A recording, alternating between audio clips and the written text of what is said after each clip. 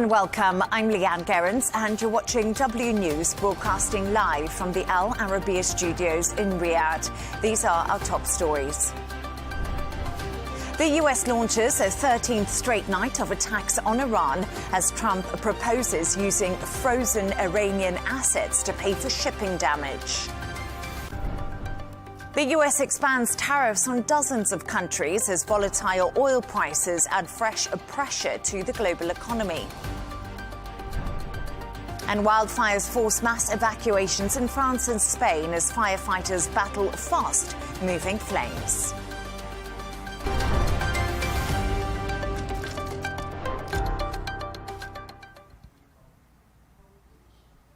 The US has carried out a 13th straight night of strikes on Iranian military targets as fighting with Iran continues. President Trump says frozen Iranian assets could be used to pay for damage to commercial shipping. For more on this, I'm joined by Tariq Raouf, former head of verification at the IAEA. Tariq, great to have you on the show. The US has carried out another consecutive night of strikes on Iran. You argue the US is now locked in an unwinnable conflict with Iran. What leads you to that conclusion? Well, as you yourself mentioned, we've had nearly 2 weeks of sustained nightly attacks against Iran. Iran is still continuing to attack the countries of the GCC, and at the moment there doesn't seem to be a way out for both sides. What is worrisome is reports coming out of the US that the United States is now planning a massive strike to destroy the IRGC and to effect regime change. So let's see what the next 24 or 48 hours brings to us. CENTCOM says it targeted military command centres and maritime capabilities. How much, Tariq, does this degrade Iran's ability to threaten shipping in the Strait of Hormuz? Well, Iran has a long coastline around the Persian Gulf, so they probably have many different sites with small, fast boats, which Iran has developed over the previous decades. So I think there are still a number of Iranian small missile bases and fast patrol attack patrol bases, which I think Iran can still use to harass shipping. And even if Iran is not harassing shipping on a daily basis, it's still having the effect of insurance companies canceling insurances for large tankers, and therefore the oil trade is still suspended, and therefore the global economy is suffering. Brent crude surpassed $100 a barrel yesterday. Apparently it's fallen to $98. And this is the Achilles heel of President Trump, the price of oil on the streets, or price of gas on the streets of the United States. Yes, of course, and we could see if that Achilles heel does have an effect on those midterm elections coming up in November for the president. But Iran says it has struck US bases across Bahrain, Jordan, Kuwait and Iraq. What military objective is Tehran trying to achieve by targeting multiple bases across the Gulf at the same time? Well, I think this is, first of all, to destroy the remaining US infrastructure that is left on the bases. Apparently there are about 16 bases, and a lot of them have suffered significant damage. And I think the Iranians are also hoping to inflict casualties, and just 3 US servicemen died the other day, and their bodies were returned to the US yesterday.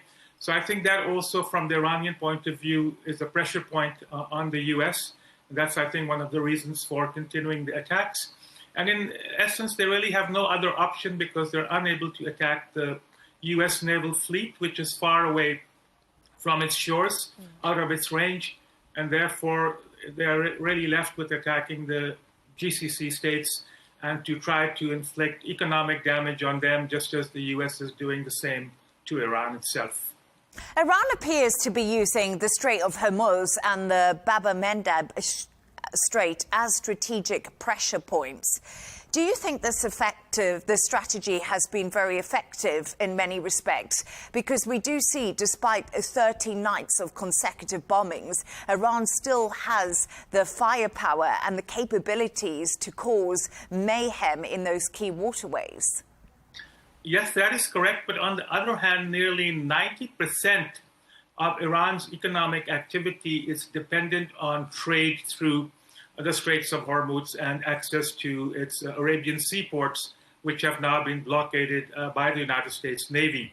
So I think that is the U.S. strategy, is to force a lot of economic pain on the regime in Tehran, and therefore hoping that there would be a public backlash which could affect a regime change. And I think there is now general consensus that the United States was not successful in destroying the vast majority of Iran's drones and ballistic missiles, which is what Iran is using to continue to attack its neighboring states. Tariq, you speak about regime change, and Iran seems to be able to absorb a huge amount of pressure. Do you think that that is actually a reality that the US can achieve with just airstrikes alone? Because obviously a lot of people have spoken about this, that you can't just do it from the air. There has to be forces on the ground. That is true, but, you know, one saw from the experience of Libya that Muammar Gaddafi was really overthrown as a result of airstrikes and not really a massive ground operation, as was the case in Iraq following the 2003 attacks against it. So it depends. It also depends on what the popularity is and what the staying power of the Iranian public is to deal with this massive economic deprivation that most likely that they are going through. And you say the UN Secretary General has been missing in action when it comes to the war. What more should the UN and European countries be doing, do you think, to help de-escalate the conflict? Well, you know, we haven't seen the UN Secretary General Guterres for weeks on end. Somebody might be, you know, excused from knowing that there actually is a serving UN Secretary General in place. He should be the one leading the charge in trying to bring the sides together and mediating the conflict. Yesterday, in the United Nations General Assembly, the 6 candidates vying to succeed Secretary General Guterres as Secretary General in January were asked some of these questions, and none of them really was able to give a convincing reply because they know that the United States is at the mercy of the 5 permanent members of the Security Council, each of whom has a veto. And 2 of the 5 permanent members are actually involved in wars, Russia against Ukraine, the United States against Iran. And neither of these 2 permanent members is going to support any action by the United Nations or the Security Council that affects or restricts their freedom of movement, so to speak. So as I mentioned in some other contexts, we are really living in an era of monsters with impunity and immunity. We are still waiting to find a new world order, but in the short term, international law, respect for the UN Charter, the Geneva Conventions is going by the wayside. You also asked about the European countries. While they stayed away from direct involvement in the US attacks against Iran, nonetheless, they are providing logistical support, which is why I think yesterday or the day before, Iran threatened to attack a military base in the United Kingdom, which hosts US Air Force planes, some of which have been used to attack Iran. And just before I let you go, I want to talk to you a little bit about the US and Saudi Arabia signing a nuclear civilian power agreement. How significant is this move? Well, the Saudi Arabia-United States nuclear cooperation agreement has been on the books for more than a decade, and it's now finally come to pass. It was signed the other day in Riyadh. It provides for U.S. assistance to Saudi Arabia to develop a nuclear power program and also for the United States to manage it. And there are reports that the United States would also allow Saudi Arabia to do uranium enrichment on its soil to produce nuclear fuel for its reactors. A lot of this is a myth. The reality is that the United States does not anymore have the capacity to build nuclear power reactors. Westinghouse is owned by Toshiba. General Electric is owned by Hitachi. These are the 2 reactor manufacturers. They have not commissioned a new power reactor in more than 20 years. The United States itself does not have an enrichment capability. Urenco from Europe enriches uranium in the U.S. for U.S. utilities. The United States was importing nearly 25% of its enriched uranium from Russia. So there's a lot of talk, but not much substance behind it. And the non-proliferation community is really up in arms because they want the gold standard, which was the agreement signed between the UAE and Saudi Arabia, under which the UAE agreed to forego uranium enrichment and reprocessing of plutonium. However, neither South Korea nor Vietnam accepted the gold standard, and now Saudi Arabia is the third country also to sign a nuclear cooperation agreement minus the gold standard. And finally, it also does not require Saudi Arabia to conclude an additional protocol with the IAEA to its safeguards agreement. While this is unfortunate, it's not unusual. Brazil has an enrichment facility at Resende, and Brazil does not have an additional protocol, and the IAEA can meet its safeguards objectives for that enrichment plant. So I do not regard this as a great blow to non-proliferation in the short term. Tariq Raouf, as always, it's really great to have you on the show. Thank you for your time with me today. Thank you very much. Let's continue this conversation with Behnam Ben Taliblu, Iran Programme Senior Director and Senior Fellow at the FDD. Thank you so much for joining me. Lovely to have you on the show, as always. So we've had some pretty fiery warnings coming from President Donald Trump. We often hear the phrase escalation to de-escalate. Is there any sense that this is the US strategy here at the moment? Well, it's a pleasure to be with you. There's a real debate now in Washington as to the U.S. strategy. A couple of goals are remarkably clear. One is to make sure the Islamic Republic of Iran does not get a nuclear weapon. Two is to open up the Strait of Hormuz. But much of the U.S. actions, meaning the 13 nights of consecutive strikes against a widening target set against the Islamic Republic, to include missile facilities, drone facilities, military installations, command and control, radio and electronic communications, many of those things seem to be simply generating pain and punishment for the Islamic Republic's armed forces. But the big question here is to what end? Is it to try to generate pain for coercive diplomacy for another deal that Tehran may ultimately violate, in my view? Is it to set the stage for a potential restoration of Operation Project Freedom in Iran's south, to be able to work to restore a more normal oil flow and commerce flow in the Strait of Hormuz? Or is it the beginnings of a much larger, potentially regime collapse or regime change military operation? I mean, for a president who has gone through various options against Tehran last year, from diplomacy to sanctions to multilateral support to even strikes, all options still very much seem to be on the table, and all strategies still seem to be very much on the table.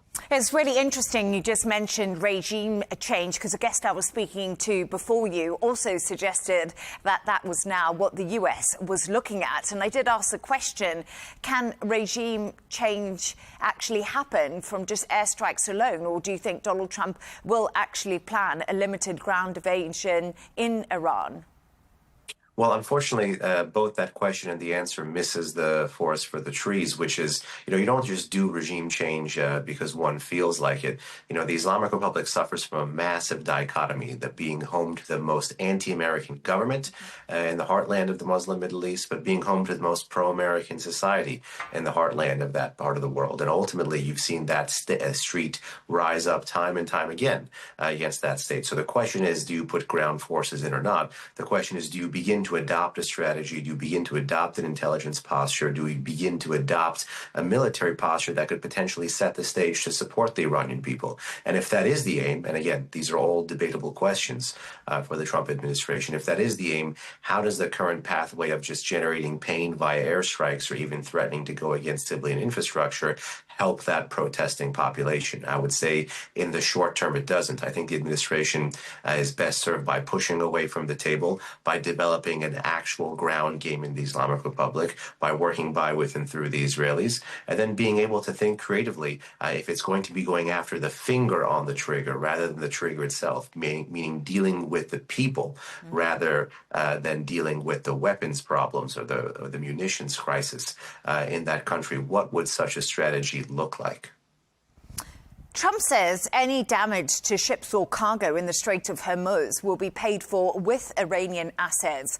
How might Iran respond if the US does attempt to seize its frozen assets? Because we've already heard pretty strong words from Abbas Araghchi to this idea.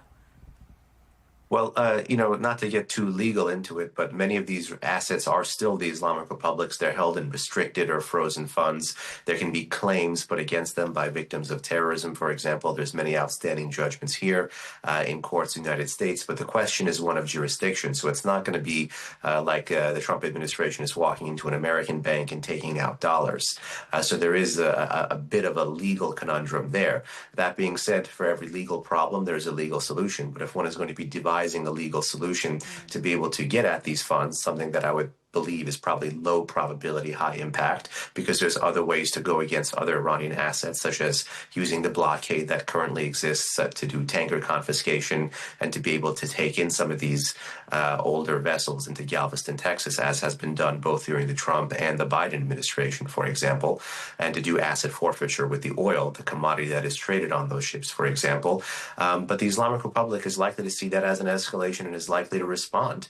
You're likely going to see the regime in Tehran either try to widen the war against perhaps a Persian Gulf critical infrastructure on the other side, or potentially widen the target set against the United States. Thus far it hasn't really begun to target through standoff weaponry, for example, U.S. vessels that have been operating outside the Strait of Hormuz. That could change, but perhaps more dangerously and more risky would be the option of going against other oil producers, because the Islamic Republic, unfortunately, has long said that if they can't export oil, no one could export oil.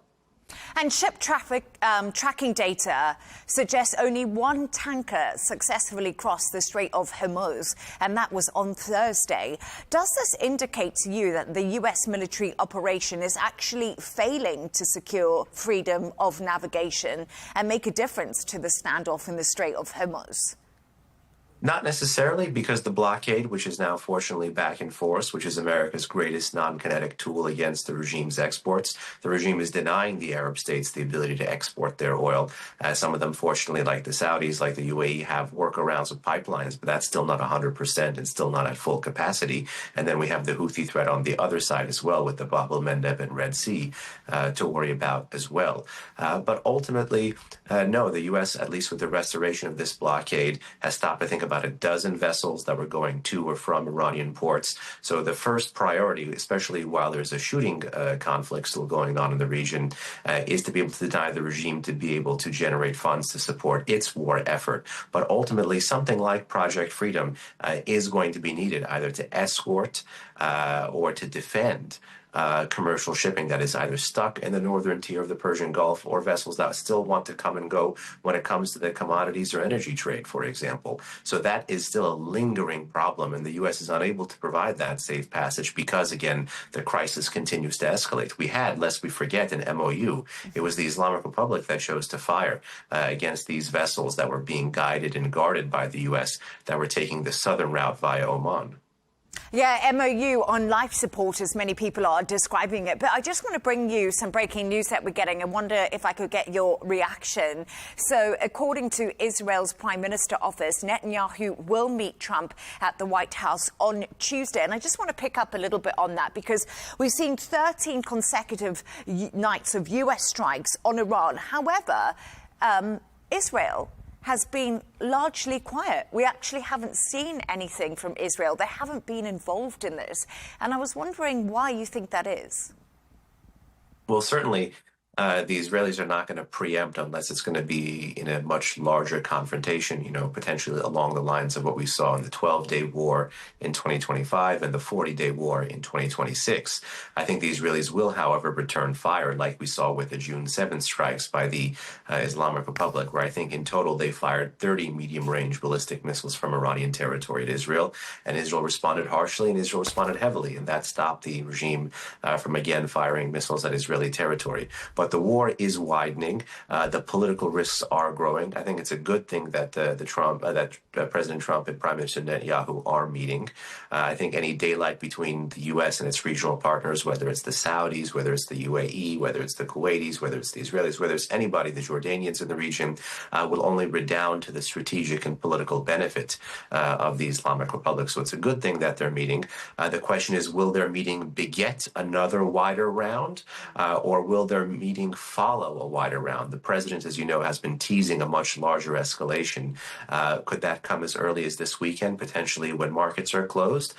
Who knows? And could that be the beginning of a coordinated, U.S.-Israeli offensive? It's possible, but we don't know how probable it is yet until we get a readout from that meeting. But I think the Islamic Republic understands that if it does again target Israeli territory, it'll be hit several times harder. Yes, I think that's a big question. Probably many people are going to ask themselves after that meeting, could we see an escalation? Behnem Ben Telebu, as always, great to have you on the show. Thank you so much for your thoughts. Thank you.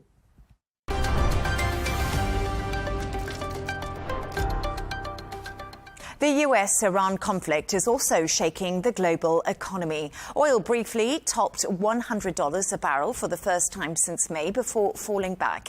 Meanwhile, the Trump administration has imposed a new round of tariffs on 60 countries. For more on this, I'm joined by economist Laurie Laird. As always, great to have you on the show. Thank you so much. Nice to see you, Leigh Ann. Nice to see you too. Let's get into this, because my big question to you is, does it come as a surprise that Trump has slapped new tariffs on dozens of trade partners, including the UK, Canada, China, Mexico, and the EU?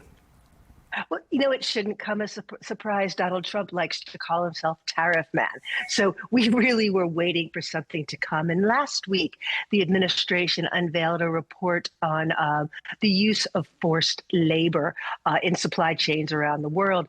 You and I both know that human rights, both in the U.S. and abroad, have never been a huge priority for this administration. So we really should have seen this coming, that the next sort of tariff action would be predicated on the use of forced labor. Additionally, those temporary tariffs that went on after the Supreme Court overturned Trump's Liberation Day tariffs, they rolled off today. So, yeah, we should have been expecting something. I think we all got a little bit caught up in what's happening in the Middle East, and we forgot to watch the tariffs. So, no, not that much of a surprise. Yes, I think a lot of people didn't expect President Donald Trump especially to do it at this time, as you say, as the war in Iran continues. But the US president says these tariffs are about forced labor rather than about trade deficits, exactly sort of what you said to me. Do you think markets are going to view them differently?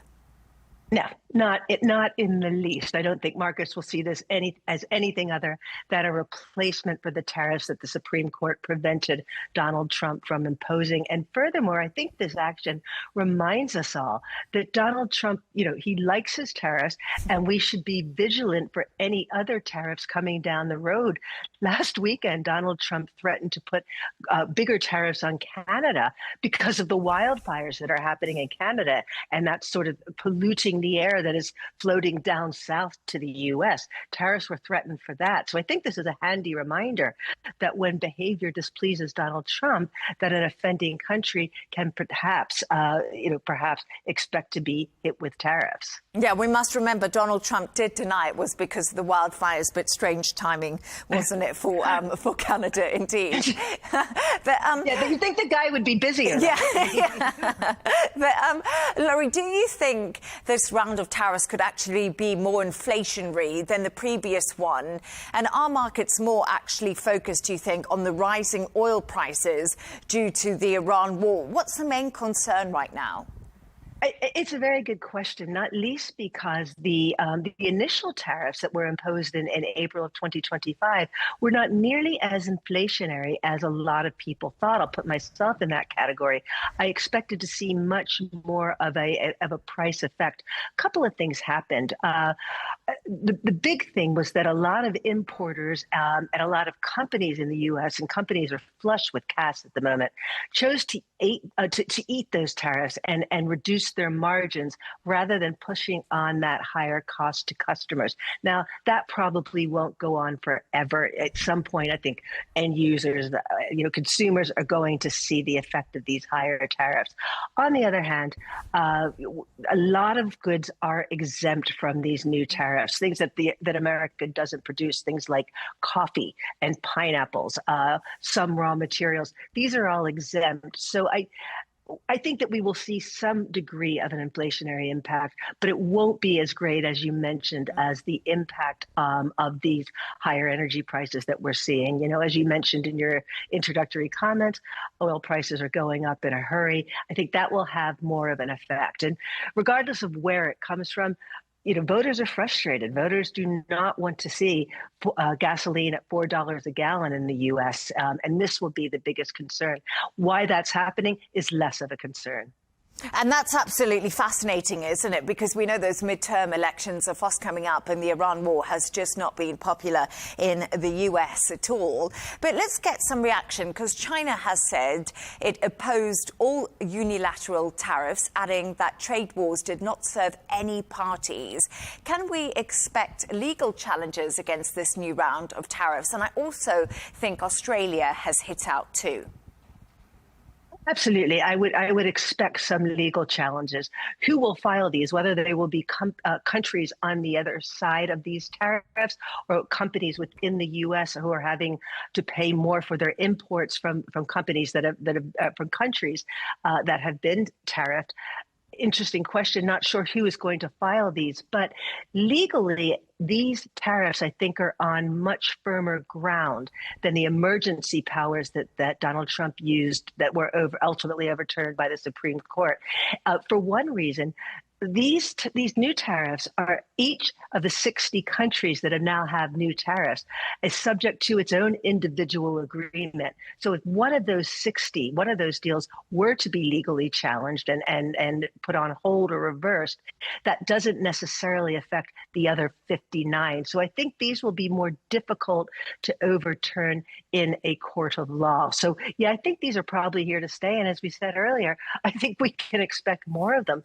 The Trump administration has started conducting an investigation into overcapacity in Europe's manufacturing industry. Europe is bracing for that investigation and is bracing for higher tariffs above the 10% that they already have. So I do think these tariffs are here to stay, and we really need to brace ourselves for further action.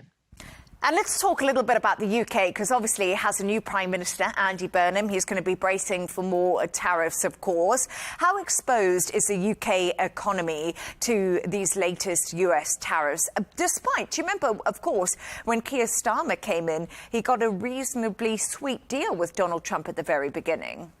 That administration was very proud of that. I'm glad you asked about the UK. There is no news in the UK other than this change of government and unseasonably high temperatures that we are having. There's no room for any other news on UK broadcast. I think one of the problems that the new Prime Minister will have, Andy Burnham, is, for one, he is ideologically very different than Donald Trump. He's much further to the left. He's much more inclined, or at least he says he's more inclined to use public money to affect social outcomes. But I think the thing that he's going to have to worry about the most is displeasing Donald Trump politically. You'll remember that row between Keir Starmer and Donald Trump about the use of UK air bases for missions in the Middle East. Starmer very much displeased Donald Trump. Andy Burnham will face, I think, if he dances to Donald Trump's tune and allows those bases to be used, he'll get into trouble with the backbench of his party, and that could displease Donald Trump, and we could see some arbitrary tariffs at least threatened there. That could be an issue for Andy Burnham, very much so. Yeah, he's got a lot on his plate, doesn't he, Andy Burnham? He hasn't had an easy sort of first week. But just one final thought from you, because, of course, if we look ahead to next week, the Federal Reserve is widely expected to hold rates steady on Wednesday. Of course, this is the second meeting under the new chair, Kevin Walsh. How is he doing? And do you think this is going to frustrate Donald Trump? Because we know he doesn't think the rates should be as high as they are. Well, I mean, the U.S. is in a really interesting position because we talked maybe 4 or 5 months ago about weakening job growth in the U.S. We're not seeing that now. Job growth is strong. Consumer price inflation in the U.S. is significantly higher than almost anywhere else. The last print for CPI in the U.S., 3.5%. Here in the U.K., we're at 2.8%, the same in the European Union. Inflation is high in the U.S. And after this run up in oil prices that we've seen this week, we're going to see another uptick when the numbers come out next month. I cannot see a situation in which Kevin Warsh could support a rate cut. And we also have to remember that he's one of 12 votes. And some of those voters, particularly the representatives of regional Fed branches, have been adamant that they think rates need to go higher. This is going to be utterly fascinating, Leigh Ann. And throw into the mix that Kevin Warsh does not support communicating with the markets as much as Jerome Powell, his predecessor. So we know that some Fed governors want rates to go higher, but we're not going to be getting as much information. Really in fascinating times for the Federal Reserve right now. Yeah, it'll be interesting to see what the vote split is when that does come through. Absolutely. Yeah, definitely. Laurie Led, as always, great to have you on the show. Thank you so much. Good to see you.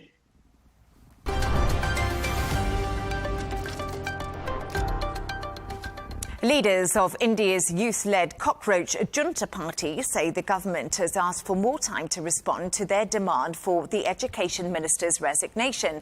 But the group says it will not halt nationwide protests, which have grown into a movement seen as the biggest challenge to Prime Minister Narendra Modi since he did come to power. Emily Sue has this report.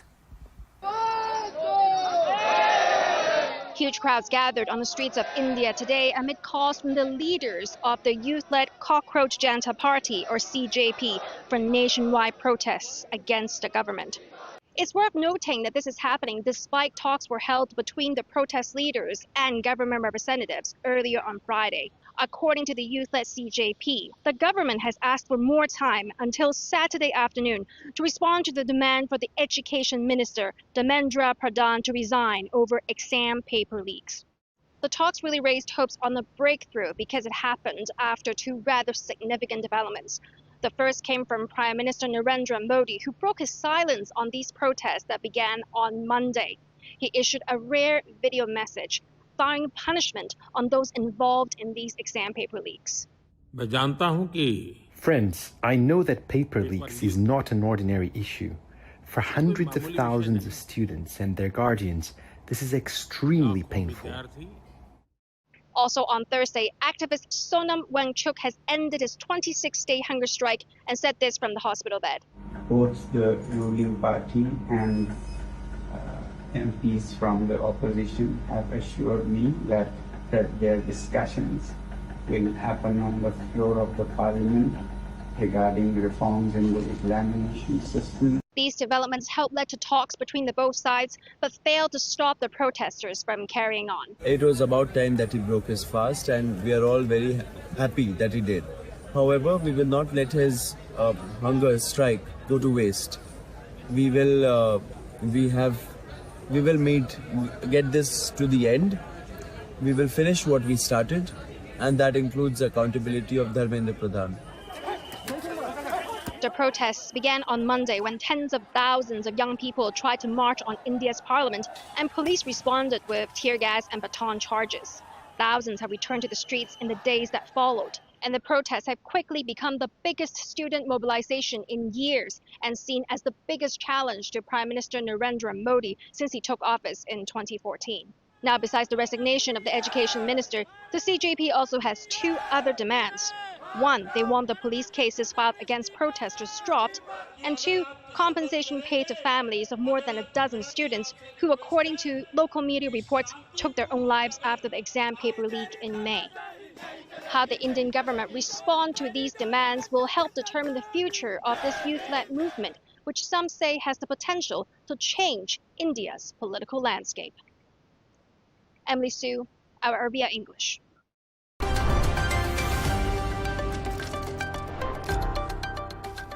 France and Spain continue to battle major wildfires, with tens of thousands of people forced to evacuate as the blazes spread.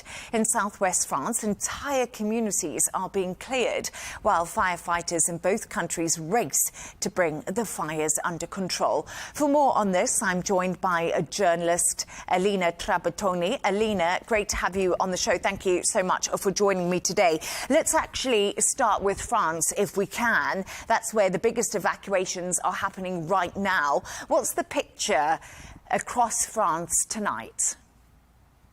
Well, it's not good. There are currently actually two separate emergencies running side by side, and it's down in southwest France. And the first is in Gironde, and it's, on the headlines all over the place.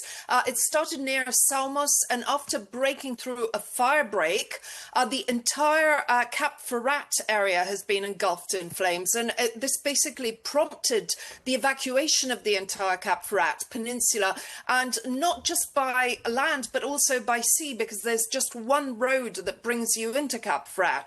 And the latest figures that are being confirmed by emergency services officials are that 40,000 people have been or are being evacuated. That's not just by land, by sea as well. So it's a very complex evacuation process. And there's about 1,000 firefighters involved, according to emergency services. And it's been devastating. The fire has burned through 10,000 hectares of land, and the reports say there's about 80 houses that have been damaged or destroyed, but 10,000 hectares of land is a huge amount of land. But that's not it for France. The second fire is in land, where evacuations have also been underway, and here again too, the blaze has burnt through several thousands of hectares, and here too, tens of thousands of people have been evacuated from across the border to the more general southwestern area of the country. And France has been very actively asking for EU assistance, and we do know now that there are reinforcements on the way from Croatia, from Portugal, and from Central Europe as well, in terms of Canadair and helicopter support services. And we're just getting a line through, actually, from officials in Madrid, and they say wildfire close to merging with blaze in neighbouring region. That's according, as I did say, to an official in Spain. Authorities also say these are the worst wildfires in Madrid's history. What has made this event so unprecedented?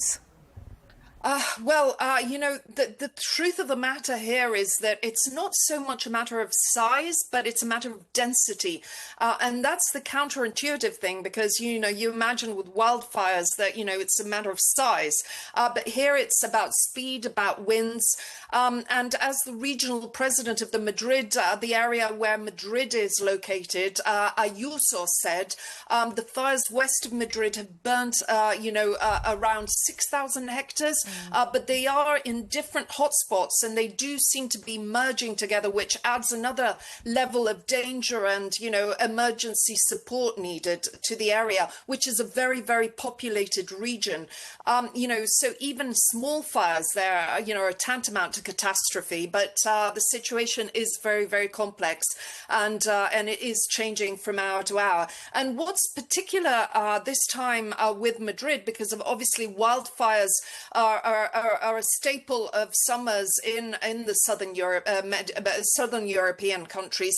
But for the first time ever, Spain has announced a national state of emergency over the wildfires. And officials say that the reason behind this national state of emergency being, provided for is that, concern about the fires converging and threatening beyond the immediate locations the fires are taking place in. For context, the area, the fire, La Mierla fire in the Guadalajara area, which is northeast of the capital, it's burned more than 30,000 hectares since it's been blazing in past days, which shows how large the emergency is overall. No, absolutely. When you put it like that, it just shows how vast it really is. But let's have a look at Italy right now, because how serious is it in Sicily? And what are officials saying about the causes in Italy? Well, the situation in Sicily is very serious too. In the last couple of days, there's been registered 344 calls for, alerting that there are wildfires taking place. Just under 300 appear to be under control now. There are still some raging. And it's actually interesting because Google Maps now has a function that you can look on the map and see emergency state of fires, at least for the Italy area. So it's actually astonishing how many of them there are. There's a lot of alerts about possible arsonists and intended fires being set, and some terrible reports about possibly people tying sections of cloth that are drenched in combustive material like gasoline or diesel, and tied to cats' tails and set alight so that the cats obviously try and run for their lives with the fire blazing on their tails and ripping through areas that are severely dry due to weeks and weeks of drought. And obviously the activists and people on the street and the animal rights movements are up in arms about this, and there are investigations into whether this is the case, and so there are some investigations taking place.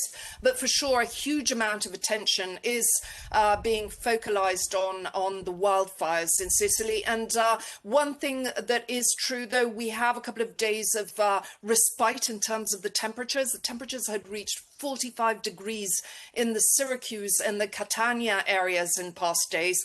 But there are, according to weather reports, there will be 2 or 3 days of respite before temperatures pick up again next week.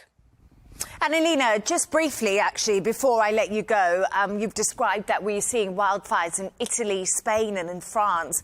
But what impact are these wildfires having on tourism, the economy, the country? Because, of course, it is the summer months, and this is when a lot of people do go on holiday across Europe. It is the summer months, and of course these are areas that are heavily dependent on tourism for their local economies. Southern Italy, the area around south of France, Cap Ferrat and so forth. And it's a very, very good question because, to be honest with you, I don't think I've seen any, reports costing this yet, but it's very, very relevant. And, the exposure of these areas to their vulnerability to this is very clear. I mean, clearly people, are there on holiday. So, they will be at the hotels. These spend, as it were, is taking place. But it could damage them in the long run. Tourism for coming months and years is the immediate risk. I mean, take Cap Ferrat, it's a peak season hotel destination moment. This is the most important time of the year for the hospitality industry there. And so, the evacuations are actually happening at the worst time of the year. The fires are happening at the worst time of the year. And, as some people in Madrid were saying earlier today, the smoke is so deep and so black, it's not visible and it's impossible to breathe. So, you have to leave the areas. There's nothing you can do but leave the areas if the emergency services allow you to leave. And in Spain as well, over and above Sicily, southern Italy and in France, I was speaking to some sources earlier today. The Gironde area has had 6 campsites affected by the wildfires. And of course, the peninsula itself is a high value second home area. So the economic knock-on effects are very significant, even if the fire damage can be, geographically limited in some way. And, also, the disruption goes beyond the immediate hospitality services areas. We're talking roads are being blocked, roads around Madrid. And Madrid, it's peak tourist season for Madrid as well. It's one of the most visited European capitals. They're being restricted. There's evacuation logistics all across France. Even the naval industry around, the boating industry around Cap Ferrat is turned upside down because a lot of the boats are being used for evacuation procedures. So it is a very, very complex moment. And, it'll be interesting to see as things pan out, some figures on this. Yeah, no, absolutely. Alina Trabatoni, as always, thank you so much for joining me.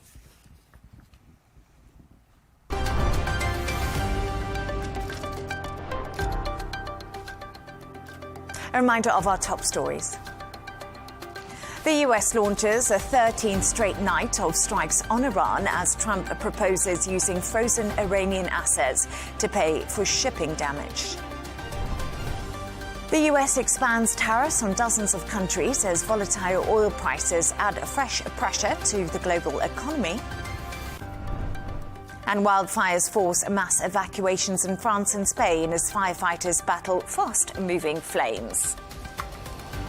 And that's all from us on W News. Don't forget to subscribe to our YouTube channel. Of course, follow us on X. Goodbye and thank you.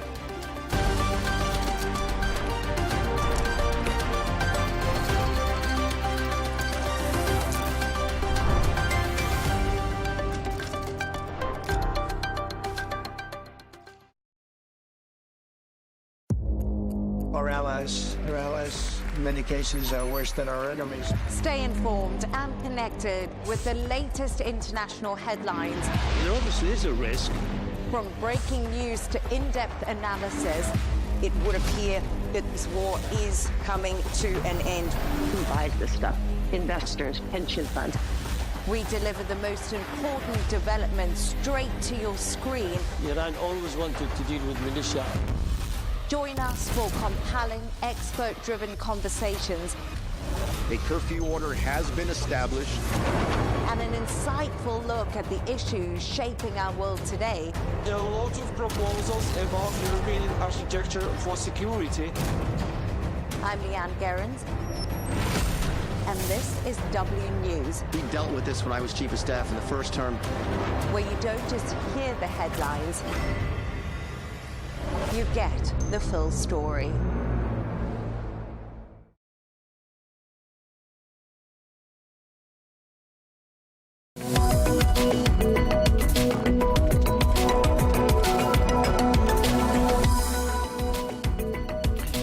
Hello and welcome to The Real Deal, coming to you from the Al Arabiya English headquarters in Riyadh. This is your weekly bulletin bringing you all the latest business news headlines and analysis from Saudi Arabia. Coming up, the US approves close to $2 billion in weapon sales to Saudi Arabia, which will bolster the kingdom's air defense systems. The regional property consultancy Cavendish Maxwell tells us about the overall state of the kingdom's residential property market, and we'll be asking, why is the city of Daman seeing such strong sales growth? Hiring in the kingdom remains resilient, that's despite a regional slowdown. We take an in-depth look at a quarterly report on the GCC job market. Plus, we'll be telling you why astrotourism and the kingdom's pristine night skies are such a big draw for tourists, and also why next year's total solar eclipse is expected to attract visitors from right across the globe. Diving into our top story, the US State Department has announced that it has approved the proposed sale of sophisticated weapon systems to Saudi Arabia. Well, estimated at close to $2 billion, the weaponry will bolster the kingdom's air defenses. Well, in all, the deal consists of up to 20,000 advanced precision kill weapon systems, or APKWS as they're known, split evenly between air-to-air and air-to-ground precision strike sections. Well, in a release, the State Department said that, quote, the proposed sale will improve Saudi Arabia's capability to deter current and future threats by strengthening its homeland defense and improving interoperability with US forces and other regional and NATO forces. Well, the principal contractor will be BAE Systems.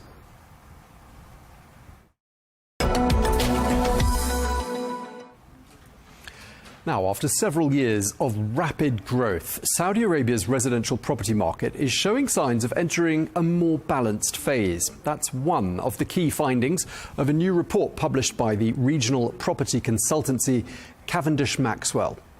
Well, that quarterly report also points to the city of Daman, which it says is leading the kingdom in residential sales growth.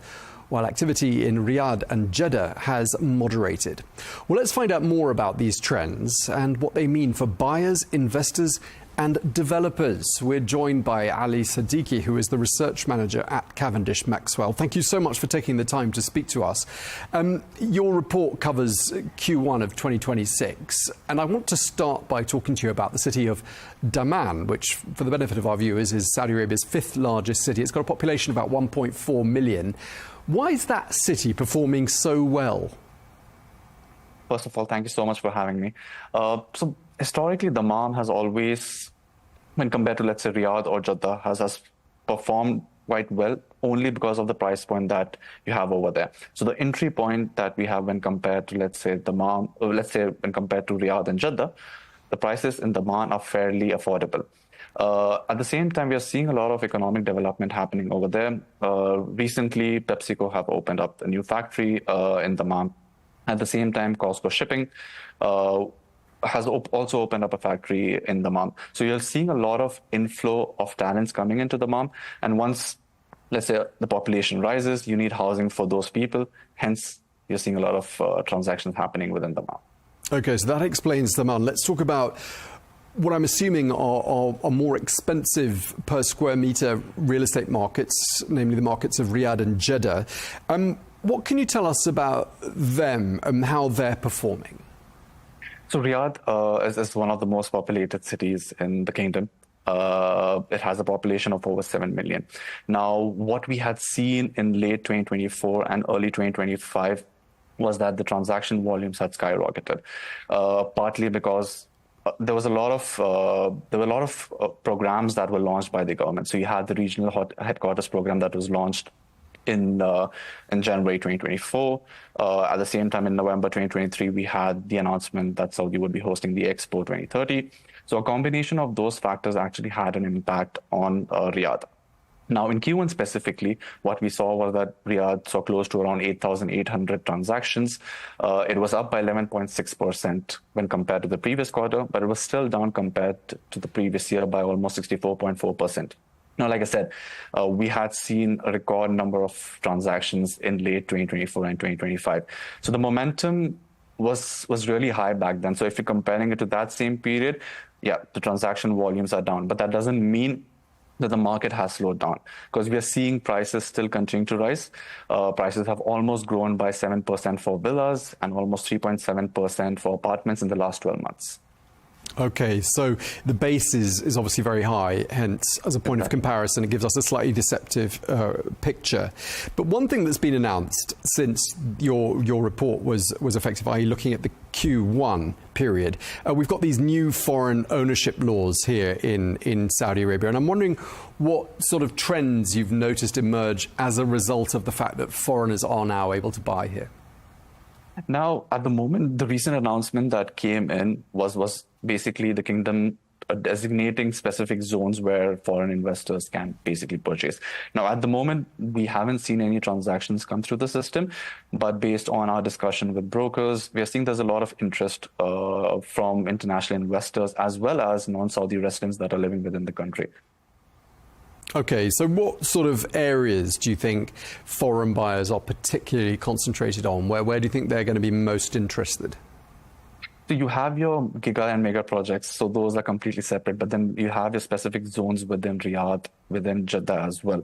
Now, within these specific cities, you have your projects such as New Murabba, you have Diriyah, and so on and so forth.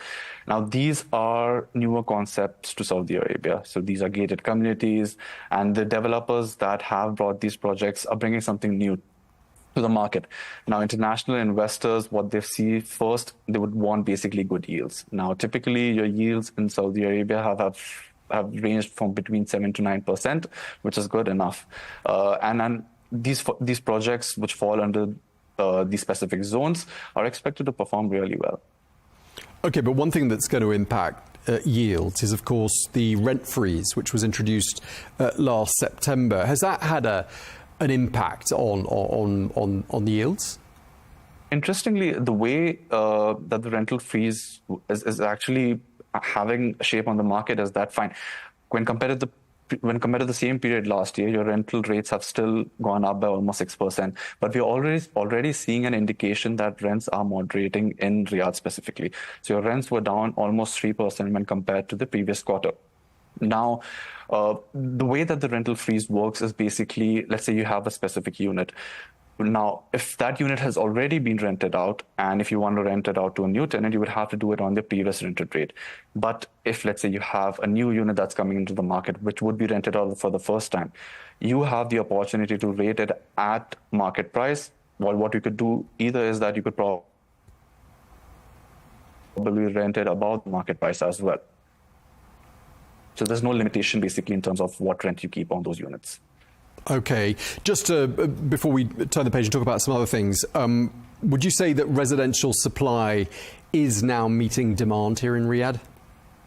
Not at the moment. It would take some time. Now, the Saudi government has set a target of 70% home ownership by 2030. You're still seeing prices rise. It's not that the prices have stopped rising. At the moment, what we're seeing is the supply is coming into the market, but we still have some time before the gap between demand and supply eventually narrows down. Okay, and I'm assuming Q1, which your report covers, was partially affected by regional geopolitical tensions. Any noticeable impact? Interestingly, no. So the early indicators for Q2 2026, we have seen transactions actually rise up in Riyadh and in Dammam as well. So the early indicators are basically telling us that the impact is not that much. Fine, you would have investors who would basically take a cautious approach, but that is understandable given the situation. But the unique thing that Saudi Arabia has is that it has a huge domestic base. So the domestic demand within Saudi Arabia is quite a lot. So even if let's say the situation even if the situation doesn't improve anytime soon, your domestic demand comes in play, and they would basically support the residential market. And that's what has been happening for quite some time now. Okay, and just lastly, Ali, people probably ask you this all the time. Where do you see the best opportunities for investments? And I'm talking really about residential buyers here. It all depends from what you're planning to invest in. Now, you have your apartments and villas in each of these cities. Again, your yields are pretty good within Riyadh, Jeddah, and Dammam. But the price point, like I said, it varies from each market. So from an investor's point of view, your yields are more or less stable across these cities. But it all depends on what's your entry point. If you have a specific budget on mind, then yeah, fine. You can basically look at Dammam. If you don't have a budget on mind, then Riyadh and Jeddah is something which you can probably target. Because again, like I said, these are one of the most populated cities, and people are coming into those cities for work opportunities. And there are a lot of companies actually setting up businesses over there. Okay, well, it sounds like there are plenty of opportunities out there. Really interesting talking to you. Thank you very much indeed for talking us through that report. Ali Siddiqui, Research Manager at Cavendish Maxwell. Thank you so much. Thank you so much for having me. Take care. Let's get a quick check of some of the other stories we're following you from the week. King Salman has issued a series of royal decrees which include ministerial appointments and senior cabinet reshuffles. Amongst them, Prince Abdulaziz bin Salman is appointed Minister of Industry and Mineral Resources. He also retains his role as Minister of Energy. While the former Industry and Mineral Resources Minister, Band al-Khurayef, is appointed Minister of State and member of the Council of Ministers. With a view to better assessing, treating and monitoring AI risks, the Saudi Data and AI Authority has launched a new risk management framework. Well, the framework will serve as a national reference for government and private entities to steer them towards the safe and responsible adoption of AI. Building new bridges between the Kingdom and Japan, the national carrier Saudia has announced Tokyo as a new international destination. The new service, which begins in November, will operate 3 times a week from King Khalid International Airport here in Riyadh, starting in November 2026. And the dates have been announced for the Future Investment Initiative Institute. This, the 10th anniversary edition of the event, is going to be held here in Riyadh from the 26th to the 29th of October under the theme The Power of Legacy.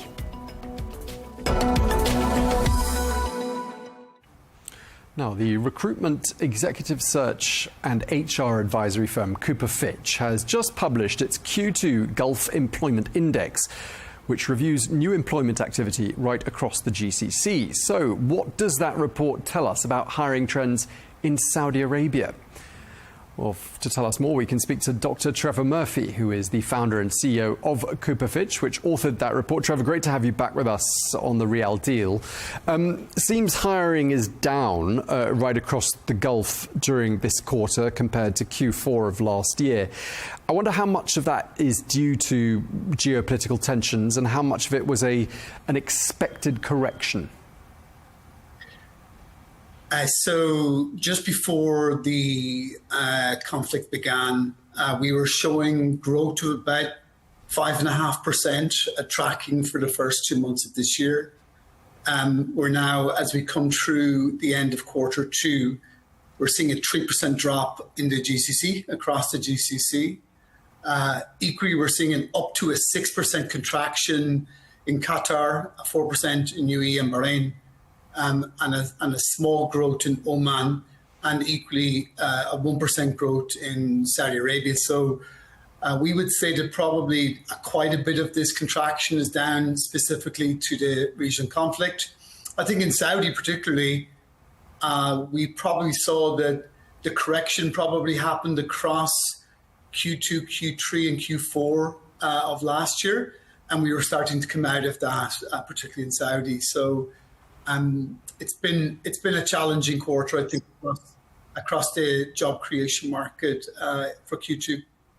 But Saudi Arabia does stand out in your report as maintaining growth compared to its Gulf neighbours. Is that the driving factor, what you were just saying there about how perhaps the base is on the low side and that last year it was undergoing something of a correction? I think that's a very fair point. I think we were starting from a slightly lower base than, say, where we would have been if it was Q1 of last year. So Q1 of 2025, we probably saw that represented higher numbers.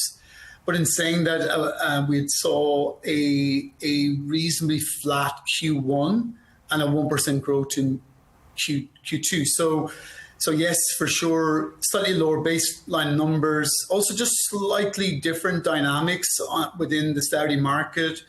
That maybe the regional conflict had a lesser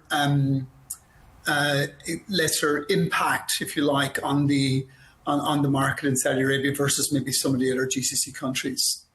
And there's obviously been this reprioritization of spending here in Saudi. I was wondering whether you're noticing that having any impact on hiring for both local and international recruits.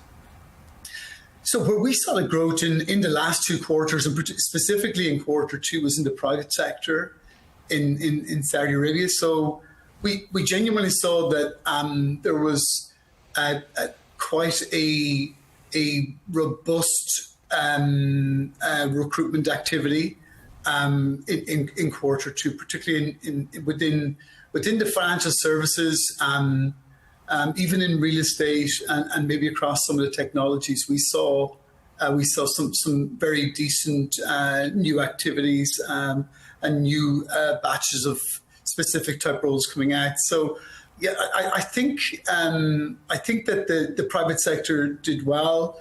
And again, I think some of that correction really happened towards the end of last year. Now the public sector was quiet for Q2 and remains quiet into the first couple of weeks of Q3. So that's definitely had an impact there. But private sector doing very well in the grand scheme of things. Right. I mean, just reading through that report, mining seemed like one of the standout sectors where there did seem to be some jobs growth. I mean, just sort of building on the point you were making there, I mean, it sounds like specialist jobs and sort of really niche specialist know-how, that's where perhaps there's the strongest demand. Agreed. Look, I mean, since the regional conflict across the GCC, only critical roles have really gone to market to be hired. So whether that's replacement or new positions, it really has just been the critical hires that have been made. But for sure, mining was one of the big highlights, particularly in Saudi, with a huge raft of in country and investment outside of country within the mining space. So quite a bit of growth there. And I think, and that looks very much like one of the big trends as part of one of the pillars of Vision 2030, that mining is a real growth opportunity in Saudi Arabia. But for sure, specialist role, whether that's across technology, again within the AI space or machine learning space, etc., or into areas, specific areas like mining, etc., where we've seen most of the growth in not just this quarter, but the previous quarter also. Yeah, it's quite interesting looking at the tech space, because on the one hand, you know, areas like software and cloud are perhaps looking a little bit softer. When it comes to data and AI, an increase of 4% according to your report. I mean, who do you think should be paying attention here? It's a great question. I'm not sure there's a strong coefficient of correlation between software down and AI up, but I think a lot of people have picked up on that in the report. I think AI is a growth area and continues to grow. It continues to grow. It is not a mass recruitment area at the same time.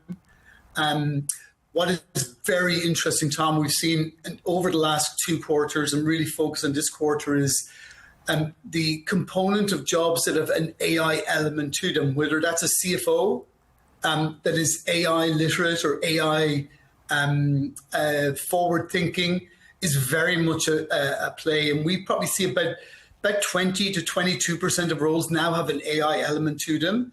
So whilst AI jobs are growing, it's still off a fairly low baseline number as well within AI.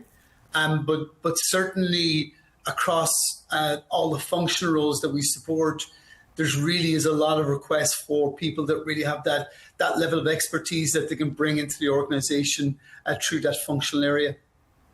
We hear a lot about Saudiization. It's a buzzword on this program, in fact. Does anything about Saudiization jump out of you when you look at the numbers with regards to jobs? Look, I think a couple of things have happened in the last 4 or 5 months since the conflict began. And one of them has been very much a preference to hire in country, whether that's for direct Saudi talent or talent within the kingdom. They're in country. There's no issue with getting people in, even though that's predominantly been moved away from as an issue now. But there's still a focus on that in-country preference, which is very good to see. Saudi talent is still at a premium, particularly in leadership roles, where we've seen at N-1 and N-2 that there's a growing demand to really recruit talent, Saudi talent, that really understand the complexities of the kingdom, understand the market very well, understand the people and the culture very well. And it's a more foolproof way of ensuring that there is success and quick success when people are onboarded into different positions. OK, we're going to have to leave it there because I'm being told we are out of time. Dr. Trevor Murphy, founder and CEO of Cooper Fitch, thank you very much indeed for taking the time to join us today. Thank you, Tom.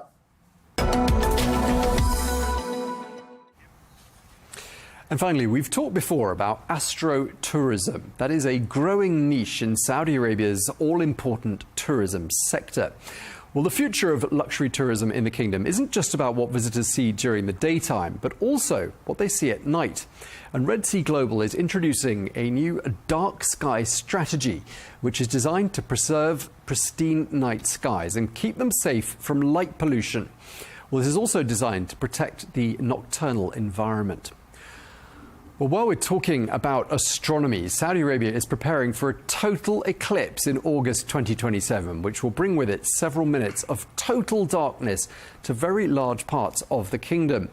Well, described as one of the decade's biggest astronomical events, it is expected to attract scientists, photographers, and eclipse-chasing tourists from right across the world.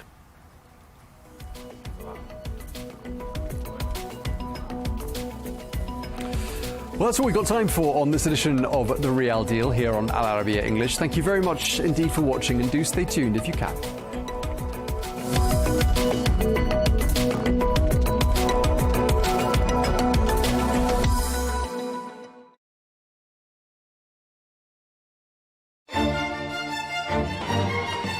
celebrate too much? Does it help generations understand history?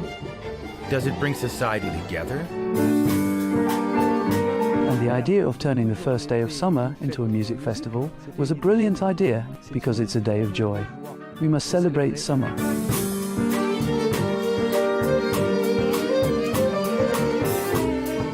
To be human is to connect. When we stop connecting, we start to die.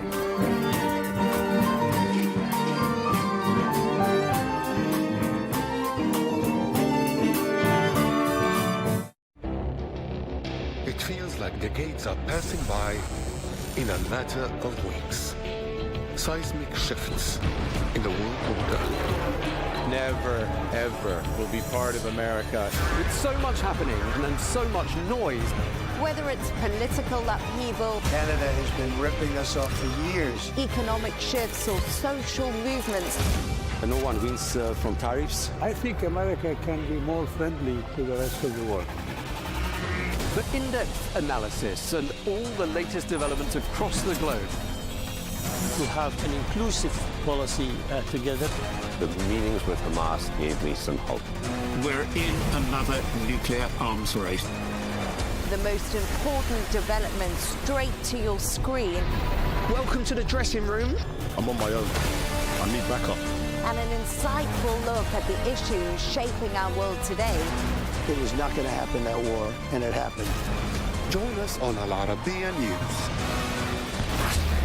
where the world talks.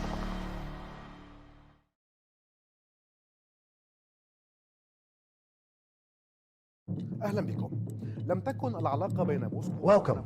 The relationship between Moscow and the Arab world has never been a straight line. It has seen decades of rises and falls, from peaks of alliance during the Arab-Israeli wars to a sharp decline after the collapse of the Soviet Union, and then a notable return through the Syrian gateway, followed by Gulf caution amid the war in Ukraine. Today, with the Arab-Russian summit convening in Moscow, a central question is being asked. Is Russia seeking to restore its former glory in the region, or to build new partnerships that adapt to the transformations of the 21st century? Since the mid-20th century, the Soviet Union emerged in the Middle East as a pivotal player. As its early support for the independence of Egypt, Syria, Algeria, and South Yemen granted it special influence with Arab capitals, that influence soon turned into an active military and political presence, reaching its height during the wars of 1967 and 1973, when Moscow supplied Cairo and Damascus with weapons, experts, and pilots, becoming a principal partner in the Arabs' battles with Israel. In that period, the depth of the alliance with Cairo was embodied in a historic visit by Soviet leader Nikita Khrushchev to Egypt in 1964, where he joined President Gamal Abdel Nasser to celebrate the diversion of the Nile as part of the Aswan High Dam project. Those were highly symbolic moments that cemented Egypt as Moscow's closest Arab ally, and showed how development and weaponry, together with political positioning, became interlocking tools of the Soviet project in the region. At that time, Khrushchev delivered his famous line, "The High Dam is not just an engineering project. It is a symbol of friendship between the Egyptian and Soviet people." From there, a new phase began in which the Soviet Union became the primary patron of Arab nationalist and socialist regimes. But that alliance gradually began to crack through the 1970s, when President Anwar Sadat rose to power following the death of Nasser. Sadat sought to free his political and military decision-making from Soviet dominance and to pave the way for a rapprochement with the West. In 1972, he took a stunning step by ordering the expulsion of around 20,000 Soviet military experts and advisors from Egypt, a moment that marked the great rupture between Cairo and Moscow. And although cooperation in arming the Egyptian military continued up to the October War, what followed, the signing of the Camp David Accords and Cairo's opening to Washington, effectively ended the Soviet presence in Egypt and pushed Moscow to seek alternatives in Syria, Algeria, and Libya to compensate for the loss of its largest Arab ally, with the Soviet Union's collapse in 1991. Russia's presence in the Middle East receded, and Moscow withdrew from bases and ports that had underpinned its influence for 5 decades. With the dawn of the 2000s, Vladimir Putin redrew the compass of Russian foreign policy, seeking to regain influence lost with the Soviet collapse. Military cooperation revived with Algeria, Egypt, and Syria, and economic channels opened with the Arab Gulf in energy and grain, restoring Moscow's bridges of interest with the region. But the major shift came with the Arab uprisings of 2011, when Moscow saw a chance to cement its presence. Its direct military intervention in Syria in 2015 restored to it key strategic levers, most notably the bases of Tartus and Memim. This intervention reinforced Russia's image as a protector of its allies. Yet, at the same time, it raised caution among Arab capitals trying to balance relations between Washington and Moscow. Saudi Arabia, the UAE, and Qatar viewed Russia's military presence in Syria as deepening Iranian influence and keeping Assad in power. Despite political disagreements, Moscow's ties with the Gulf capitals remained pragmatic, maintaining close cooperation in the energy sector, along with Russian investments in gas and petrochemicals, and a limited degree of security and military coordination. With the eventual fall of the Assad regime, the scene shifted again. The new Syrian leadership rearranged its priorities, moving away from dependence on Moscow and opening up to Gulf capitals in search of reconstruction and investment. This shift cost Russia its Damascus card, the one that had given it prime influence in the Middle East equation, while the new Syrian leadership sought to redefine its relationship with the Kremlin on different terms, preserving security coordination and continued use of the Tartus and Memim bases in exchange for limited Russian support in infrastructure rehabilitation projects and the supply of wheat and fuel. Then came the outbreak of the Russia-Ukraine war in 2022, putting Russian and Arab relations to a severe test. Saudi Arabia, the UAE, and most Gulf states adopted a policy of neutrality, maintaining oil cooperation with Moscow, while on the other hand, Egypt and Algeria continued their economic and military partnerships with Russia despite Western pressure. But Western sanctions affected grain and fertilizer trade and energy prices, driving several Arab countries to seek a careful balance between their interests with Moscow and their need for Western partners. Despite the geopolitical complications, the last decade saw strengthened oil cooperation between Moscow and Riyadh through OPEC Plus agreements that helped stabilize the global energy market. Mutual investments also expanded in petrochemicals, agriculture, and religious tourism, with high-level visits between Russian and Gulf leaders keeping communication lines open even at the height of crises. In parallel, Moscow maintained its traditional stance on the Palestinian issue, affirming support for a two-state solution along the 1967 borders and the establishment of an independent Palestinian state beside Israel, while calling, during the recent Gaza events, for an immediate ceasefire and civilian protection to preserve balance in its relations with both Palestinians and Israel. Russia's presence has not been limited to the Gulf, Syria, and Egypt. Algeria has been one of Moscow's oldest military partners and the largest importer of Russian weapons in Africa and the Arab world.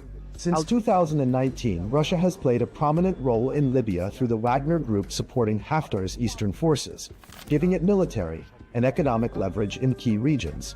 In Sudan, there was the 2020 signing of a preliminary agreement to establish a naval logistics base at Port Sudan, not yet implemented because of political circumstances. Meanwhile, Russia has remained a major arms supplier to Sudan. In Tunisia and Morocco, cooperation centers on agriculture, trade, and tourism, while in Lebanon, Moscow's influence is confined to the energy and offshore gas sectors.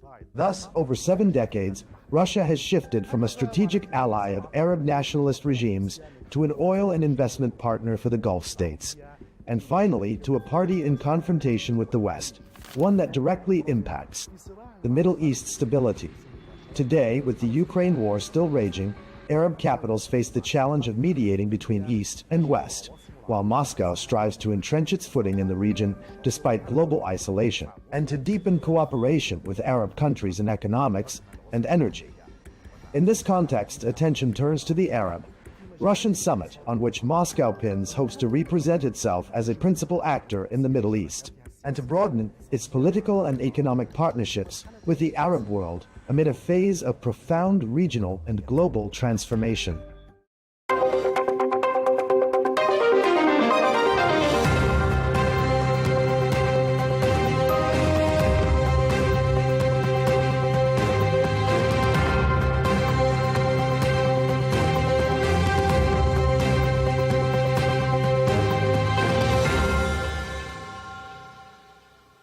Watching Counterpoints on Arabiya English. I'm Melinda Nucifora, coming to you from Jerusalem for this special interview with the Israeli President Isaac Herzog. President Herzog, thank you so much for your time on Arabiya English. Thank you very much. It's a great honor to appear for Arabiya. We're sitting down here in Jerusalem at a time of another flare-up in regional tensions. We're seeing Iran again resuming the targeting of some vessels in the Strait of Hormuz. We're seeing renewed strikes from the United States on Iran. The memorandum of understanding that was signed on to, was it a bad interim deal if we find ourselves back in this position? First of all, I'm not surprised that this is the situation, because with the Iranian pattern of behavior, which we know, it's impossible to do deals. They violate all the time. They have their own way of interpreting things that are very, very clear. We see in so many instances their proxies are all operating on their behalf simply to stir up and radicalize the situation, leading to instability. That's their ideology for years and years and years. And I must say, I believe that this reality also hits the face of many people who thought that there is an opportunity and a chance. Honestly, I believe in a diplomatic solution to the conflict. I think this is absolutely what needs to be done, and I actually know that this is the clear Israeli position. But we had legitimate concerns. We raised them, and now you see it in front of your eyes with the Iranian behavior. I'm happy that the American reaction is firm and clear, so that everybody understands, especially the Iranians, that they cannot goof here, and they have to go back on track if they really want to implement a venue of exiting from the war. You mentioned that that Israel had concerns about the memorandum. Do you think if Israel had have been negotiated with in the lead up to the memorandum being agreed to, that this current situation could have been avoided? Look, the whole situation is controlled and led by President Trump. And I trust him fully on this. And I believe that it is an American-led situation, meaning the Americans have to deal with it with their allies as well. Because closing Hormuz, let's understand it, closing Hormuz is clearly another extortionate step in the relations of Iran with the world. If you think about it objectively, now let's go to bird's eye view, and you remember the map of the Middle East. It cannot be that the world would accept a situation whereby maritime routes, which are owned by the world, which are internationally open, which are part of international rules and part of international maritime law, it cannot be that they will be closed by one nation through its proxies or by itself simply because they want to blackmail the rest of the world. It cannot go this way. It's impossible, because once you do it, then the whole world is a mess. And I think here the American position is very clear. And I think President Trump is correct in the fact that he's insisting that Hormuz be open. It's part of international trade. The US, though, is also asserting its own blockade on the Strait. So why should they be allowed to do it? Because it's a counter-reaction to the Iranian blockade. And at the end of it all, it's quite clear that free maritime is something of an essential element in world affairs. You know, people who watch us now should realize that this blackmailing operation, which has been going on for about almost 3 years, like closing off Bab el-Mandeb, okay, by the Houthis, or closing of Hormuz, etc., increased the cost of living of all these families around the world who are getting these products, who are being carried by ships all over the world because of insurance and freight costs and other costs. So it's obvious that the world is paying price simply for this Iranian rudeness and Iranian mode of behavior, which has always been a terrorist mode of behavior. And even after what looked like a potential breakthrough, the world finds itself back in this position. We're discussing again that the closure of the strait, regime change in Iran now looks increasingly unlikely, and their nuclear and ballistic missile capabilities remain somewhat well. So, but that's place. Everybody's clear purpose is to make sure that Iran does not have nuclear capabilities. The President of the United States made it clear, the international community, the European Union, everybody understands now the threat of nuclear capability by a jihadist regime as the Iranian regime. This is the root cause of the war. I mean, you know, the United States went to war with Israel on this issue of the nuclear capability of Iran, because it means a huge, huge risk and danger to all the people in the region. The fact, though, that we've gone so far into this conflict, we've had a potential breakthrough, now we seem back to the beginning of where we were. Has it been a strategic failure to this point? I don't know, because honestly, you know how it is. There's an eruption and then there's negotiations. I know that there's efforts to go back on track. I cannot comment because I'm not in the room, nor are we involved. So I don't want to give judgment on something and make clear declarations because it may go back on track. All I'm saying is there should be clear guidelines. No nuclear capability of Iran, no blackmail and extorting the world community by closing off Hormuz. And as you say, the negotiations now look like they could potentially get back on track. We don't know. You know how it is. There are mediators, there are efforts. Would you like to see Israel at the table? I always want to see Israel at the table. I want to see Israel at the table speaking with all our neighbors and finding the route for peace in our region and moving forward with our allies and having a real dialogue above board with all the Arab states around us, because I believe that we're at a critical historical moment where there is a trajectory, a shift, a change of a real dialogue between Israel as the only Jewish state in the world and in the region, speaking to all these very distinguished Muslim states around us. I believe we're at a moment of dialogue between Jerusalem and Mecca. I believe that there is a moment of dialogue between people of all faiths in the region, and I'm trying to pursue it in my own way.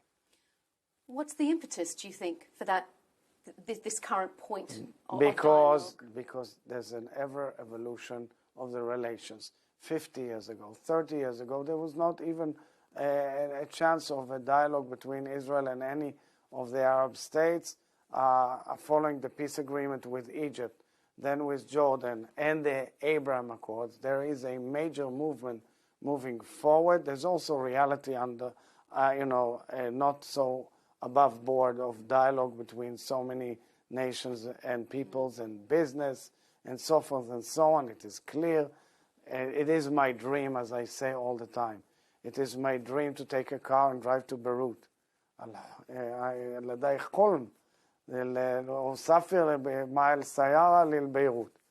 It is my dream to go to Damascus, and it is my dream, really, to see peace between Israel and Saudi Arabia, definitely normalization, moving forward. And I believe it's part of history.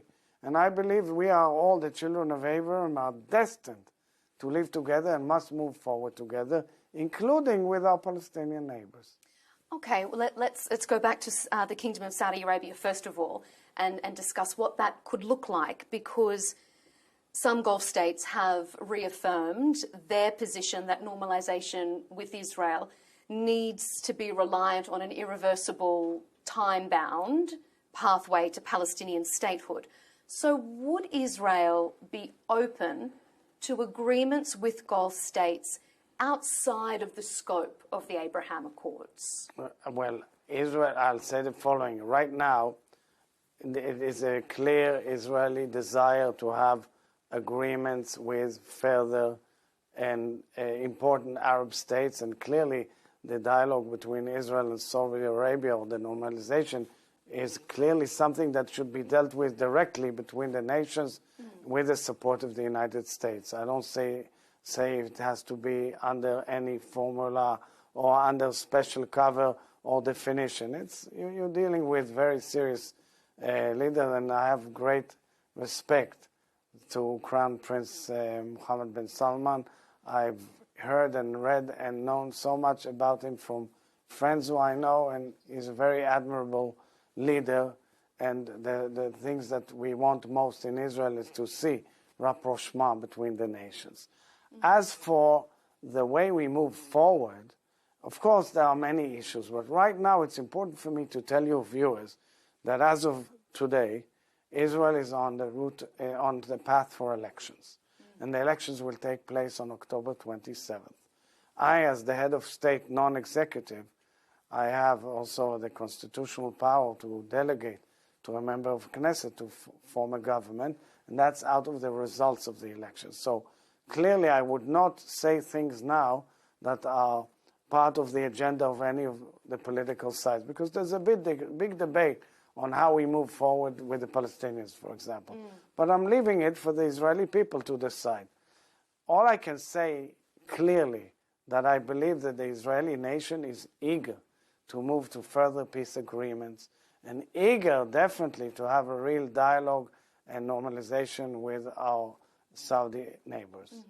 So just my final question on that. So then to confirm, Israel would be interested in, open to constructive, creative frameworks catered to individual Gulf countries. Right, so I'm not going into the exact formula because, again, out of my position, I don't craft the exact outcome of how to build it. But I do know, But and it I've could be said an it many individual times, discussion that as opposed to a group. I agree, it's not part of a group. We are very happy about the Abraham Accords, I must say, and we're very proud of our relations with the Kingdom of Morocco, the Kingdom of Bahrain, and with the United Arab Emirates, which is just an example of how successful it can be and moving forward. But clearly we understand that the Kingdom of Saudi Arabia is a very important country. It's definitely a country on its own right, a major leader in the Muslim world. And for me, I think it's the dialogue between Jerusalem and Mecca which should be the real gist of it, because I believe Jew and Muslim need to dwell together in this region in peace. It's it would be a wonderful, great thing dream, to see. absolutely. A dream indeed. And I have many friends who visit Saudi Arabia, and they enjoy Riyadh tremendously, and keep on telling me I should come. I said, fine, but I guess I can't come just as an ordinary citizen. I hope to be able to realize and meet the Saudi Arabian leadership officially in due course. If we turn to other diplomatic relationships, the relationship between the US and Israel, we have seen comments from US and Israeli officials that appear to have different focuses at the moment. We see a US administration very focused on reopening the Strait of Hormuz. We see the the Israeli focus being very firmly on Iran's nuclear and missile capabilities and stability in your region. Do you fear that there is a divergence in focus or priorities between Israel and the United States? Right now, I think there is a close and good dialogue, especially in closed rooms. We could have our differences. It's only natural. We have different viewpoints on things. We live here. They are there. They have the grand picture on things that are matter to the United States. Hormuz is clearly something of vital importance to the world and world economy. We are the ones who bear the brunt, like our neighbors as well, and the neighbors of Iran, from Iranian missiles and their aggression. So we can have our differences, but at the end they're tactical. We all understand that we are faced with an empire of evil in Tehran, with its proxies, with its belief, with their call that the United States is the big Satan and Israel is the small Satan, or with their call of annihilating Israel, or the fact that they press buttons and fire at nations all around the Gulf simply because they feel like it and they think they can threaten or harass. They're surprised to find out that dignified Arab states stand up to them. That's like terrorizing them, and it's about time the world tells them, you know what, we're not afraid of you guys. We are going to make sure that you won't be able to do that anymore. You say that it is normal, obviously, for two allies to have their differences, but is it disappointing to see those differences being aired so publicly when we hear comments from the US Vice President J.D. Vance speaking on his current podcast tour saying things like, we know that there is, without a shadow of a doubt, people within the Israeli government trying to shift us away from negotiations. When you hear the US Vice President say those sorts of things. We live in a world of politics. And we live in a world where a lot of stuff is open and transparent. I can tell you, because my family relationship with U.S. administrations goes back 15 presidents, since Franklin Delano Roosevelt, but clear, close relations, that the more things change, the more they stay the same. There's always differences, there's always arguments, there's always tension. I respect President Trump, and I respect Vice President J.D. Vance, and I respect Secretary of State Marco Rubio and the entire administration. We work closely with them on many issues. And I believe the grand picture, which the United States should push with Europe and others, is, of course, the connectivity between the what you'd go through the Eastern Hemisphere, meaning through us, Israel, all the way to Saudi Arabia, through the Gulf, all the way to India, the major connectivity on transportation, on communications, on energy, which could change the entire world.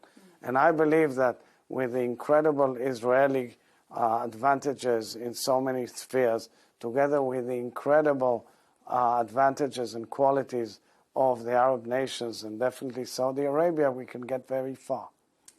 If we turn away from the US and back to more of your regional neighbourhood, there have been several high-profile Israeli officials who have expressed concerns recently that some countries within your region are trying to change or even destroy the balance of power in the region. Do you think that that's a very real and present First of all, threat? it's a very important comment that was stated by Prime Minister Netanyahu. We're very much aware of it. We believe, this region should move to peace, not to an arms race of sorts and threats and so forth. I mean, the next big objective should be peace with Syria, peace with Lebanon, between Israel and Syria, Israel and Lebanon, and not tilting the balance towards all sorts of elements that may divert and kind of change the equation in this region and the equilibrium, which is quite sensitive. Because Israel obviously has its own very legitimate security concerns. Absolutely. But since the atrocities of October 7, we've witnessed, or the world has seen, a reported death toll in Gaza of approximately estimated 73,000 people, about more than 1 million displaced from Gaza and Lebanon. Israel accused of genocide at the International Criminal Court, and Israeli politicians accused of war crimes. As a head of state, non-executive, are you sorry and uncomfortable at that level of unnecessary civilian death and scrutiny on Israel? So first of all, we reject a lot of this data. And we, of course, insist that we operated according to international law by defending ourselves. One has to understand the frontier, the arena of battle, because we alerted every citizen who was there in advance to move out so that we can get in and unravel those tunnels of terror where our hostages were kept there, or where huge ammunition was kept there, to attack our citizens and go for this massacre of October 7th. People had missiles, long-range missiles, in their living rooms, in their bedrooms, in their kitchens, in their mosques, and in their shops, and what's not, in their schools. So at the end, what do? You send your soldiers to get them out. And unfortunately, there were tragedies, although we've done our best to maintain international law. And by the way, many of those killed were Hamas operatives, and we have all the names and numbers and all. Now I must say, fast forward where we are now. Clearly there's a hope, and clearly there's a venue. There's a venue because of the 20-point plan of President Trump, adopted as a Security Council resolution on Gaza. Phase 1 was done. Israel and all sides, they had a marcation of where we are. In order for Israel to withdraw, first of all, there has to be, according to the 20-point plan, the clear disarming of Hamas. That's the phase we're at, the heavy negotiations by the Board of Peace / international chair of it all, Nikolai Meladonev, and his team, bringing in a technocrats government of Palestinians to Gaza from Egypt. The precondition of all of it is to move on all the issues, including the disarming of Hamas. That's where we're at.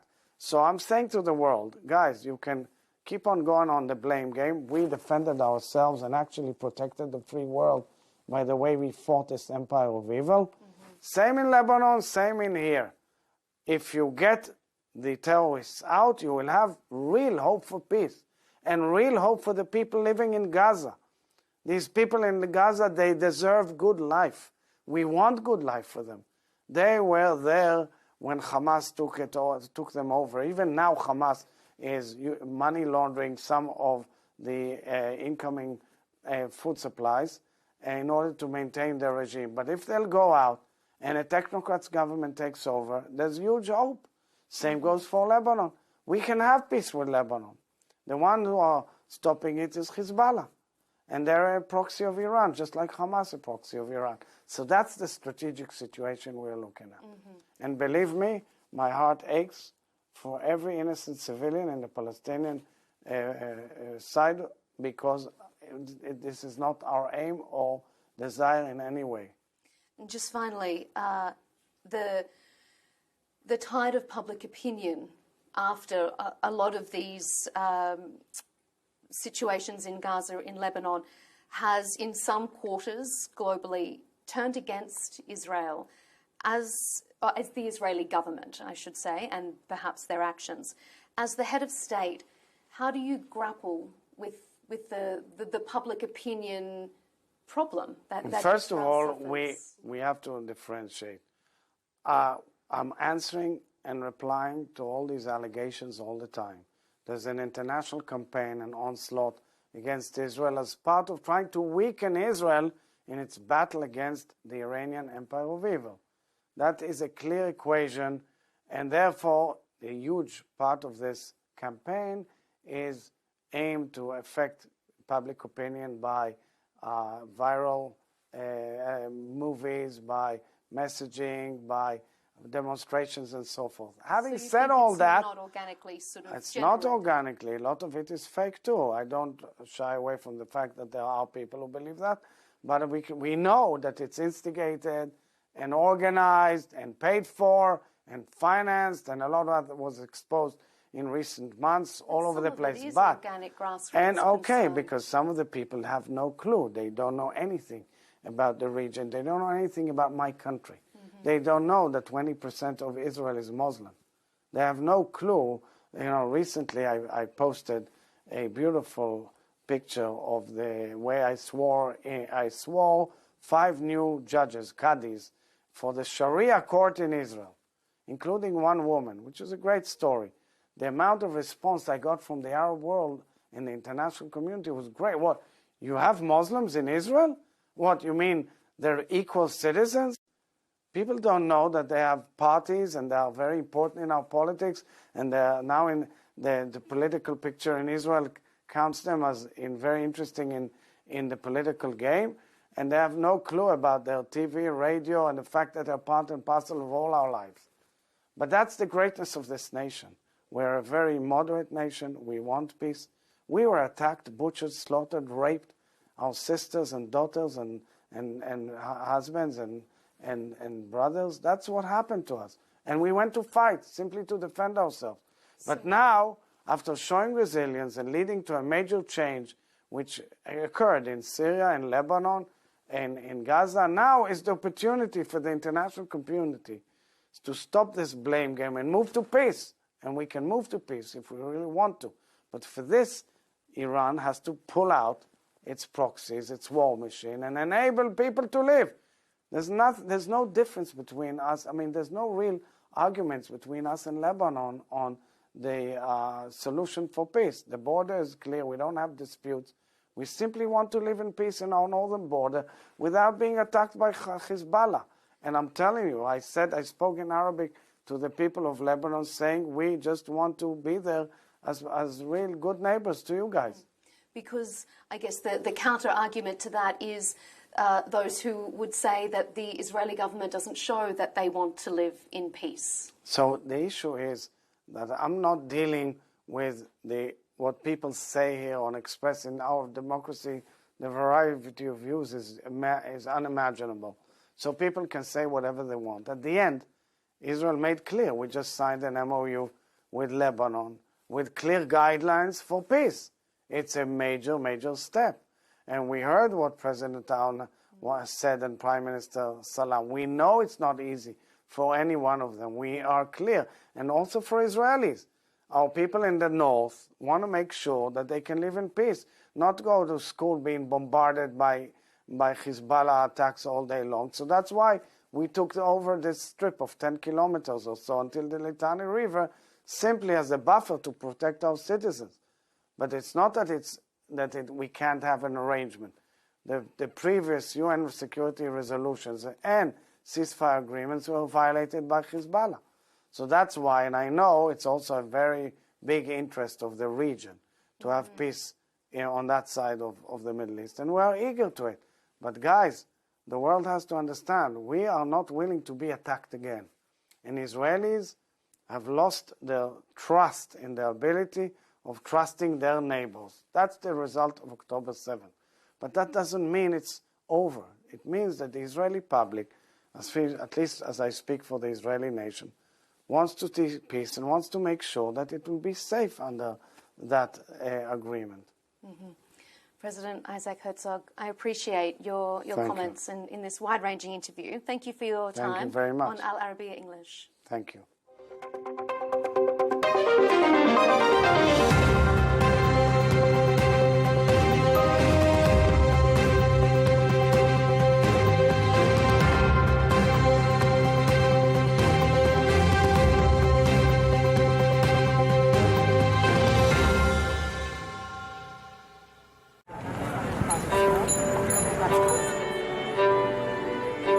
People think that we launder money, but actually we make money black. It's a weird law. They call it gedoogbeleid, like this. That is the law. So they say, okay, bye, but don't let us see you.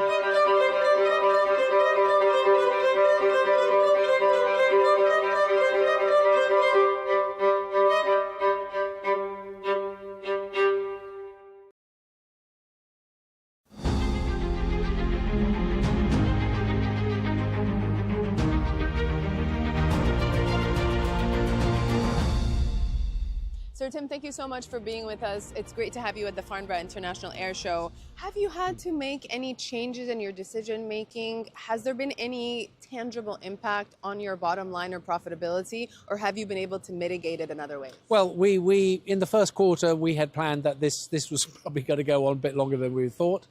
I'm very pleased to say that we are cash positive, we are profitable.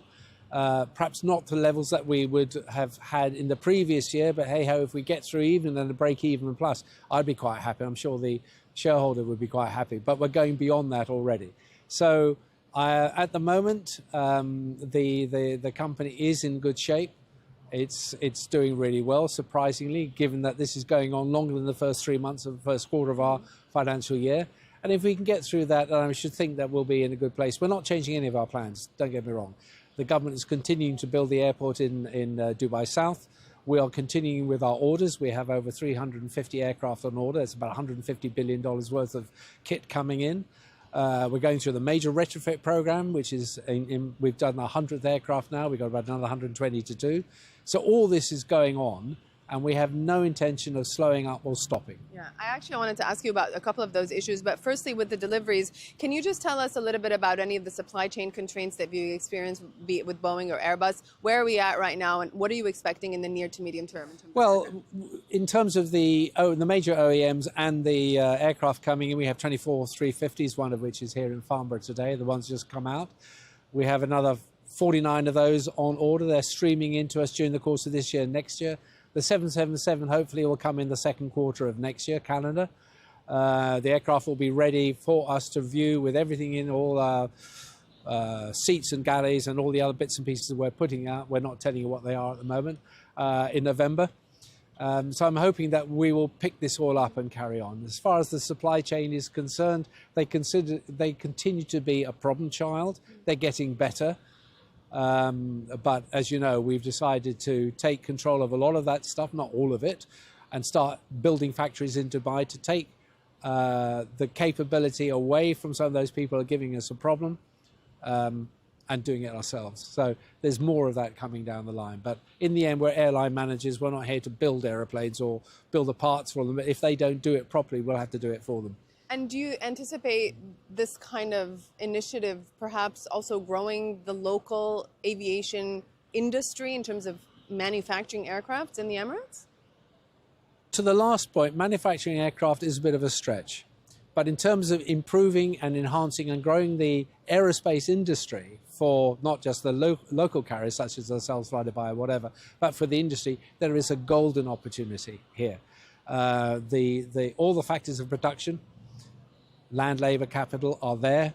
The government of Dubai is very, very interested in investing in this kind of thing. It's a huge wealth creator. It's a huge job creator. So the wealth that's coming out of what we will eventually get done is huge. We're building a huge MRO, one of the biggest in the world, maintenance repair organisation.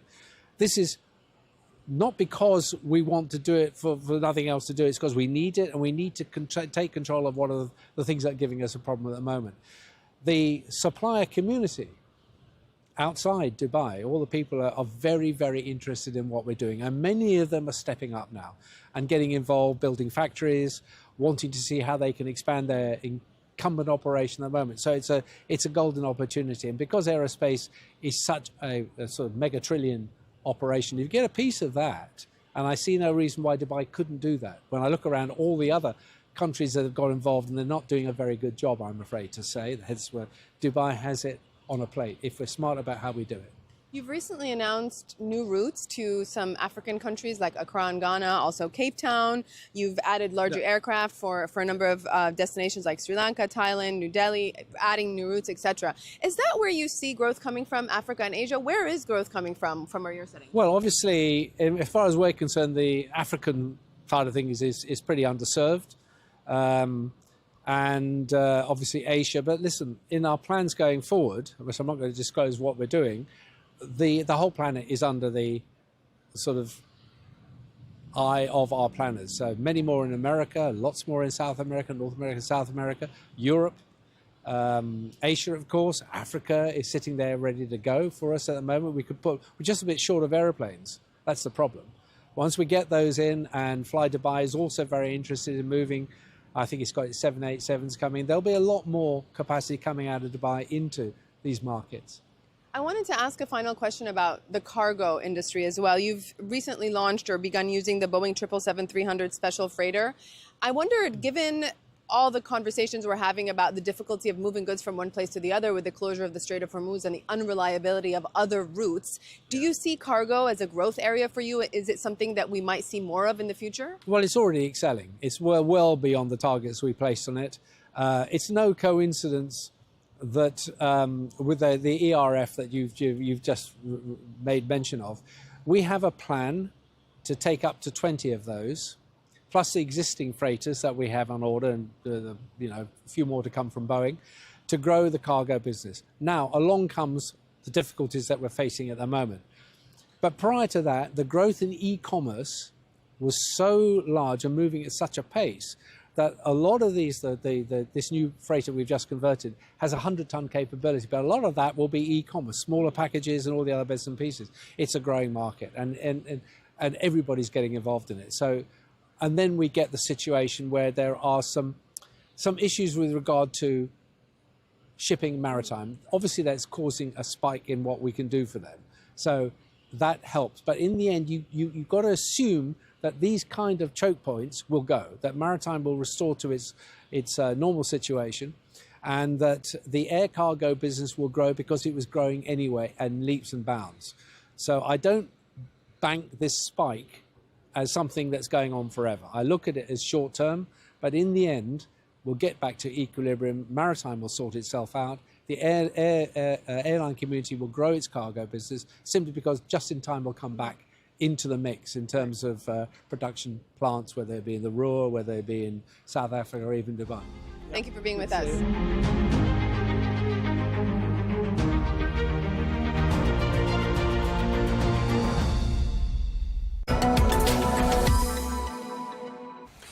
Now, the internationally renowned American Medical Center, the Mayo Clinic, has just opened a representative office here in Riyadh. Well, that office, which does not provide medical care itself, is designed to help patients to make appointments at the network of Mayo Clinics in the United States and also in the UK.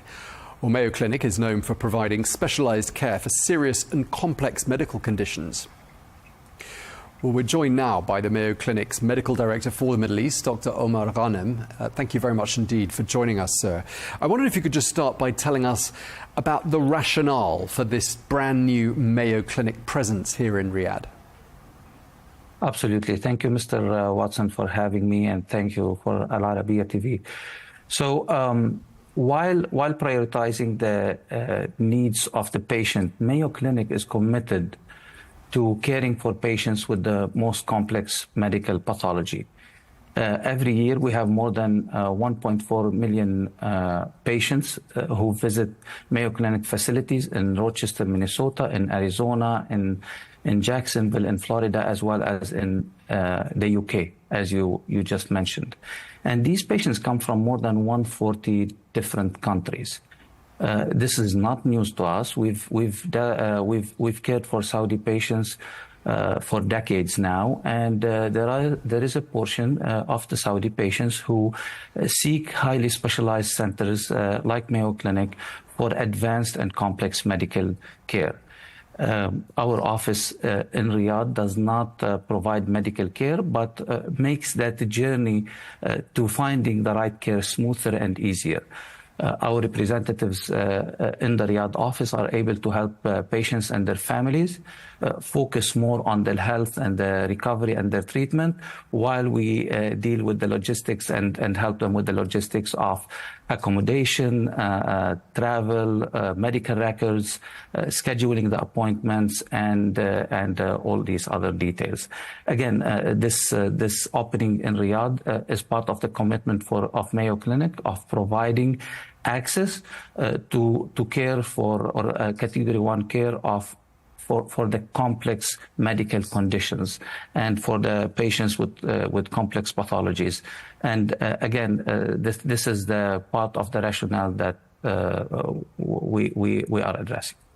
Okay, so for someone who's got a highly complex medical condition, you're essentially making their journey to recovery a whole lot easier by taking away some of the logistical headaches that could be associated with it. Why did you think now was the right time to establish a physical footprint here in the kingdom? Well, again, you know, the patients with complex medical conditions, that diagnosis, that journey can be overwhelming, and part of our mission is to help those patients. Being in Riyadh is a priority. Having an office that takes care of the patients and cares for them is a priority. The timing is just right. We feel that, you know, the patients need it, and we are here to align with our mission of providing more access to this category of 1 care at Mayo Clinic. And what do you think a local presence by the Mayo Clinic is going to do to help the whole Saudi healthcare ecosystem? One of the greatest strengths of Mayo Clinic is collaboration. We, through having a presence locally, the chances of and the opportunities for collaborations are bigger, are higher. We are there again to help providers and patients advance the care for those medical conditions, complex medical conditions.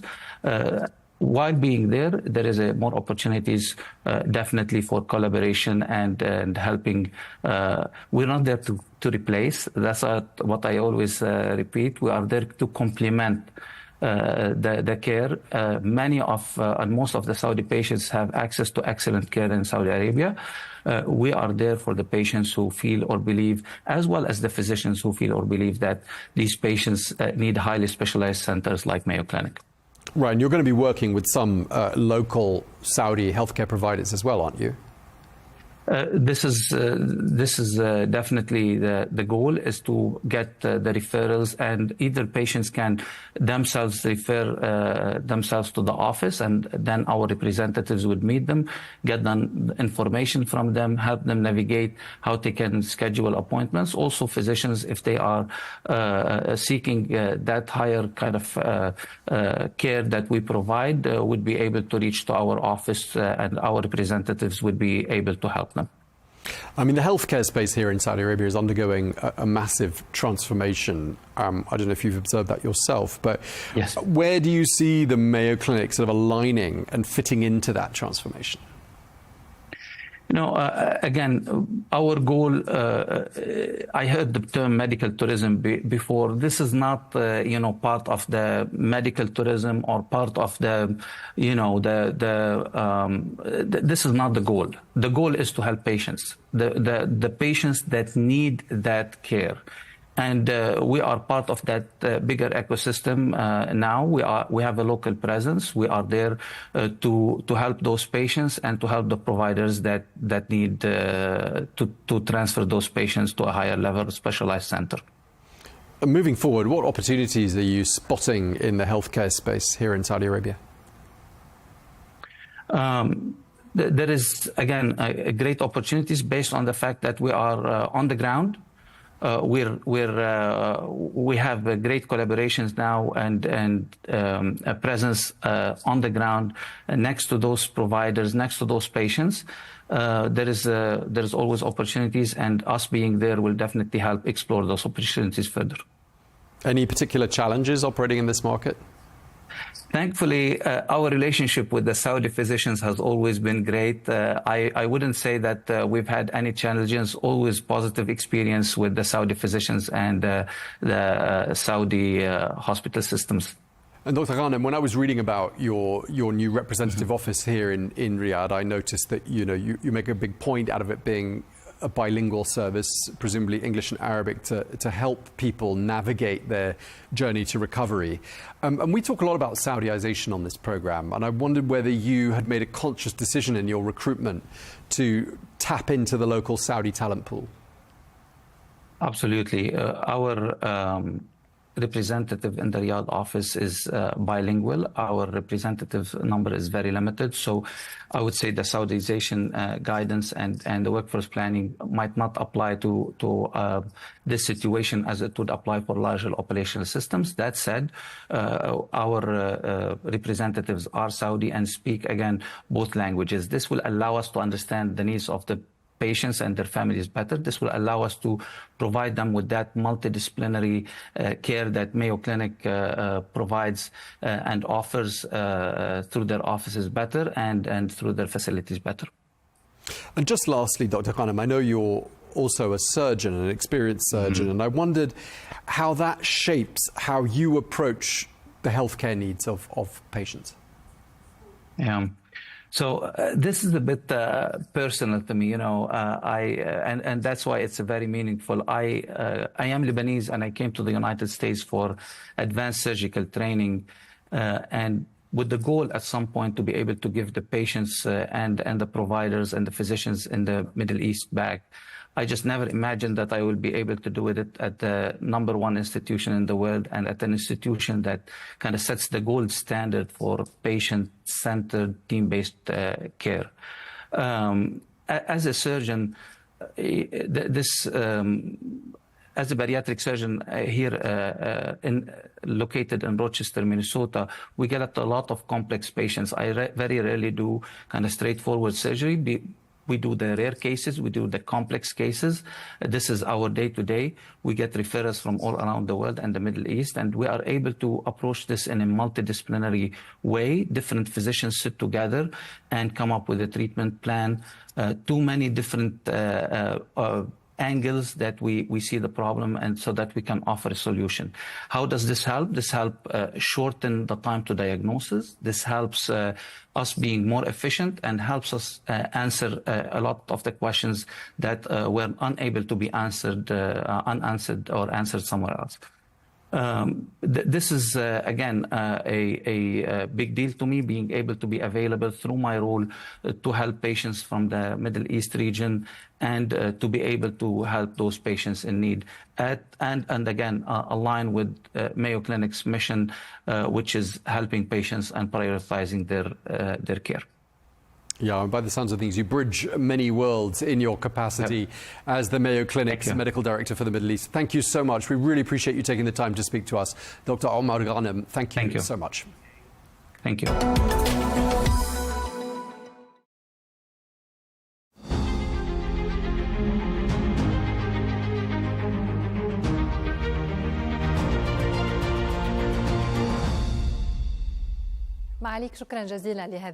Your Excellency, thank you very much for this interview.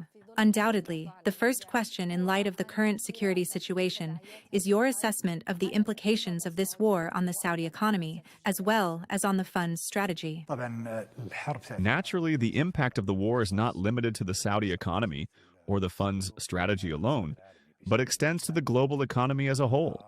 Oil prices have increased, shipping and insurance costs increased, food prices have increased, as a significant portion of chemical fertilizers passes through Saudi Arabia and other Gulf countries.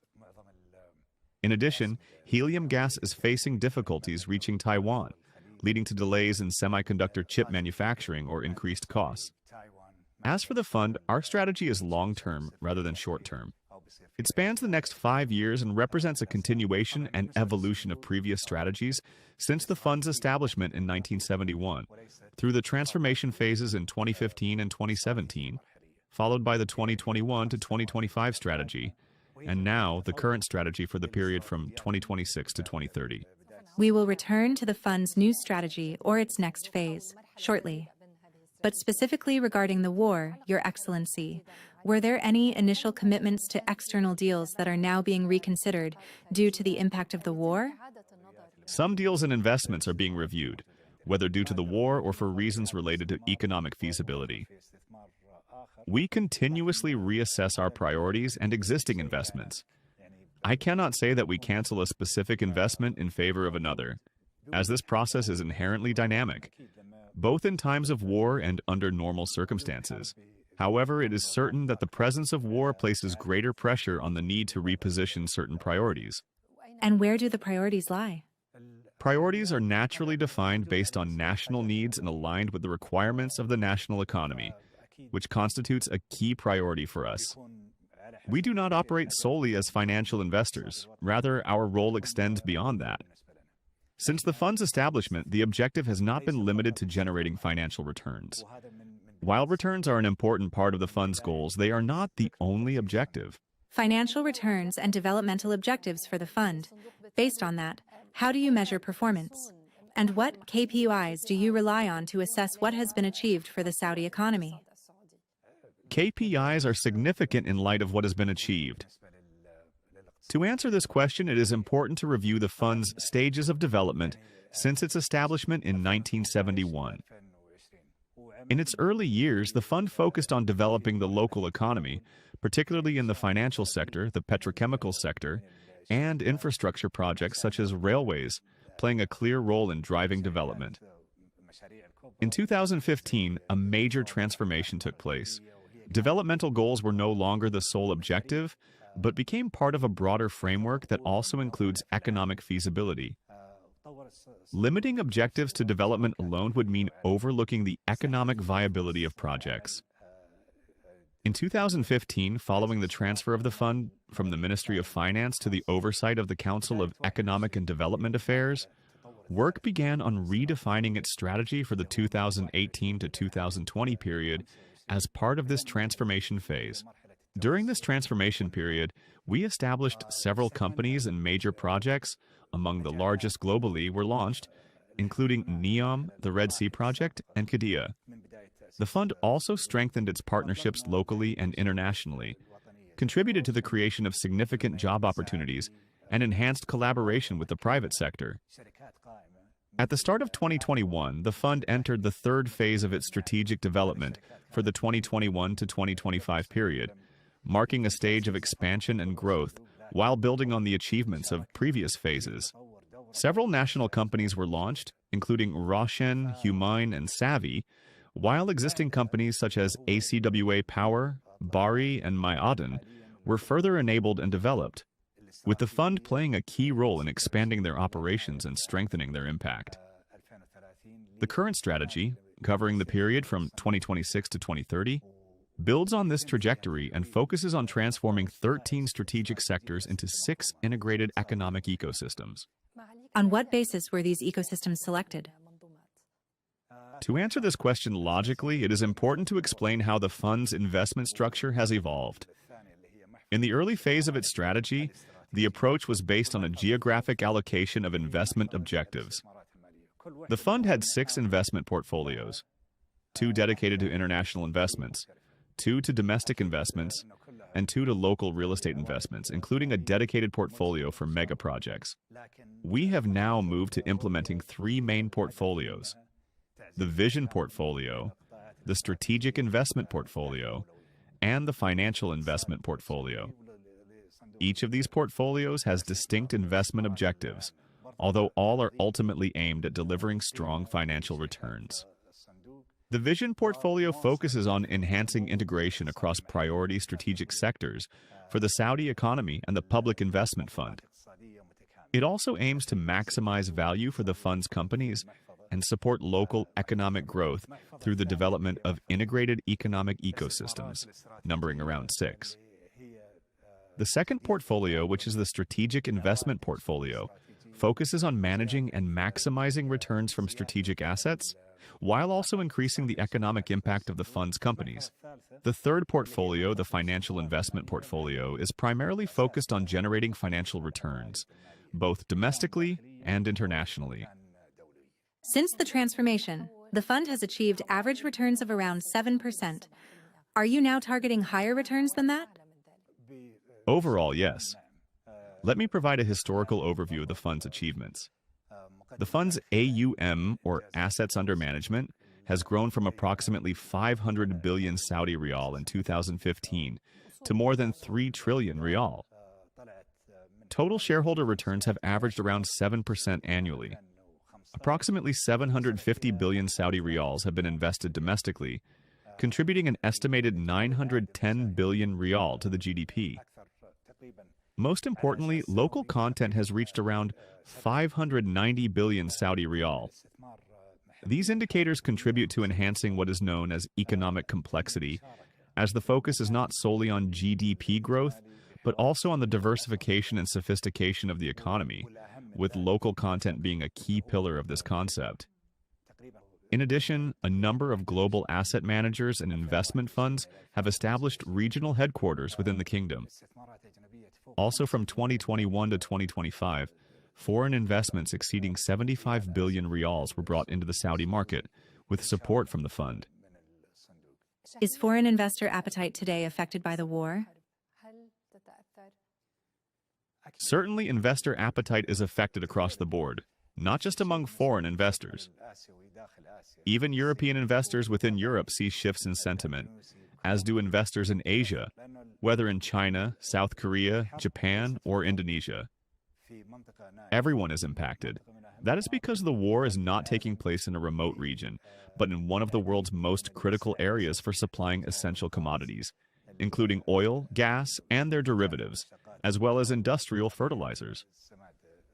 As a result, it is only natural that the situation is having a clear impact.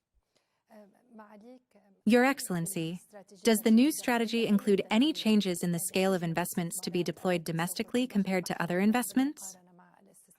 In fact, this approach has been in place from the outset and is something we continue to build on. It has been reflected in the restructuring of investment portfolios into three main categories: the Vision portfolio, the Strategic Investments portfolio, and the Financial Investments portfolio. Our primary focus remains on the Saudi economy by strengthening local investments in a way that delivers strong financial and commercial returns. Is there a target ratio for the allocation of domestic investments? From the outset, we announced that approximately 80% of investments would be domestic, compared to 20% allocated to international investments. Historically, the fund's focus on domestic investment was around 98.5% before international investments increased to approximately 30%. However, this does not mean reducing the absolute value of investments. Amounts may continue to increase, even if the percentage declines, as assets under management is expected to grow in the coming years. Therefore, even with a lower percentage, the total value of investments can still rise. Your Excellency, over the past 5 or 6 years, we have seen some significant exits from the local market, particularly in the stock market, most notably the full exit from SABEC, as well as a reduction in your stake in STC. Could we see similar exits going forward? Certainly. This year?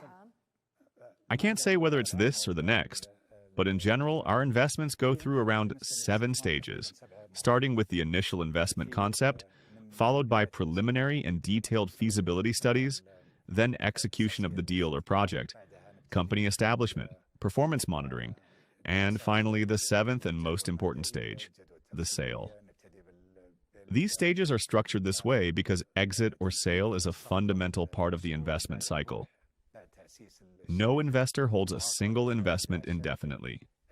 For example, we saw that SABEC had reached a suitable stage for us to exit, and that its transition to Aramco would create greater synergies between the two. As a result, we recycled the proceeds from that exit into new investments. Similarly, in telecoms companies or others, we reduce our stakes and redirect those investments into new or existing companies, with the aim of expanding our investment scope and maximizing returns. Your Excellency, even before the war, discussions in Saudi Arabia were centered around spending priorities, particularly with major upcoming events such as the World Cup and Expo. Where do spending priorities stand in the kingdom today? As mentioned, spending priorities fall under the Vision portfolio, which consists of 6 main sectors. The first ecosystem is travel, tourism, and entertainment. The second is urban development and urbanization, including projects such as Roshan, New Maraba, and Kaft. The third is advanced industries and innovation, including companies such as Lefra and Sear. The fourth sector is logistics services, including companies such as Ma'aden, Hadid, and Bari. The fifth is infrastructure for renewable and clean energy, as well as water. The sixth infrastructure is NEOM. If we return to the first sector, that's travel, tourism, and entertainment, we find that it includes a number of companies that have been integrated under one framework. For example, King Salman International Airport. With major events such as Expo and the World Cup approaching, passenger numbers are expected to rise significantly. Therefore, we must invest more in developing and expanding King Salman Airport to accommodate this demand. Similarly, Riyadh Air aims to increase the number of routes and connect Riyadh to destinations around the world. Investment in Expo and the construction of World Cup stadiums are also key priorities within this sector. It is also important to note that priorities have evolved alongside the strategy. During the 2021 to 2025 period, artificial intelligence was not as prominent as it is today.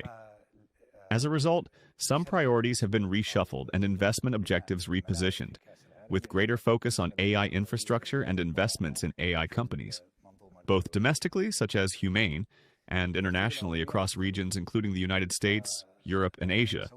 Accordingly, the repositioning of investments remains an ongoing process, driven by emerging global priorities. So, artificial intelligence is a priority today. Could defense also be a priority? Defense is certainly one of our key priorities. It has been important in the past, but it carries even greater significance today. We have SAMI, a company specialized in defense industries. It falls under the third sector, which is advanced industries and innovation. This ecosystem also includes companies such as Humain, Tazaru, Sear, Sami, and Lefera in the healthcare sector. Your Excellency, we have heard a lot about the reassessment of some major projects, or even the cancellation of some. Are these reports accurate? This reinforces what we consistently emphasize. We continuously review our priorities. We rely on top-down approach and a bottom-up approach. The top-down approach is driven by the Public Investment Funds Board, where strategic directions and priorities are defined. The bottom-up approach, on the other hand, originates from the companies and projects themselves, with recommendations based on operational and investment realities. Accordingly, guidance is provided to our portfolio companies, and projects are reassessed in terms of their financing structure, whether they are fully funded through equity, through debt and loans, or by bringing in partners through joint ventures. As a result, there is always an ongoing review of how investments are directed. While the overall scale of a project may not necessarily decrease, but the level of capital investment from our side may be reduced. For example, NEOM specifically. NEOM consists of several zones, and there has been a lot of talk about the cancellation of some projects within it. So far, what is being circulated about the cancellation of projects in NEOM is not accurate. No projects have been canceled. However, the company has been directed to rearrange its priorities. There is a common perception that the line represents NEOM in its entirety, whereas in reality, it is just one of the projects under NEOM. Is it necessary for the line to be completed by 2030? I don't think so. It's good to have, but it's not a must-have. The must-have is the industrial zone Oxagon, which includes a port for commercial shipping and trade, multiple data centers, and hosts a number of local and foreign investors. Based on our strategy and the ecosystems we operate within, Oxagon is currently the most suitable focus for investment, while some other projects within NEOM may be deferred.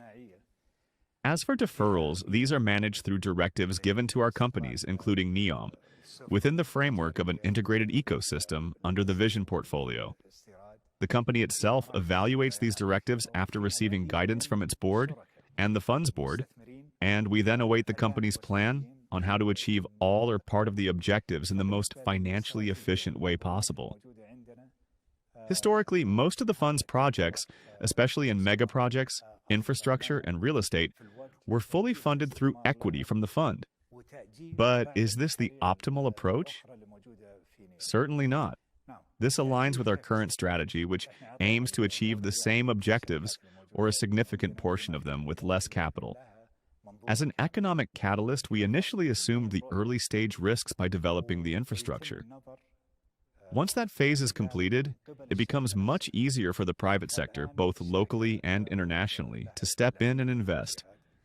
For example, it would be extremely difficult for any private investor to initiate a project on the scale of NEOM or the Red Sea projects, given that their scope is comparable to entire countries, and in some cases even larger than certain European or Middle Eastern nations for a single company.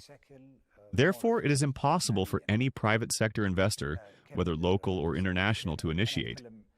However, we initiated by putting infrastructure in place. And now, the Red Sea, most people, whether local or international, saw on the ground what offerings are in place, improved investor understanding, and consequently, increased interest.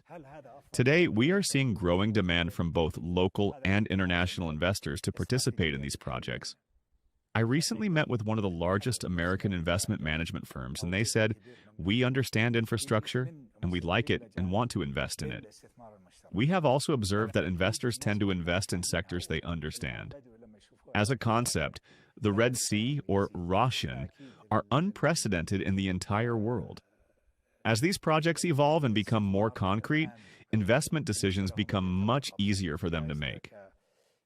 Your Excellency, let us move to the final topic in this interview, one that concerns a wide segment of viewers and has recently sparked debate: the sports sector. Specifically, the fund's investments in major football clubs, where questions have been raised about a lack of parity and fairness in spending among these clubs. How do you respond to that? I don't think this is true. When comparing clubs within the kingdom to their counterparts in Europe, we see that systems such as financial fair play are implemented there. In Saudi Arabia, we aim to adopt similar frameworks once we reach a comparable level, in coordination with the relevant regulatory bodies, such as the Ministry of Sport and the Football Federation. In general, club revenues are derived from ticket sales, broadcasting rights, merchandise, and sponsorships. In Saudi Arabia, this is further supplemented by support from board members, as well as contributions from fans, which often come in the form of donations or financial backing. Naturally, clubs differ in the scale of these resources.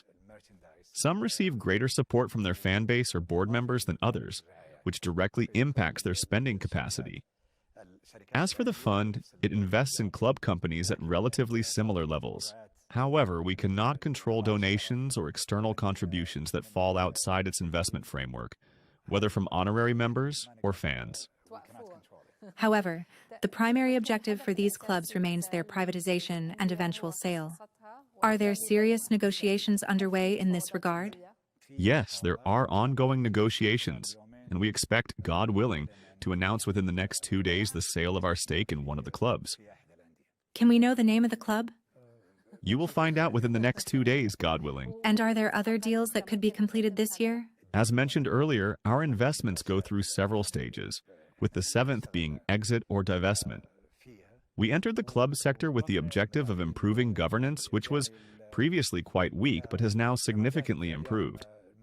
We have also worked on enhancing financial sustainability and increasing club revenues, particularly on match days, where revenues have risen by approximately 120%, more than double.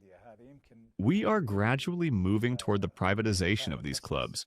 While we may retain certain stakes, we will not remain the majority owner. Your Excellency Governor Yasser Al-Rumayyan, thank you very much for this interview. Thank you.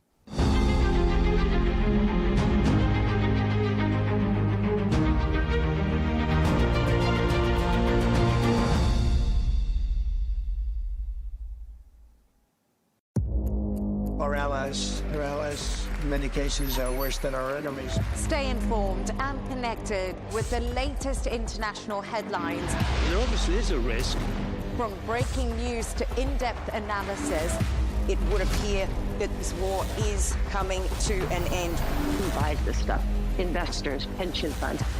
We deliver the most important developments straight to your screen. Iran always wanted to deal with militia. Join us for compelling, expert-driven conversations. A curfew order has been established. And an insightful look at the issues shaping our world today. There are a lot of proposals about European architecture for security. I'm Leigh Ann Gerrans, and this is W News. We dealt with this when I was Chief of Staff in the first term. Where you don't just hear the headlines,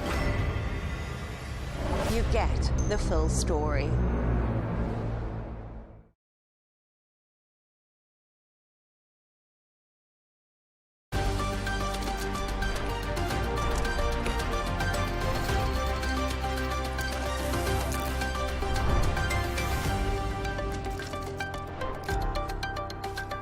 Now, the US military has launched another round of strikes on Iran, marking almost 2 weeks of attacks.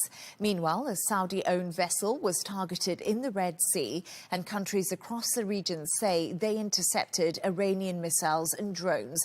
It comes amid a Reuters report that Iran flew IRGC commanders, military advisors and missile-related equipment into Yemen earlier this month. To discuss this and all of today's stories, I'm joined by broadcaster and journalist Jono Hayes, who is right here in the studio with me, and editor-in-chief of the News Movement, Rebecca Hudson, who joins us from London. Jono and Rebecca, great to have you on the show.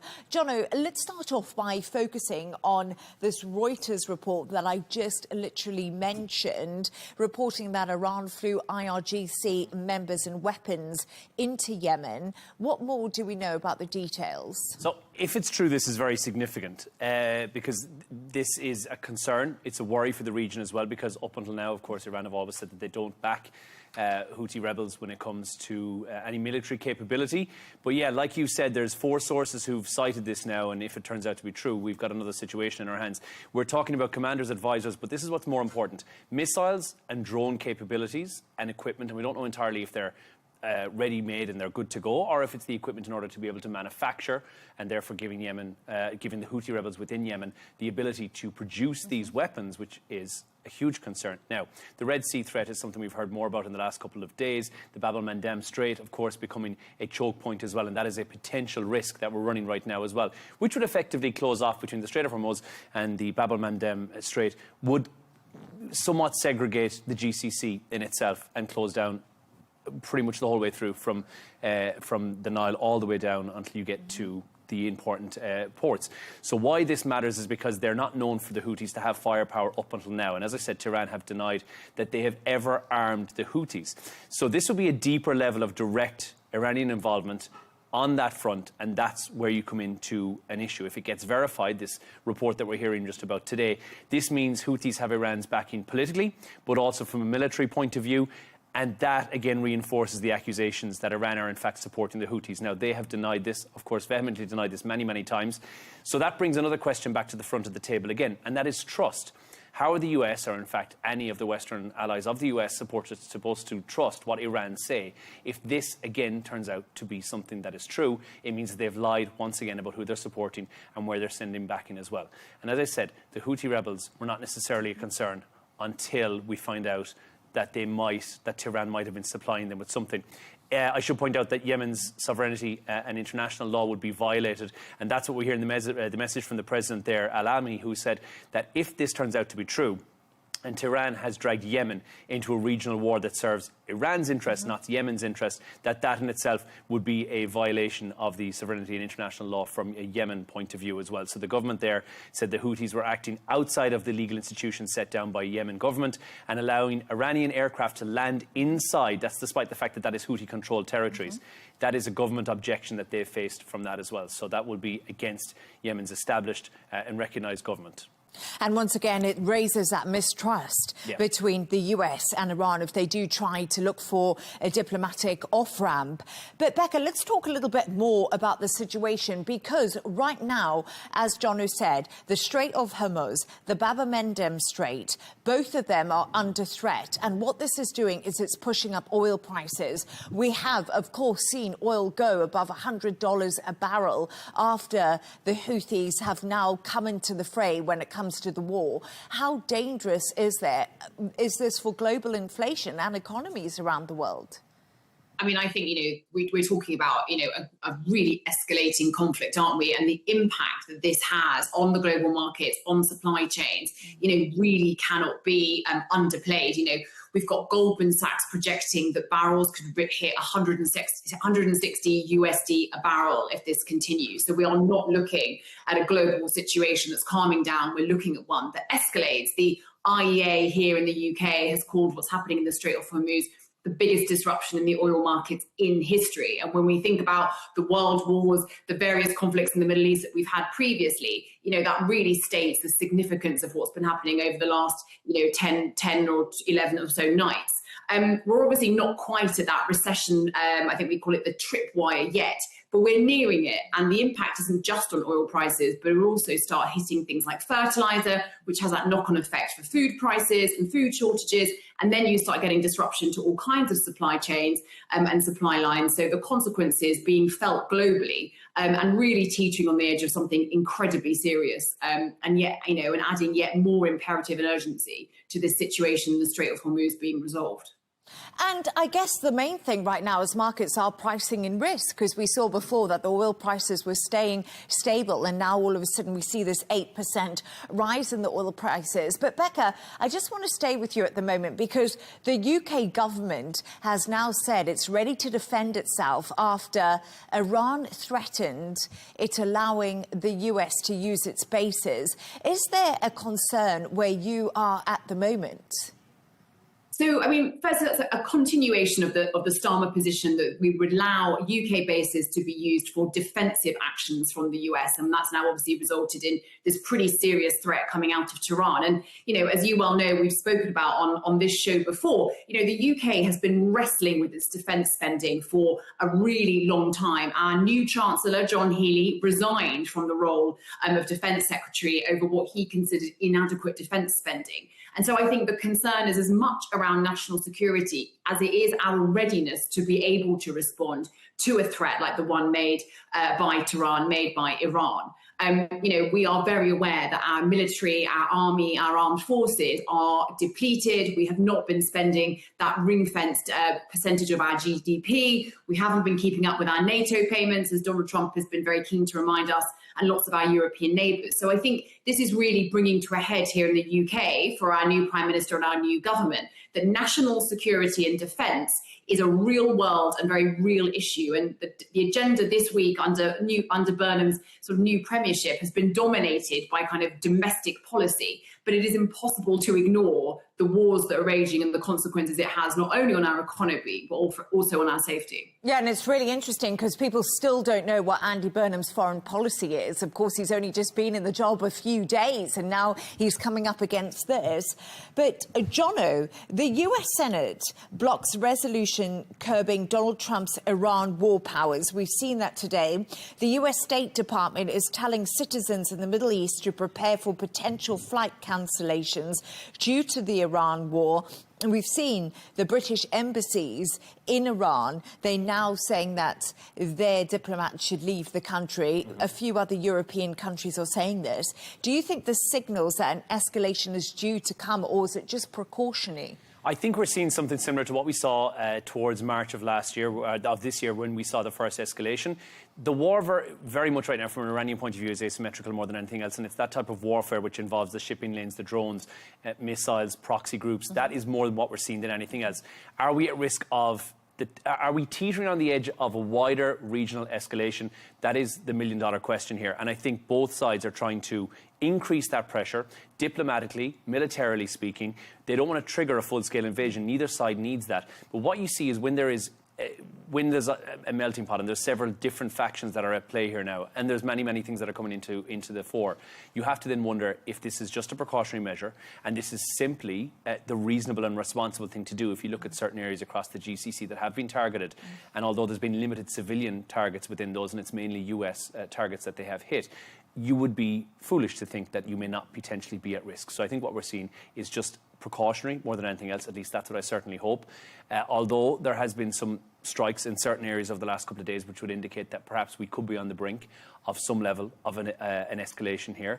But I think both sides would prefer anything but at the moment.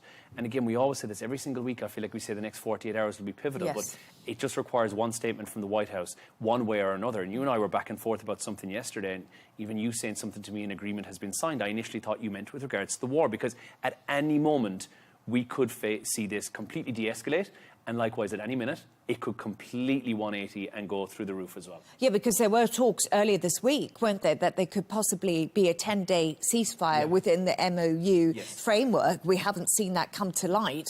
But Iran said it would continue retaliatory strikes as long as the US continues attacking Iranian infrastructure and coastal areas. And, of course, Donald Trump coming out again, speaking to Axios, saying he's considering relaunching major combat operations against Iran, saying Tehran has not received enough pain. So once again, the rhetoric from both sides is pretty much matching each other at the moment.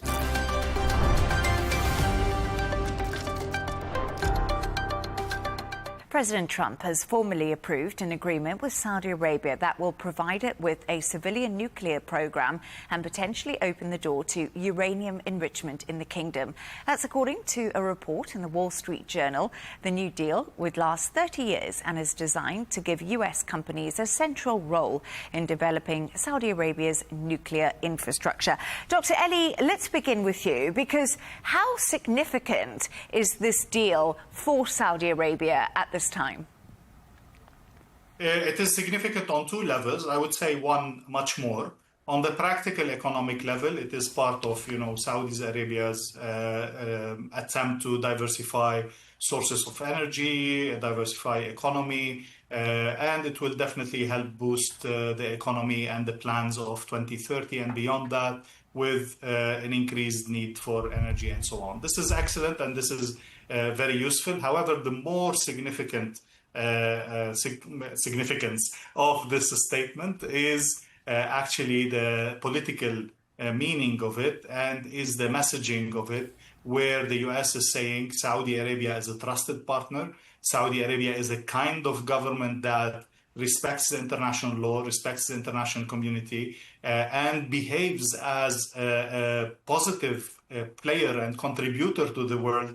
And that's why we will support it in achieving its objectives and in achieving different targets and so on. In comparison to the Iranian regime that is, as we were just saying, is unable to change its attitude. It's unable to prove to the world that it is trustworthy, that it is capable to control itself and its connections with its neighbors. And if given civil nuclear capability, will not use it in a bad way and will not use it to push for military nuclear capabilities. This is the contrast we are seeing. This is the clear messaging that the US is sending. We want states around the world, if they want to access nuclear power, to behave like the Saudi government rather than the Iranian government. These are the two opposing behaviors, and all countries are advantaged or if they follow the suit of Saudi Arabia and its government. And Jono, what does this say about the US-Saudi relationship, and also we're looking forward to 2030, the Vision 2030 here in Saudi Arabia? It's more than just a nuclear deal. Like Dr. Ellie said, it is. I think this is a strategic partnership. It's a very smart one. It's going to shape US-Saudi relations, I think, for decades to come. And I think this is a very positive move, and it's the latest in a series of positive relations between the US and between Saudi Arabia. So if we look at this deal in terms of what it actually means, it's US companies having a central role in nuclear infrastructure here in Saudi Arabia, in engineering, the technology, and in fuel cycle development. And I think as you work towards the Vision 2030, but also in the next 50 years as well, you will see Saudi Arabia's demand for energy probably double by 2050. So this is a very clear, this is a potential pillar for the future more than anything else.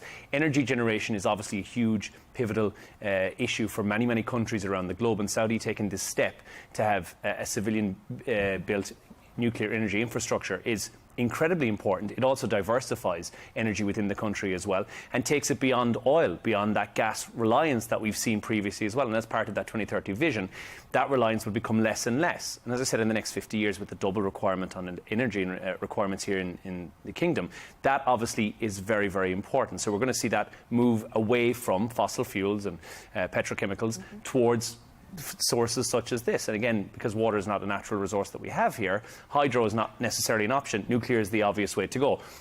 But what it does behind the scenes is deepen security cooperation. I also think strategically, if you're looking at regional partners and who potentially could be that regional partner for a Gulf country, you would look at places like Russia and China. And I think the US, strategically from their point of view, takes that out of the hands of China and Russia and puts it firmly in a US position, which I think is a solid place politically to demonstrate where they need to be. And mentioning that political standpoint as well, like Dr. Ellie said, it is a very high level of trust that those two governments have between each other, which I think we've seen build in the last couple of years. We've seen some very positive meetings in the last couple of years between the two parties as well, and this is the further step on from that as well. And I can see it being a long-lasting, very positive for both the kingdom and for the US's point of view as a partnership more than anything else that goes much deeper than that, politically and also economically speaking. Yes, of course. Dr. Ellie, let's pick up on that, because it's 30 years of US investment in Saudi Arabia, and there has been talk that this will really help fuel the AI boom that Saudi is looking to adopt, because obviously AI has a lot and needs a lot of energy, and the civil nuclear program will really help boost that. Definitely. I mean, this is the energy surge that John was mentioning. With a growing economy, with the diversification of the economy, and specifically with AI, with the huge consumption of energy that it requires, having such a nuclear plant will enable Saudi Arabia to go forward ahead in a faster way and in a more secure way in boosting and achieving its plans of 2030 and beyond, as we mentioned. It is a positive on all sides of no matter how you think of it, economically, politically, strategically, financially, it is a positive step in Saudi Arabia. And hopefully it would also help Saudi Arabia recover some of the time lost due to this conflict that we are seeing in the past year and the delay in some things. It is a boost of energy. It is the boost of morale, and definitely a practical step towards better achievement of the goals in a faster way and a more stable way for the future. Sorry, Dr. Ellie, just one final thought from you. This is in its infancy. It still has a few stages to go through. Am I correct in thinking that? Well, yeah.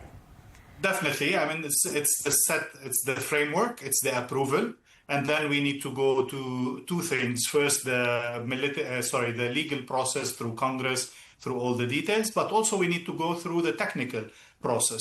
What is needed? Is a plant needed now or after a few years? What kind of a plant? All of these. So all of these studies will be done. We have the okay and approval to do them now. Most probably it will be positive outcomes, but still all of this needs to be done and needs to go through all the normal process. And hopefully in a few years we will see the specific materialization of this into practical steps, and the shape of these steps will be clearer as we go ahead. Thank you so much for your thoughts on that. Stay right there as we move on to another story now. Ukraine's President Volodymyr Zelensky has dismissed his commander-in-chief following days of political turmoil and public protests over changes to the country's military leadership. Major General Ihor Subyuk has been appointed as the new head of the General Staff. The shake-up comes as Ukraine says it has struck Russian military logistic hubs overnight.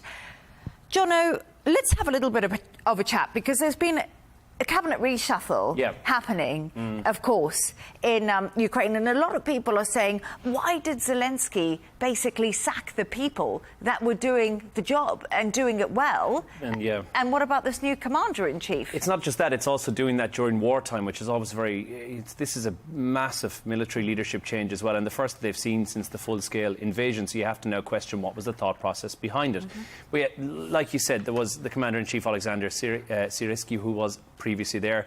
Then you have Major General Mikhailo Drapty, who's a 43-year-old commander, was seen as more of a younger generation as well. He'd built a reputation for kind of defending key areas on the front and making extensive use of drones and technology as well, and was seen as somewhat of a game changer in terms of that as well. So there was a mixed legacy from previously. Now, if you look back at what the previous commander-in-chief had in place, it was seen as Soviet-era policies that were being used, and also tactics as well. And that may not have played into what Zelensky had thought was going to be the move forward for this war. And obviously now that you're 4 years in, perhaps a change of tactics is what was required. A very, very risky move to change anything in terms of military leadership at a time of war. So you would hope that he's got some good intel in order to be able to do that. But you have to remember, Zelensky's one core thing that he does, and he does it quite well, is to try and get Ukraine back to the top of the table when it comes to any international negotiations. And we see him have these sideline, or I always call them hustle conversations, that he has on the sideline of the NATO summit, like he had in Turkey, like he had at the G7 summit as well, even the European political summit that took place as well in Armenia. Same thing, he has these sideline conversations with world leaders to be able to bring Ukraine back to the fore once again. Now, we have a couple of months where there's very little taking place in terms of meetings of world leaders that will happen through the summer, as most governments are in recess. So I think what he's trying to do here is use that time in order to be able to reshuffle his own military capabilities and see if they can have some success in that as well, because that's going to be important as we head into the long, cold winter, which, of course, historically we've seen is when things tend to ramp up in specifically Russian wars that are taking place. We've seen it previously as well. The Russians use the cold to their advantage. So I think we've just seen this prior to the autumn start of this war, which seems to be continuing, a reshuffle that would potentially be beneficial for Ukraine. But that will wait to be seen more than anything else. And you have to look back at what it was, a faster, more flexible battlefield tactics, which is what Zelensky seems to enjoy and like in terms of trying to get a result faster. And he feels he can get this under new leadership from the military, and that is a case of wait and see what happens with that. But it's also interesting because there's been protests for 6 days now in Ukraine. Which is on the back of this. Which is on the back of this because the last defence minister, who was 35-year-old, was very into tech, and a lot of the country argue that there's been a big shift in the war because of his drone knowledge, Yeah. and now they're striking deeper and deeper into Russia. So I think there's concern that the new commander-in-chief won't achieve what has been achieved before. And a lot of the critics of the previous commander-in-chief will have said that he was not making those decisions on the battlefield that would have been required to have a quick turnaround. And I think what Zelensky wants is someone who's in there doing delegated decision-making on the front line, rather than somebody who's running a rigid chain of command. So I think it's somebody who's got a little bit more long in the tooth, a little bit more experience, and perhaps a different way of thinking that's not so Soviet era, which is what Zelensky might be leaning into right now as well. But again, I don't know enough about the guy's military career to say that that may or may not be the person who Zelensky wanted in there, but it seems like he's making a decision based upon that. And Dr. Ellie, Sergei Lavrov will be meeting Marco Rubio in Manila this week on the sidelines of that ASEAN summit that's happening. As Russia and Ukraine, as we've just speaking about, continue to trade blows, what do we expect from these talks between Lavrov and Rubio? Before that, Leigh Ann, if I may just a quick comment on what Jonah was saying and your first question. I think we're into, so many years before, to the extent that so much money has come in, so much investments have come in, training on new military technology, inventing even Ukrainians new military technology, changes in the battlefield. All of this creates a certain kind of tension, creates a certain kind of uncertainty, and cannot possibly go without any corruption, without any issues, without any conflict in strategies, and so on. So I do believe this is a kind of an attempt from Zelensky to retake control of what's happening in the battlefield, and how well and how transparent is his talks with the leaders of the world is properly and fairly translated into the battlefield. I think it goes around all of this. It is expected, but definitely changing generals, as Jonah was saying, during a wartime is always critical and always problematic. Now, going to the Lavrov-Rubio meeting, I think the negotiations that we're supposed to finish on day one after President Trump takes control so far have not reached anywhere, and the Americans are in a certain kind of embarrassment towards how well have they handled these negotiations. And for me, always having Rubio there, some people think that the establishment and bureaucracy, and we need to be, thinking out of the box and anti-establishment in this way. And Trump somehow presents all of this, but I do trust the establishment. I do trust the institutions. I do trust the legacy of the American State Department, and seeing Rubio in negotiations reassures me much more than seeing Kushner and Witkoff in a certain way. So this is the positive side of it. I think Rubio will, the intention of this meeting is to restart this negotiation from where it stopped. We do have things that are somehow clear now, but there's also a lot of points that need to be discussed, need to be ironed out in order to jumpstart this negotiation once again. I hope this meeting will lead to that, but the escalation on the ground will continue, and negotiations will only happen while the military confrontation is going, and every party is trying to register some points against the other party before they have to actually sign the deal, to gather some cards, negotiation cards, and to be stronger at the table whenever this happens. Jono, speaking of Witkoff and Kushner, of course, two of Trump's envoys that Dr. Ellie was just touching on, they actually had a phone call with Ukraine's Volodymyr Zelensky today to discuss the diplomatic path. I wonder what you make of that. He seems to have got in there just before Rubio did. Again, I think that's exactly what, and this is what Zelensky does very, very well, because he's doing something that, and maybe to discuss this as well, he's doing something that some would seem as quite risky. I know the timing is everything when it comes to military changes like that as well, but it's on the basis of public pressure more than anything else. So that's probably part of the discussion that they had, but a leadership change is going to carry any sort of a risk as well. So he'll probably want about that. And as you said, it's the ASEAN committee which is meeting up. All he's trying to do here, from a Zelensky point of view, is to get it back onto the table once again, to make sure that that is to the fore of everyone's mind as we head into this as well. And yes, with the Lavrov meeting taking place tomorrow as well, Zelensky taking those conversations with Rubio and Kushner today, I think was probably more strategic than anything else. And so it's to set the scene. And also, Iran is having its own little thing over here right now, which we know is continuing to go on. So if we're to look at important things that will be discussed, Ukraine may have made itself back down a little bit on the running order for what was going to be discussed in the next couple of days.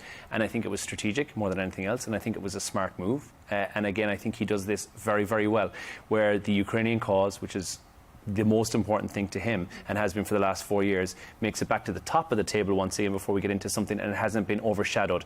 All we'll wait for now is the administration from the US to come out with some massive announcement in the next 24 hours, and unfortunately Zelensky's going to have to wait until September when the recess is over for governments around the world again. I think Zelensky is trying to go with the momentum too, because President Donald Trump has been very positive towards Zelensky. We've definitely seen a mood change when he came to the NATO summit. He said to Zelensky, you could have the licenses to make the Patriot missiles. And Zelensky seems to be riding on that high. And maybe he's just striking while the iron's hot, because no one knows what will happen after a conversation between Lavrov and Rubio. I think, Leigh Ann, also it's just normal for them to touch base with Zelensky before meeting with the Russians as part of this courtesy and parts of, making sure that they have the final points of where everybody is before talking to the other side. So it's not sensational then, it's just administrative, is it, Dr. Ellie? It's a typical step in negotiations, I think. And yes, I hope that this will restart things and push things forward.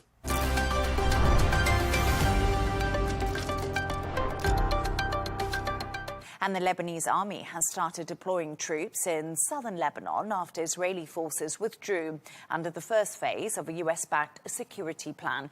It's aimed at restoring Lebanese state control and removing Hezbollah weapons from the area. Earlier, Lebanese President Joseph Aoun met US President Donald Trump in Washington. Take a listen. Really, I would like to thank President Trump, really, and his team for the historic visit and for the historic achievement that we did together by signing the framework with the ultimate objective of ending the state of hostility between Lebanon and Israel forever. I think, Mr. President, this will be your legacy. Together, we'll be able to achieve this objective. It's about time for Lebanon and for the whole region to be stable and secure. And I know your vision is peace, your vision is stability, and I think my vision coincides with your vision.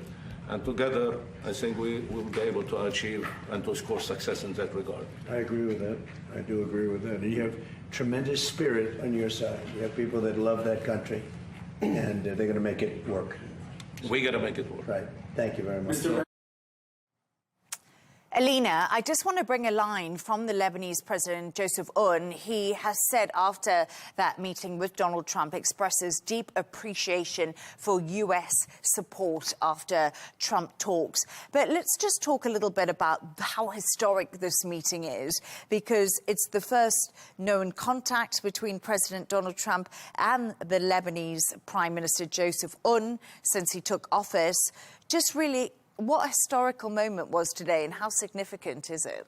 So it's the first face-to-face contact. They had a conversation on the phone before. It was in April, and it was a 17 minutes call back in the days. And even then, they already had kind of a good relationship with each other.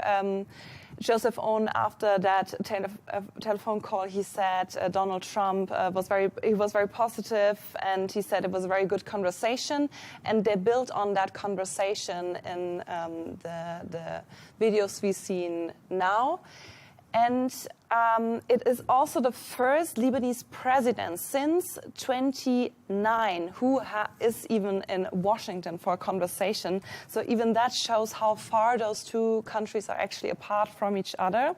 But nevertheless, Lebanon is very important because the US plan depends completely on the Lebanese army, because what they're trying to do, they should deploy, Israel is starting to deploy from some parts of southern Lebanon, and the Lebanese army has to go in there to make sure that Hezbollah is not taking those empty spots. So this is a very sensitive point we are currently in, and that's why it's very important that the US government and also the Lebanese government work together. But let's be honest, Hezbollah is also part of the government in Lebanon. And maybe we will elaborate on that. Yeah, it's a very difficult situation right now because obviously we've seen Joseph Aoun in the White House meeting President Donald Trump, both saying the meeting went very well. But the reality on the ground is, can Lebanon control Hezbollah? And I think that's going to be a point because Lebanon's under a lot of pressure to make this work from the United States. But Michael, meanwhile, we've seen the first phase of the security plan, as Alina said, as the Lebanese army is deployed in the south. What are really the main aims here of these pilot zones? And I guess the big question is, if these first pilot zones don't work, what does it mean going forward? So that's the million-dollar question, because this has to work for the Lebanese in the south of Lebanon, and also for Lebanon is looking to make sure that they have healthy relationships with the United States. That's the key. And for the U.S. to believe that Lebanon can actually operate its own country and run its own military. These pilot zone, the trip that the Lebanese military take into these pilot zones as the Israeli military leaves, it's essential. So what will happen in the short term as in these pilot zones, this is where Israel has their military. As they leave, the Lebanese military will come in and they will then stabilize that and make sure that Hezbollah is not going to be armed. And as one pilot zone becomes safe and stable, then Israel will withdraw from a second pilot zone, and then the Lebanese military will go in there. Now, the challenge for the Lebanese military is to make sure that they're able to do this in an assertive way when or if they have to challenge Hezbollah, but they don't want to get into a position where they're confronting Hezbollah. This is the tightrope they have to walk. Skeptics will say that if this doesn't work, and if the Lebanese military is too confrontational with Hezbollah, what could happen is there could be another civil war. That's the worst case scenario. But what the Lebanese president is doing today is he's having, hopefully, and it looked like he did, a good banter with the president. He's then hoping that Donald Trump will have a word with the Israeli prime minister and encourage the Israeli prime minister to work with the his Lebanese counterpart to make sure that that the Israeli military leaves southern Lebanon. And then I think there might be something that I never thought would happen in my lifetime, which is true normalized diplomatic relations between Lebanon and Israel. But I think the wider context here that is what we have to look at right now is Iran. So I think it was quite fascinating because during that meeting that President Donald Trump had with Joseph Aoun in the White House, he did say here that Trump said, "I'll speak to Hezbollah if Aoun wanted me to talk to them." And I spoke to an analyst a bit earlier from Lebanon, and he said to me, but what's the point? Hezbollah is run by Iran. So even if President Donald Trump has direct negotiations with Hezbollah, what difference is going to make? So this shows how the umbrella of all of it connects together and how difficult it is right now.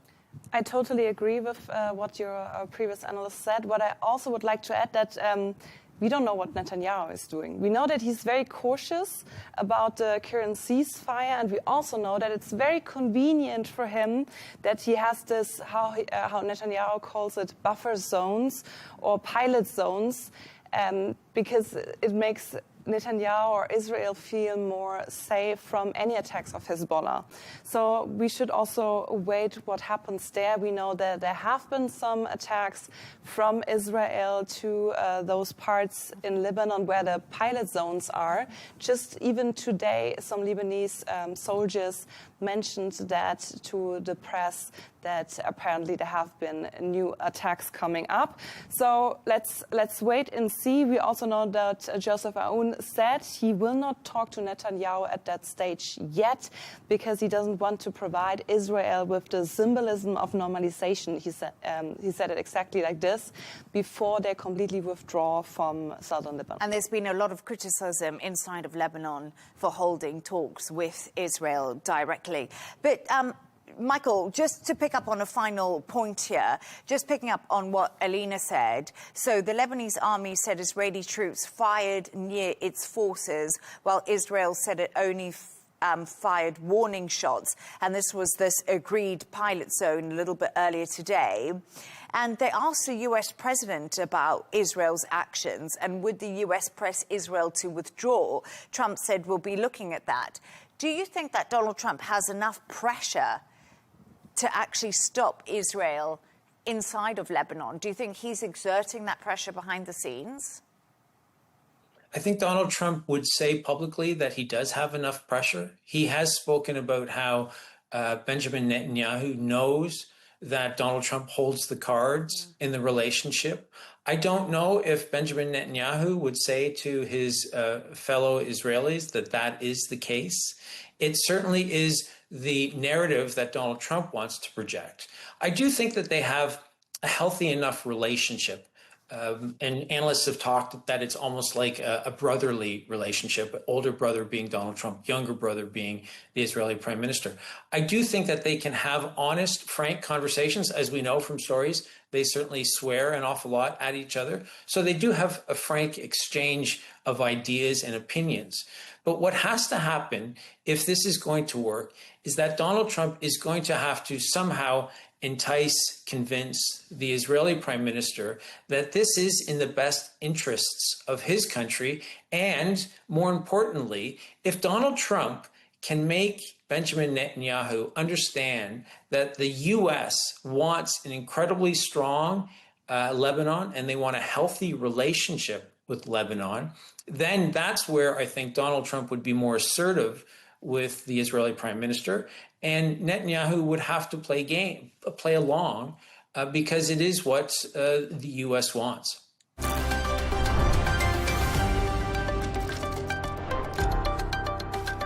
Andrew and Tristan Tate are facing extradition to the UK after being arrested by US Marshals over the weekend. Authorities have issued 38 new charges against the pair, including rape and sex trafficking offences. The brothers, who found fame on social media, deny any wrongdoing. Gemma, let's start with you. Bring us up to speed with all of this and how it unfolded. How are these charges different to the ones that the Tate brothers have faced previously?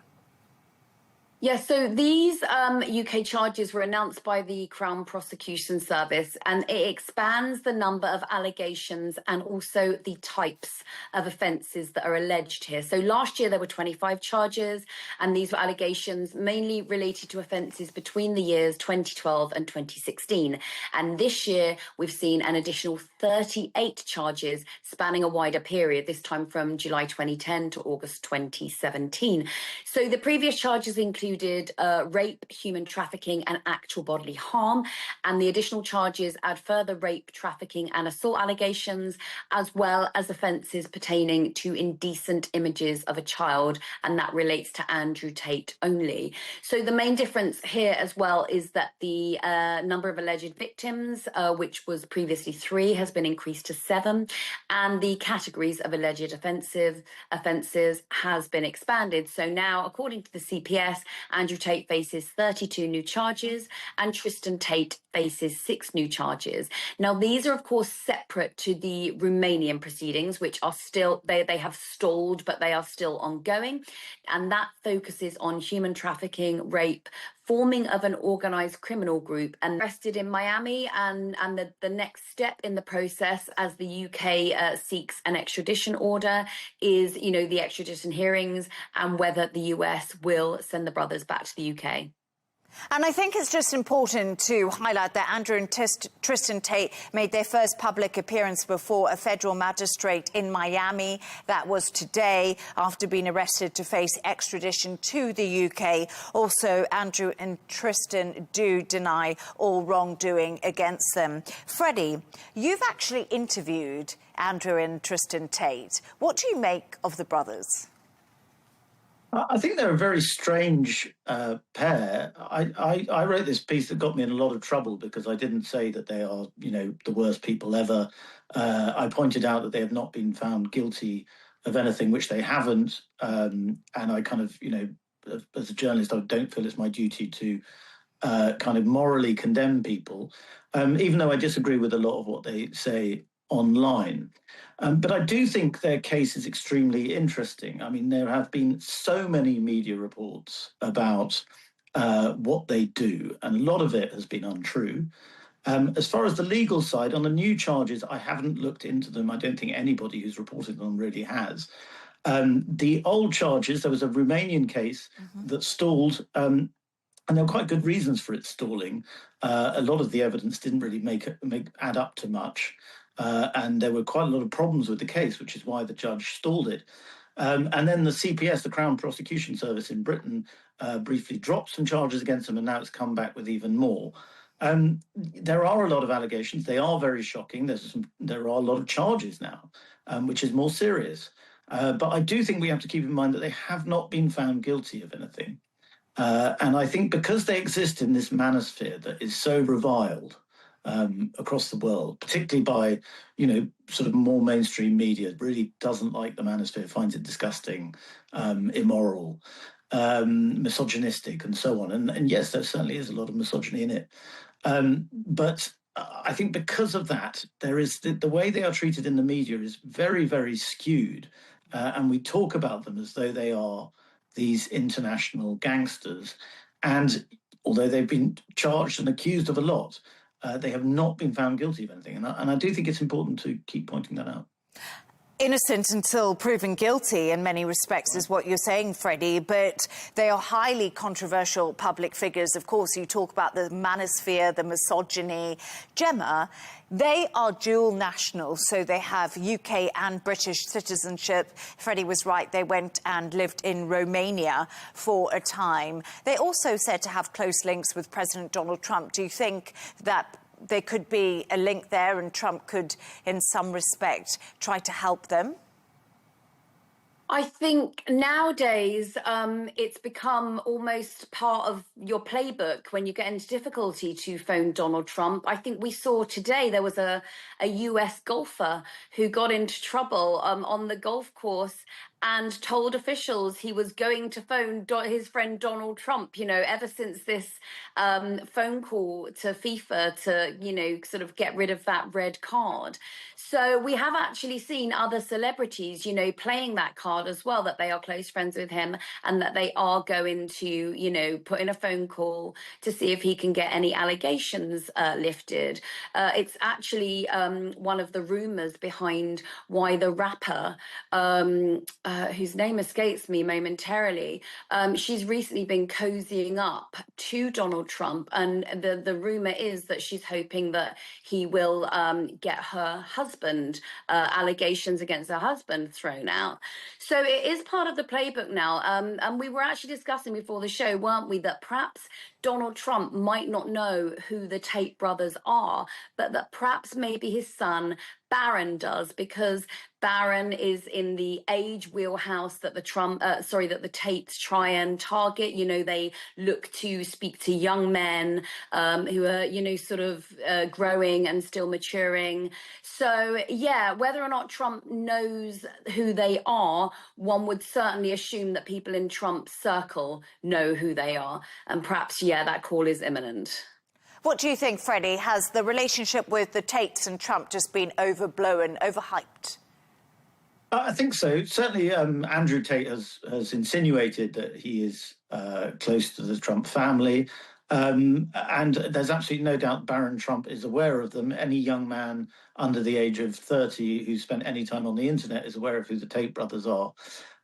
They are extremely famous on the internet to an extent that I found quite extraordinary when I was in Romania. I couldn't believe how many young men came up to them when we were just, I was in a restaurant with Tristan Tate. It was really quite striking. But I think in terms of sort of Trump world, I think a lot of people assume that Trump world, because they assume that Trump world is part of some awful misogynistic culture that exists and that they must be interlinked somehow with the Tates. I think that's probably overreading it. Certainly there are people in Trump world who know the Tates and the Tates know people in Trump world. But I don't think that necessarily is going to get them any kind of pardon. If anything, I'd say the political bias against them, we've seen political figures in Florida, the state where they got into trouble. We've seen them boasting about their arrest. So I think there's a political bias against them as well as perhaps for them. And Gemma, before I let you go, just quickly, because all the buzz on social media hasn't been about them being arrested. It's been about Tristan Tate's outfit. And it's been... Andrew Tate's outfit. Give us a little recap on what that was all about. Yeah, not to obviously make light of the situation, but, Instagram and social media is going to do what social media is going to do. And, why not let's kind of take the mickey out of these chaps who I find, kind of morally reprehensible. So Andrew Tate here in this outfit has been accused of ruining capri pants for everyone just in time for summer when we're most in need of a good, cut-off trouser. His style has been described as elder millennial lady who's gone from boardroom to bar, so has left the office and gone out for a drink with her friends. And it was also suggested that the shoe was all wrong for this outfit, and perhaps a nice kitten heel would have worked better than a flat loafer. Freddie, any thoughts on the style there?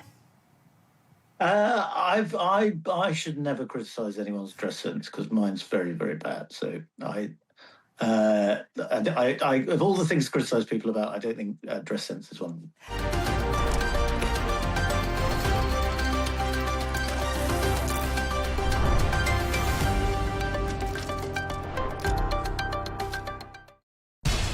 We have to take care of our people, and we're going to take care of our people first. For in-depth analysis and all the latest developments across the globe, make sure you join us every weekday. President Trump is trying to negotiate a ceasefire. With so much happening, so much information, and so much noise, International law will have no part in his administration. It can be hard to keep track. Tariffs will just fuel inflation. We're going to fight these tariffs. But you can count on us to tell you what you need to know. We stand by your side. Join me, Tom Burges Watson, for Global News Today, right here on Arabiya News.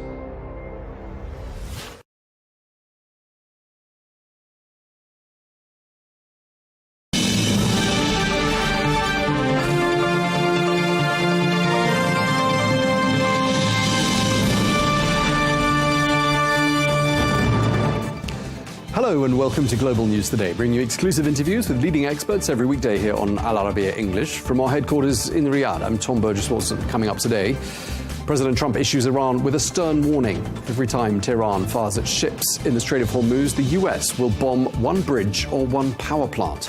We ask, will that warning have the desired effect? And as President Aoun becomes the first Lebanese head of state to be invited to Washington in nearly 25 years, President Trump pledges to help the country, quote, a lot. We ask, what help does Lebanon need most? All of that coming up in this edition of GNT.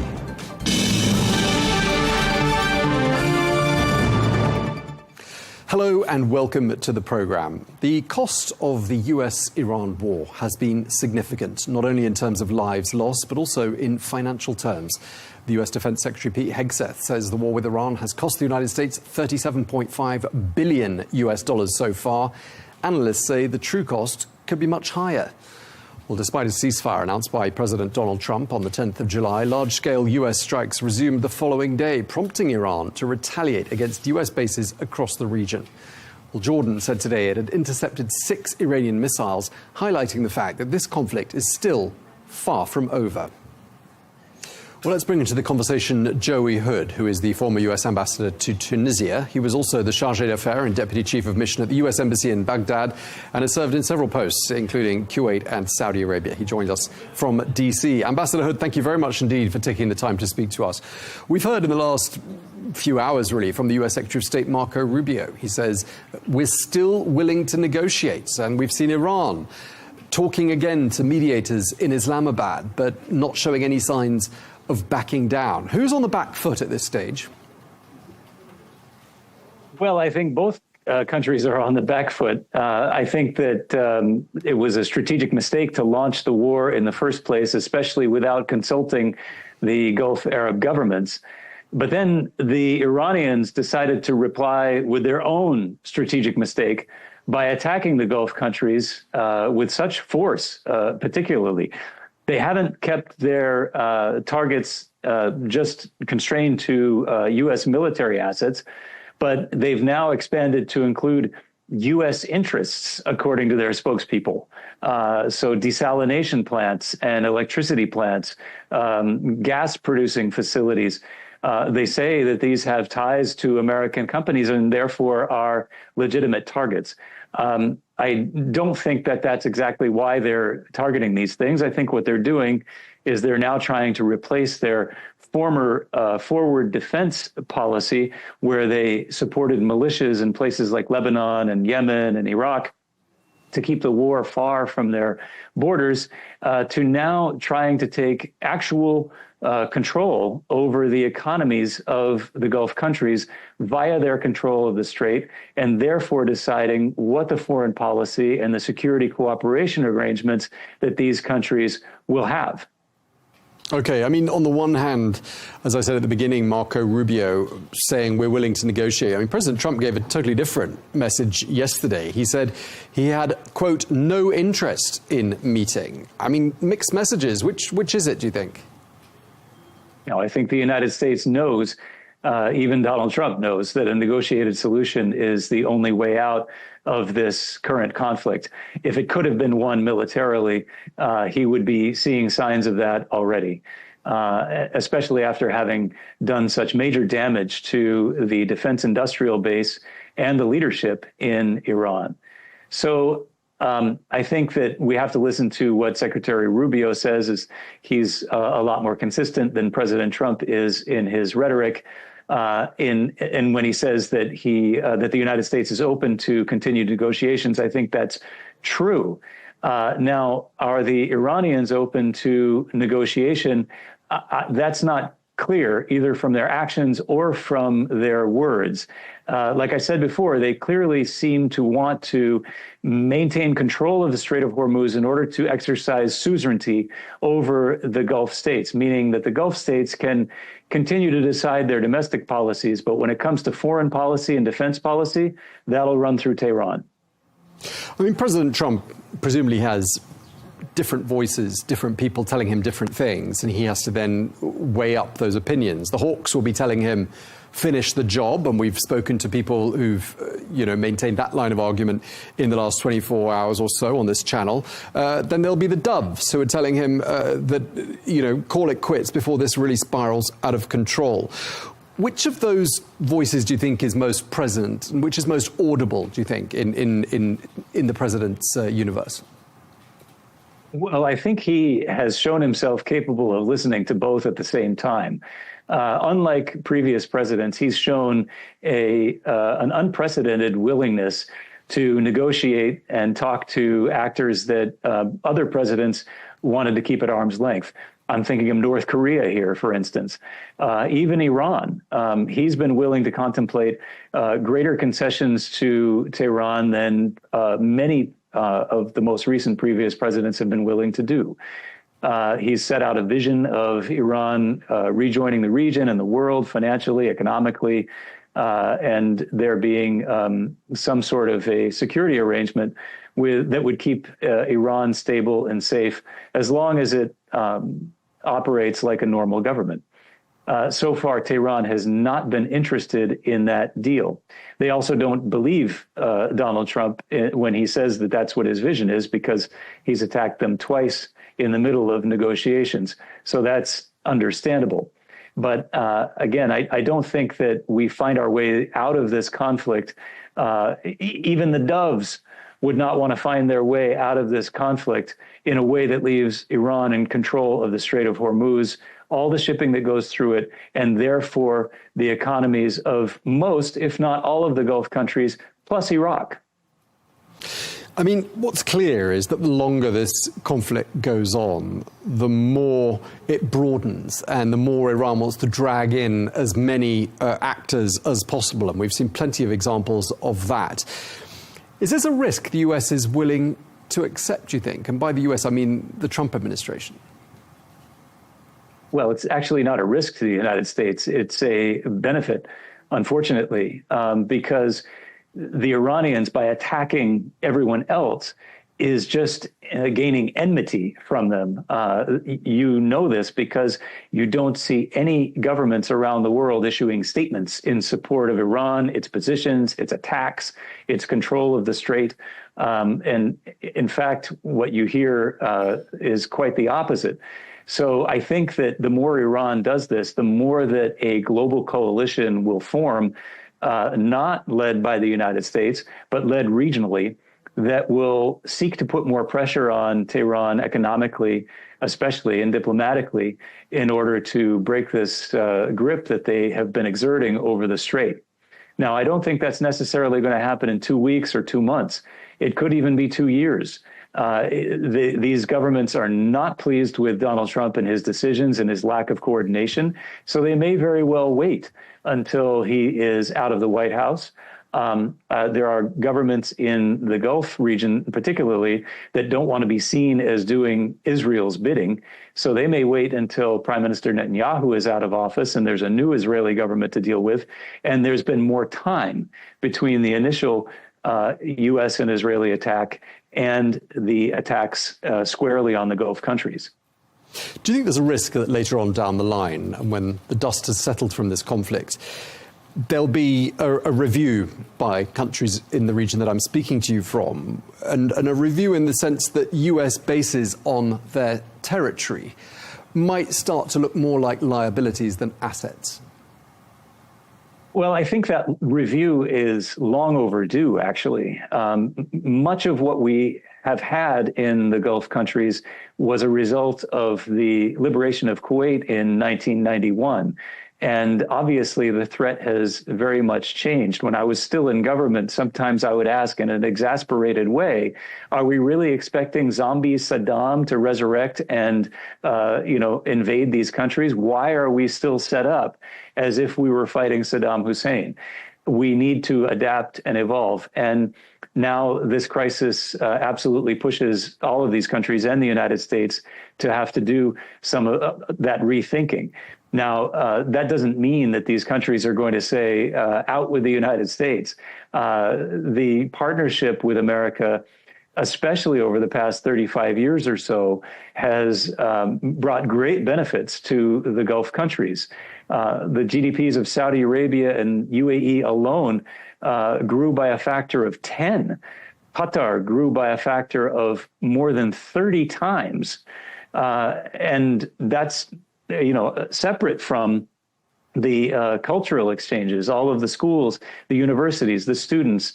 And so all of that has happened in close partnership with the United States economically and at the security level as well. I don't think the Gulf countries are going to want to just throw that out because of this conflict with Iran. There is diversification of their partnerships that has been going on for quite a while, and that's understandable. If Ukraine, for example, has some of the best battlefield-tested air defense systems, then why wouldn't they purchase those from Ukraine, just as an example? Just looking at the rest of the world, do you think the legacy of this conflict that we're in now is going to be perhaps a shift in the minds of people in the rest of the world on how they view the US? Yes, I think that the fact that Donald Trump was elected once could have been seen as an aberration by people around the world, that, democracies don't always get it right. And there was popular sentiment that led to it, and people didn't get the president that they were necessarily expecting. But then his reelection in 2024, I think, probably does change thinking around the world, that American voters knew what they were getting and they voted for him anyway. So I think alliances, partnerships will be much more transactional. Countries around the world will probably be looking for more guarantees that make it more difficult for the United States to go back on commitments that it makes. And that means that the Congress is going to have to become much more involved, because the most binding partnership that you have with another country is a treaty, and that requires approval by the Congress. So it would require Congress to actually step up and do its job in foreign policy, which it's been very reluctant to do in the past couple of decades. Let's talk about how this is viewed domestically. I mean, this war is clearly unpopular in the United States. We've spoken to lots of seasoned diplomats who've been critical about the planning, critical about the absence of strategy. 18 US service people have been killed so far, and some of their bodies are arriving back in the US today. And we were saying at the beginning of the program how this war has cost the US taxpayer at least $37.5 billion US dollars, and that number is certainly set to rise. And not to mention the fact petrol at more than $4 a gallon in the US, and that's hurting consumers. How damaging politically has this been for President Trump? I don't think Donald Trump needs to worry about how damaging it's been for him politically. I don't think he cares about that very much. Number one, because he's not up for election again. Number two, because he has quite a strong grip over the Republican Party, and this war doesn't seem to be loosening that at all. So what he's negotiating with right now is mostly his legacy. He wants to be able to be known as the president who not only ended Iran's nuclear program, but then also ended the overall enmity between the United States and Iran after 47 years. Remember, he, just like I, remember very, very well the takeover of the U.S. Embassy in Tehran in 1979 and the holding of our diplomats hostage for 444 days.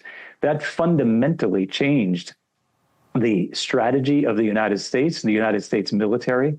And I think it had a very big emotional and psychological effect on people who were alive at the time, including Donald Trump. And so I think he wants to be seen as the president who actually not just got vengeance for that, but put to rest the threat that would ever happen again. Just in terms of where you see events heading to from here, how you see things unfolding.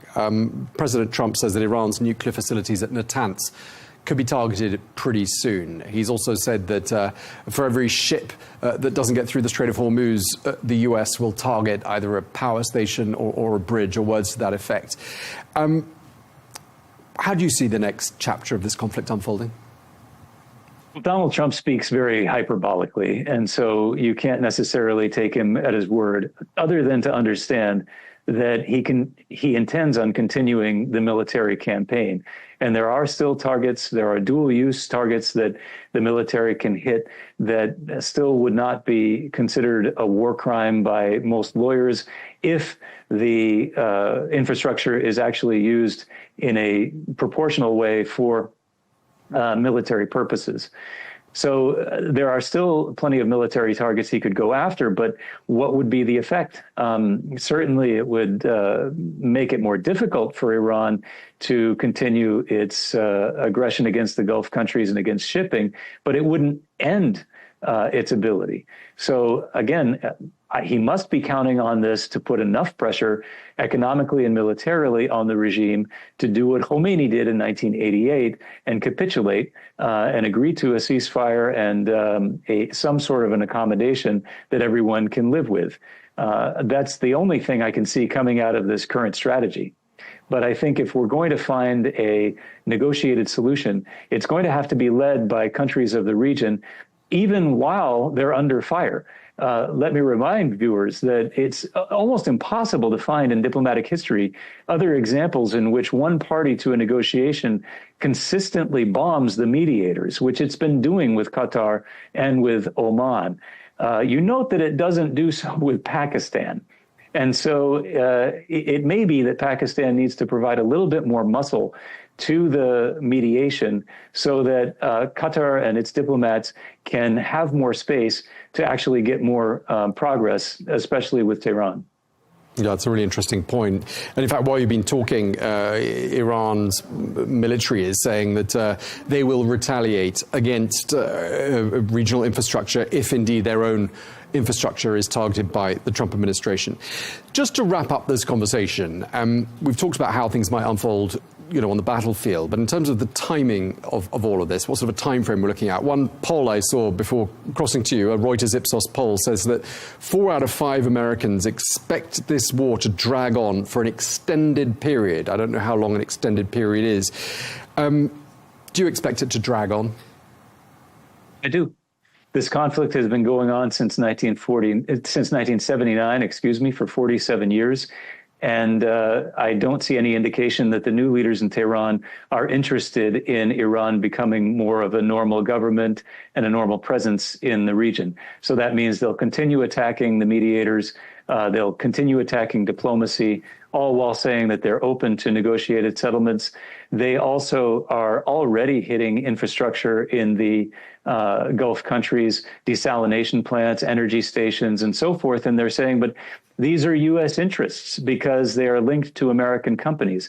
Well, if that's their standard, then they're going to be viewing virtually anything in the Gulf as a legitimate target because the United States has been so involved in the development of the economies of these countries.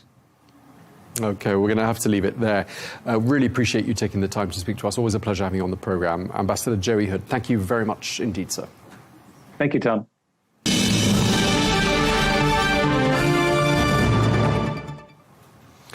Well, let's bring into the conversation now Major General Chip Chapman, who is a former advisor to US Central Command. He joins us today from London. General Chapman, thank you very much indeed for your time. President Trump has issued this warning to Iran, a stern warning. He says every time Tehran fires its ships in the Strait of Hormuz, the US will bomb one bridge or one power plant. Do you see a warning like that having the desired effect? No. One of the 7 methods of escalation is by rhetoric, and President Trump is famous for his rhetoric. We've had civilizational end, and this is just a subset of that. So do I see this as being a pressure point or which leads to a concession from the Iranians? I absolutely do not. They still see the Strait of Hormuz as their vital ground, and they still have escalation control. I've said before that I think America has escalation dominance, given its power, military power in the air, but the control that Iran has is both in terms of attacking the Gulf infrastructure in return, and that may itself caveat the American campaigning because you need access, basing, and overflight.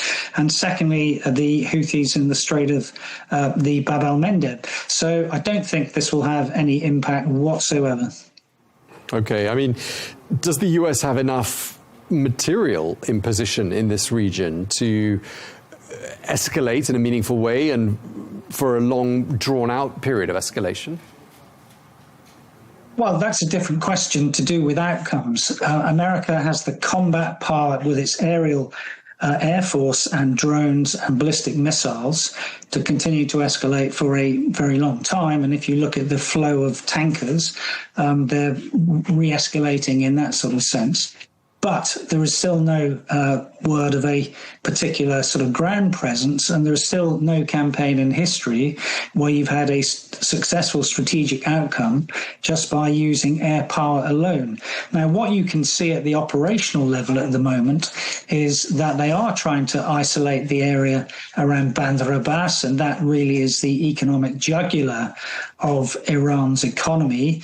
If they were then to do something to Karg Island in conjunction with that, doesn't necessarily have to be an amphibious landing, and to do an amphibious landing from the Americans, they would have to go through the Persian Gulf, and that's still a dodgy business until they've absolutely destroyed all the air defense and drones and ballistic missiles of the Iranians. So you have the economic jugular and the economic heart of Iran potentially held at risk. But again, an economic pressure point doesn't mean that the Iranians will concede. So it's still a sort of standoff at the moment. There are not outcomes. If you look at the outcomes that they would be looking at CENTCOM, of course, the first one and the thing they really want is to compel Iran. It was never the case that they've been able to do that on any war game, certainly in my time. So what you're likely to have at the moment is proportionate escalation. Now, it's when you go beyond proportionate escalation, which is part of that rhetoric of President Trump, that you potentially have problems for the future. But at the moment, I don't think either side, despite that rhetoric, wants to escalate to the point where there's going to be a all-out war. There are pressures on both sides in their internal constituencies that won't lead this to be a sort of spasm escalation really to the right of arc in the future, or certainly not at the moment. You say if this becomes an all-out war. I mean, the Iranians were saying yesterday it is already an all-out war.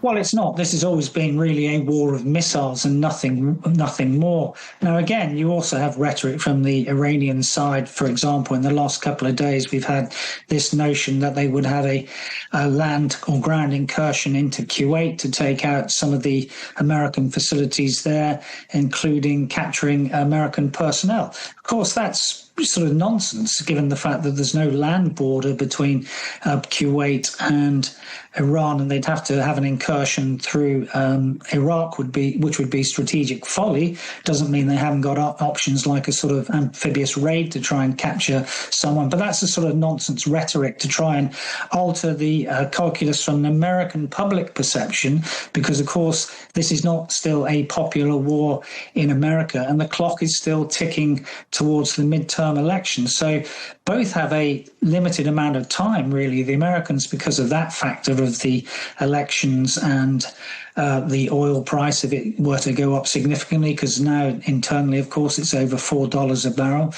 And the Iranians, because of the those two notions of the economic sort of jugular, which could trigger some sort of domestic problems for them. But I still think the IRGC internally are still so repressive that they would just put down any internal revolt, even if that were to be done in conjunction with sort of the CIA arming the PJAK and the Iraqi Kurd forces, along with sort of the Israelis also coming on board. I mean, General Chapman, I mean, what's apparent in this war, what has it been, 4.5 months of it, is that the longer it goes on, the more it becomes about keeping vital waterways and trade routes open. And those original three issues, which, just to remind our viewers, because we haven't talked about them much, the nuclear issue, Iran's ballistic missiles, and its support for proxies, those three issues keep getting kicked into the long grass. How do you see them coming back to the fore? Well, there's still a diplomatic track. The MOU is, of course, dead at the moment. Trump has said, I don't want to negotiate now. And the Supreme Leader has also said that the MOU is no longer in play. That doesn't mean diplomacy is not in play. So if the Americans continue to have pressure on the Iranians, then it's what will that mean in terms of any diplomatic payoff for both sides? Of course, you're right, because this was a war of choice for the Americans, and the Iranians take this as a existential war. If you think it's an existential war, you're less likely to concede. And it's worth saying, of course, that today Rubio is in the Asian region and has said once more that freedom of navigation is a foundational principle of how world trade operates. It's therefore slightly disingenuous, because the reason that it's not flowing at the moment is because of that war of choice. So it's one of those tricky ones under the UN Convention on the Law of the Sea 1962. The freedom of navigation is one of those foundational principles, and it's a foundational principle of American foreign policy. So the blockade, in conjunction with this isolation, certainly of the province around Bandar Abbas, Horuzgan, I think it's called, is at the operational level what the Americans are seeking to do. That is their current pressure point on the Iranians. So it's fair to say that if the war were to end tomorrow, I mean, at this stage, it would be very hard for the Americans to say anything had been achieved, wouldn't it? Yeah, it would, because all wars are fought for political objectives. If the first political objective is to do with the nuclear file, we're not sure that that's being sorted at the moment. Indeed, President Trump only in the last couple of days has been talking again about significant strikes on Iran Natanz on Pickaxe Mountain, as it's called. And of course, from the Israeli perspective, the fact that the ballistic missile technology is intact and the fact that there are still proxies there, which is why we're still talking about the Houthi, means that from their perspective, if this was indeed a combined operation, Israeli-US, which it was from the start, that just looks like, from an Israeli perspective, as a threat postponed. And of course, it affects Saudi Arabia as well, because the Houthis are now talking about interdicting any Saudi ships when they've already turned north to go through the Suez Canal for the future in the last few days.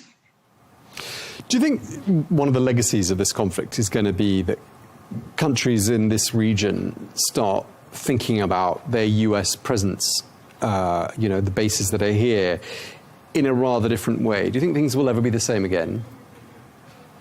No, I don't. I think all the Gulf states will have to look at the security architecture which America has given them in the last 50 years. And certainly because the geographical realities are that Iran is on their doorstep, they need to look at some sort of accommodationist policy, or at least having some sort of cooperation. I think there'll always be this sort of Sunni-Shia split, given the revolutionary nature of Iranian society post-1979. But it can't be the same at the moment, because whilst they're there, whilst you have this accommodationist sort of idea on one side, it's still the case that Iran has an exterminationist policy towards Israel, for example, and neither of the two will ever meet if you get across the countries which are between geographically Israel and Iran. Okay, well, thank you very much. I'd really appreciate you taking the time to speak to us. Major General Chip Chapman, former advisor to US Central Command. Thank you for your time, sir. Thank you, Tom.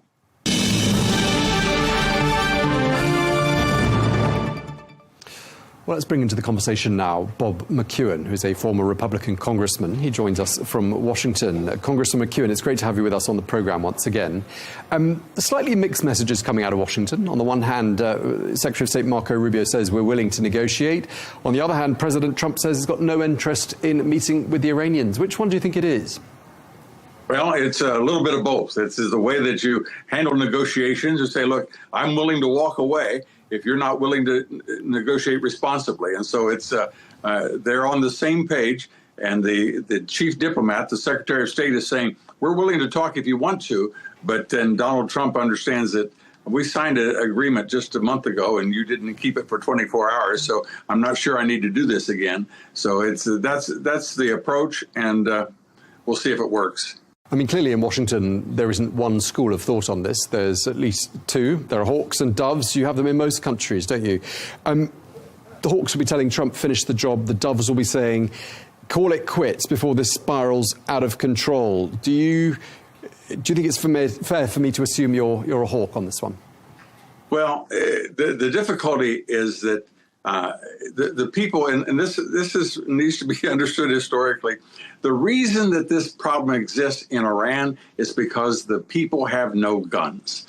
If these 80 million of the 90 million that are strongly opposed to this regime, if they had a gun, they would be able to defend themselves. But the only way that the government is going to be removed is if they do it and they don't have the tools to do it. And so in situations like this, as the Mujahideen in Afghanistan and elsewhere, people tried to get the people to be able to defend themselves.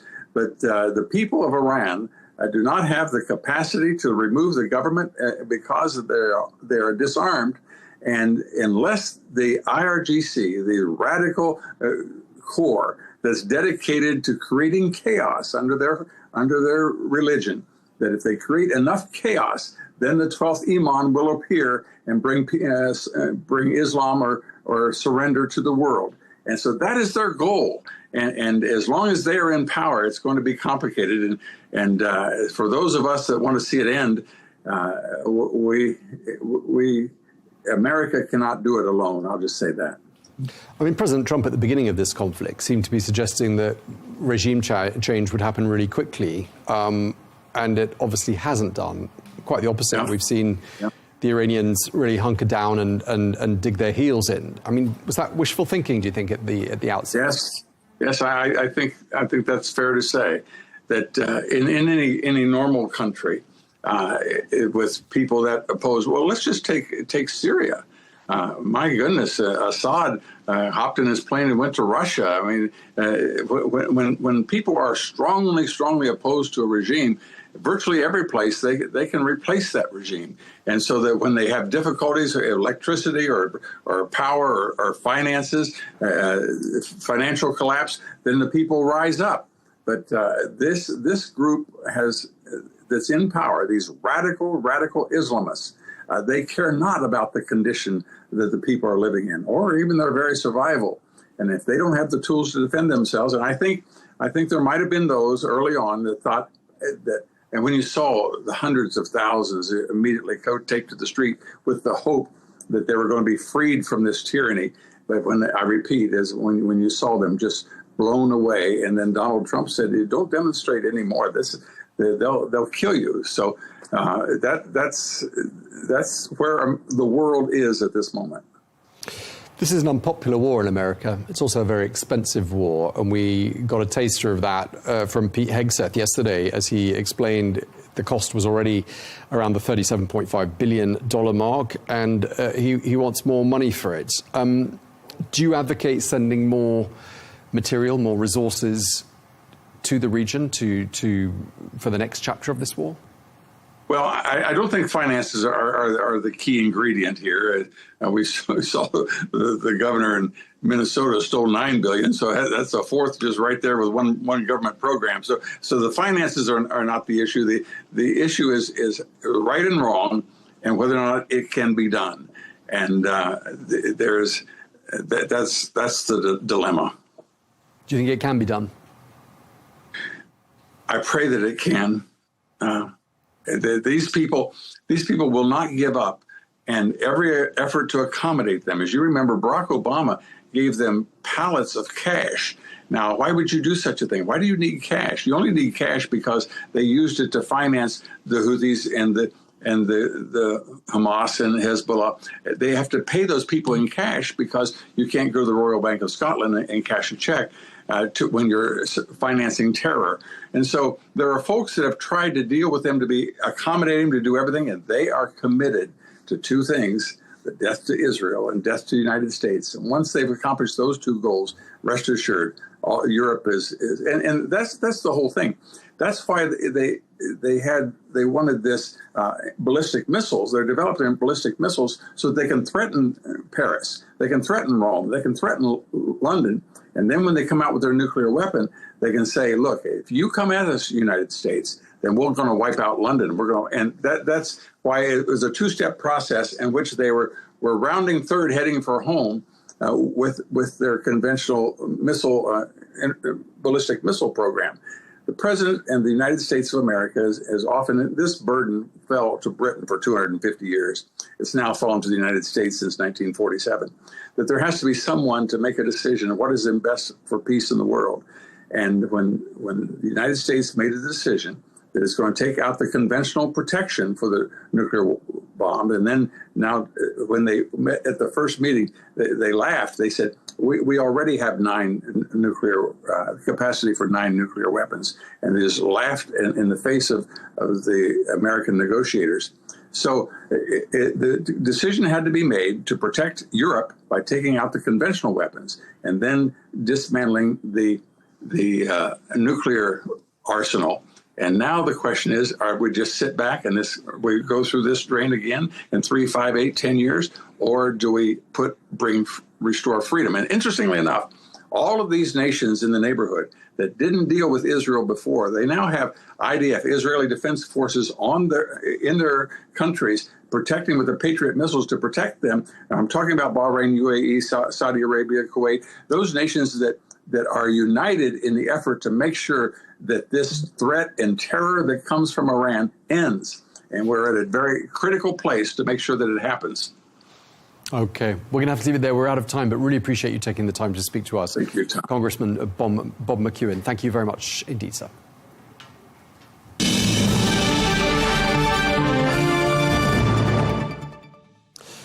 Now, the Lebanese President Joseph Aoun has been in Washington, where he's been holding talks with President Trump at the White House. This is the first visit by a Lebanese president to Washington since 2009.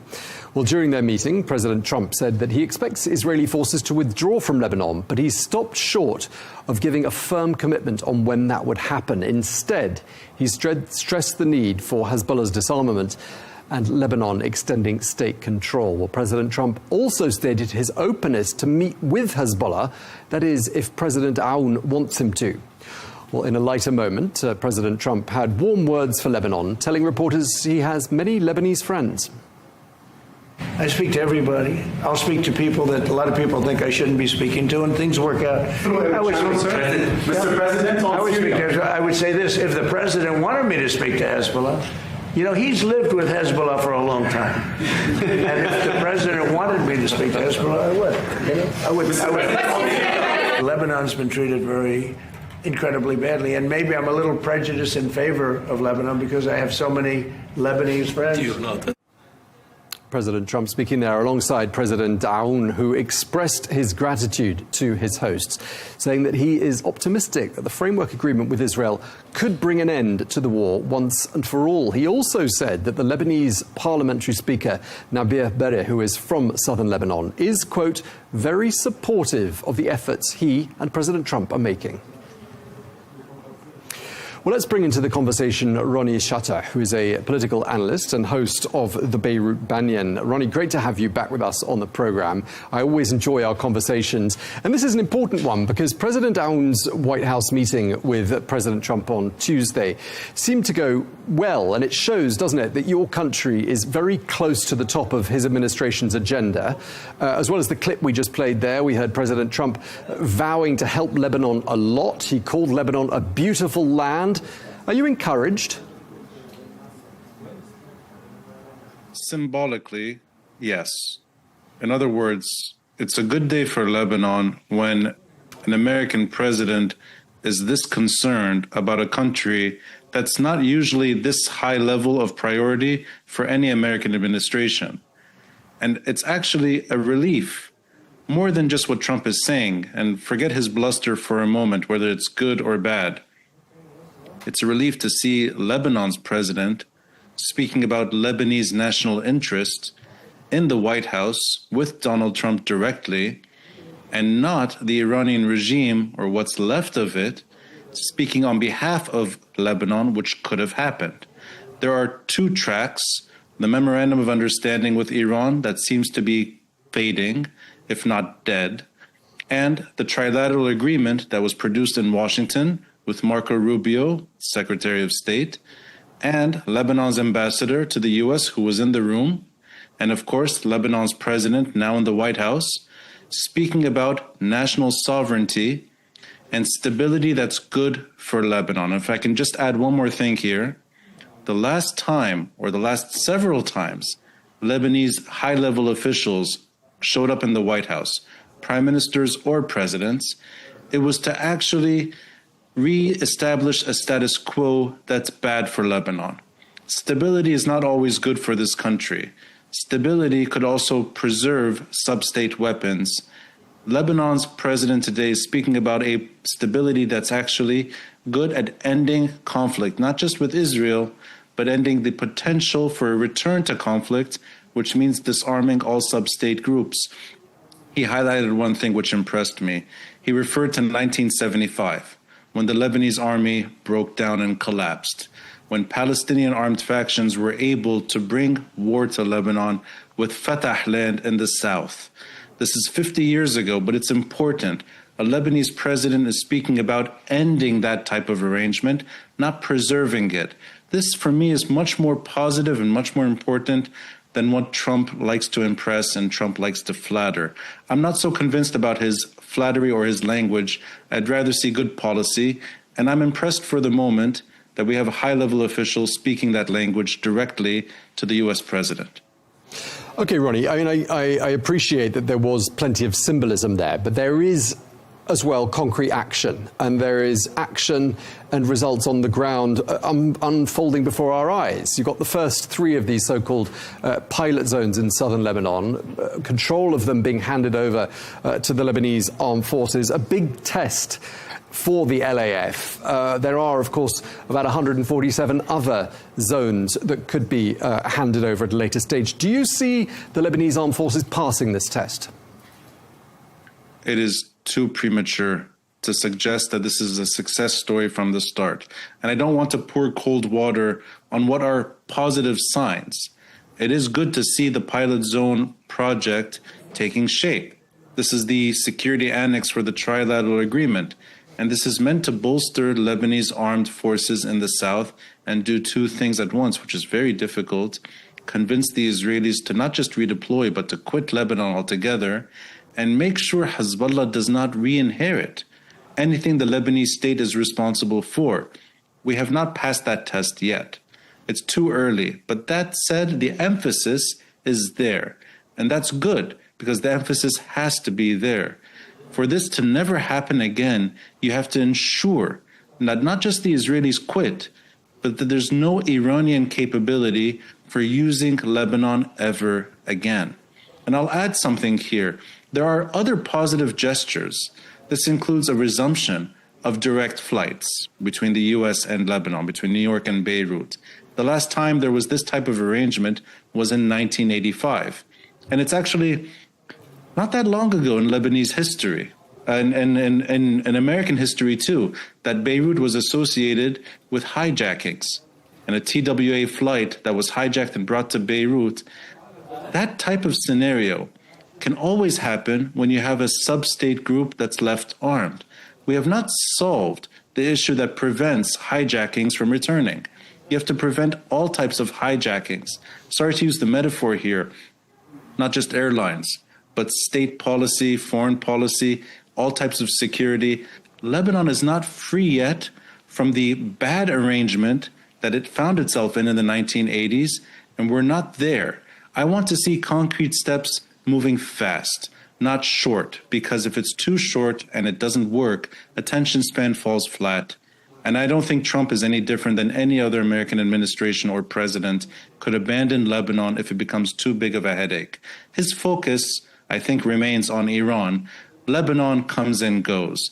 But Lebanese national interest, at least for the moment, is being expressed in the White House. That's good news. Yeah, indeed. I mean, clearly disarming Hezbollah, disbanding Hezbollah is one side of the coin. I mean, the other side of the coin, and I think you've already touched on this, is really making the Lebanese armed forces stronger and making them more able to fill any voids in the nation's security. And I was just thinking to myself, how hard can it be to help the Lebanese armed forces? Lebanon is a country that's the size of Boston. I mean, that's not a huge project, is it, for the United States to help? And then I was thinking about numbers. Does the Lebanese armed forces have enough people? And it certainly seems to, because 1 in every 62 people in Lebanon, if you look at the percentage, the number of people in the country, the number of people on reserve or in the armed forces, 1 in 62 people are in the armed forces. In America, it's 1 in every 160 Americans that are in the armed forces. So a much higher percentage of Lebanese people are engaged. They've got the people. So what is it that they need? Is it the weaponry? Is it the training? Is it money? I will take a moment to disagree with most Lebanese officials, the way they talk about excuses. In other words, whether it's arms, whether it's technical support, or whether it's anything, I think the Lebanese army is exactly what it should be. This is a group, an institution that's well respected, that's gifted at separating Lebanese groups when necessary, and when it has the political cover to do more, it does more. When it has the diplomatic cover, it can even neutralize the country. And you need that type of scenario to reemerge. It's not about weapons, it's not about salaries, and it's not about more than that. Lebanon will always be vulnerable to regional war, no matter how good or how bad the army is on a given day. Lebanon needs the type of international support that's much bigger than a sovereign army, at least when it comes to Lebanon. You have to have the country neutralized. For that to work, you have to have local aspirations for that to actually take shape. We have that at the moment. The Lebanese government is speaking that language. You need regional conditions to work better for Lebanon. We don't have that yet. Iran has not abandoned Lebanon's geography. Hezbollah remains not just an Iranian proxy, but one under direct command today from Tehran. Then you need to have international support, which has yet to materialize. You need a serious summit for Lebanon that not just enshrines neutrality and the neutralization of the country, but gives the government the chance to reestablish and regain lost sovereignty. The Lebanese army alone will never be able to tackle Iran in Lebanon. It's an impossible dream. It simply won't happen. No Lebanese institution can go after the largest paramilitary project seen in modern history and the most advanced terrorist network known to man. The Lebanese army is not equipped to do that, and it should not be equipped to do that. This is an international problem for Lebanon. I think a much more serious road would be to raise the stakes and make Lebanon that type of burden, not on ourselves, but on the region and the world at large, because the country needs help. It would be very difficult to imagine any other scenario working in favor for this country. I know Lebanese officials like to blame weapons for this, whether it's certain prime ministers, certain leaders, certain ministers, it doesn't really matter. Weapons are not the point. You need serious, proactive diplomacy that dislodges Iran from the country. Otherwise, it won't work. One of the other big headlines to emerge from the Oval Office in those talks yesterday evening was this offer by President Trump to speak to Hezbollah directly. And that's something that's never happened before, and it's a fairly remarkable development. Were it to happen, do you see it changing much? I personally believe this is just bluster. I don't see the Trump administration yet moving in the direction of direct talks with Hezbollah. But that said, the Trump administration is talking to the Iranian regime, whether it's indirectly or directly. And there could be a scenario where this ends with some type of dialogue that ensures Lebanon's national interest is at heart. But I think Trump likes to speak a language that's outrageous, eccentric, and sometimes it's in both directions at once. I don't see, as of now, any direct communication necessary for the Trump administration, because if that were the case, we would be living under the MOU's arrangement with Iran, where the Americans can talk to Iran directly about Lebanon. Here you have something else, which is, I think, the more comprehensive, serious, and perhaps long-lasting project, which is the outcome of the trilateral agreement elevating the Lebanese government's position. That's a good sign. But I wouldn't put it past Trump to then do something that can run contrary to this as well. I will not put it past him. But what I see happening instead is Trump using a language that oftentimes lands in intermediaries, meaning the last time he suggested that he was talking to Hezbollah, he was talking to Amal group members and intermediaries, allies with Hezbollah. I could see him doing that again. And that's because everyone talks to any intermediary when it comes to Hezbollah if they need to. But direct talks, I don't see it happening right now. Okay, I mean, with regards to how to go about disbanding Hezbollah, President Trump has once again floated that idea of bringing Syria into the equation. We've talked about this before, and, you know, from what I can gather from talking to you and from talking to Syrians, is that is a scenario neither the Lebanese nor the Syrians would welcome at all. And when that was floated in front of President Aoun yesterday, the Lebanese president didn't say anything. Does that tell us something? Says a lot that Trump himself is still using this kind of suggestion. Although he's backtracked a bit, he now refers to it as a concept. The good news is that I doubt anyone in that room, with the exception of Donald Trump, even considers this to be a sound policy. And the better news is that both Lebanese and Syrian officials reject it repeatedly.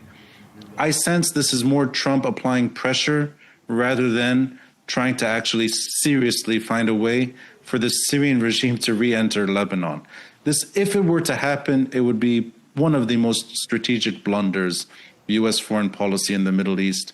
I don't see it happening.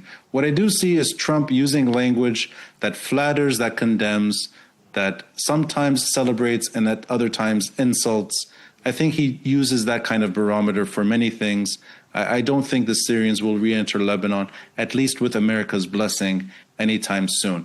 If that were to happen, it would move in the completely opposite direction of what the trilateral agreement is trying to achieve as well. This is not about any other foreign country reinvesting itself in Lebanon. It's about propping up the Lebanese government and making this country governable. I think that's where things are moving. Okay, Ronnie Chatah, it's been a real pleasure talking to you, as it always is. We're going to have to leave it there. Thank you so much for joining us. Political analyst, host of the Beirut Banyan podcast, Ronnie Chatah. Thank you very much again. My pleasure as always. Well, that is all we have time for on Global News today. Thank you very much indeed for watching. Do join us again tomorrow. We'll have some more exclusive interviews for you then. Until then, bye-bye.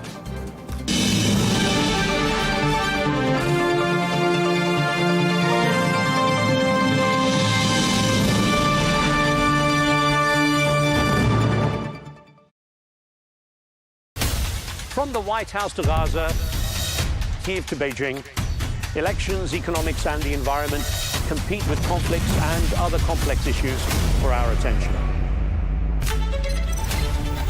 In an age of fake news, deepfake and artificial intelligence, they've got to have a vote and a say. It's important to look beyond the loudest voice to understand the truth. From newsmakers to groundbreakers, my campaign is going very well. Presidents, prime ministers, princes and peacemakers, and cultural tastemakers. As Arabs, as Middle Eastern, we're too emotional. Join me on The Riz Khan Show for empowering conversation.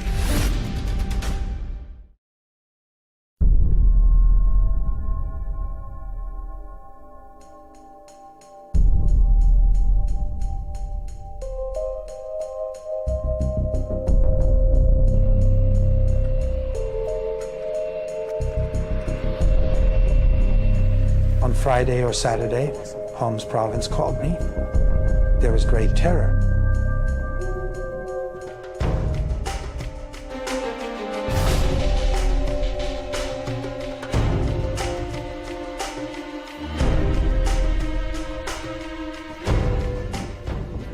I can almost hear the walkie-talkies crackling. Close the 7th gate, close the 11th.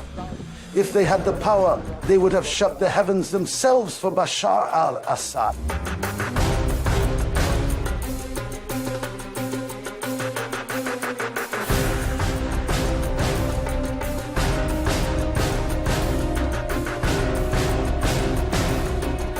Everything unfolded within just a few hours, from 11 at night until 2:30 on Sunday morning.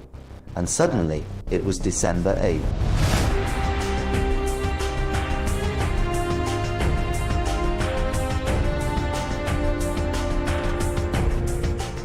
The choice to escape was not impulsive or abrupt.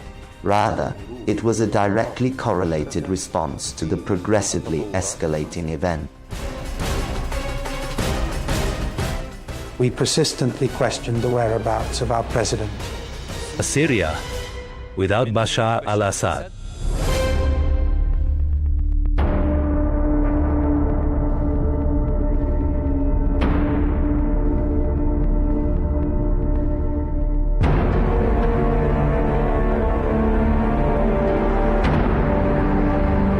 In the heart of Damascus, the once secure ruling class found itself on shaky ground. Trust had started to decay within the inner sanctum of power, and allies began to realign, thus revealing glaring weaknesses that could no longer be conveniently overlooked. In his final days, his grip on power appeared to wane, and the once unassailable leader faced genuine political isolation.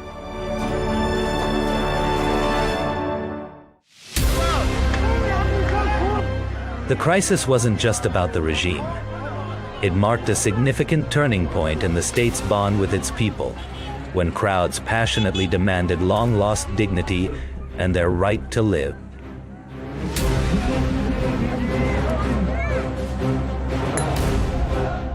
In the spring of 2011, in the southern city of Daraa, the first spark of the uprising was a simple message scrawled on a school wall by the innocent hands of children, oblivious to the profound impact their words would have. The response from security forces came quickly, triggering a wave of protests that swiftly spread from Daraa to the cities of Homs, then Hama and eventually Idlib, inching ever closer to the heart of the Syrian capital, Damascus. As the days progressed, the cries of the protesters gradually evolved, raising their demands from mere reforms to an open and direct confrontation. There were several political maneuvers made in an attempt to rescue the precarious situation, such as reaching out and contacting Russian President Vladimir Putin. However, the response received was one that merely concealed a sense of nostalgia emanating from Moscow. Nothing could be done now in Damascus. The only chance Bashar al-Assad saw was to flee. The decision came from the impossibility of saving the situation or resisting the coming counter-offensive on Damascus. The fall of Hama, subsequently the fall of Homs, and the unimpeded path that now lay open, leading directly towards Damascus. At 1 o'clock in the morning of the 27th, I received a startling call urging me to mobilize, to prepare, insisting that I must join. I dressed, left, unsure of my destination, but rumors hinted at a battle. The leadership's initial instructions were, "You as journalists were witnesses to this stage. We reached a place near western Aleppo's countryside. The fighters were ready, weapons were ready. Now begins the response battle. Rebels were upbeat, determined not to retreat until reclaiming areas taken by the regime. Strength was crucial. We filmed fighters setting off fully prepared. I interviewed the fighters. Their spirit was high, making you sure, God willing, that things were going well. 0 hour began.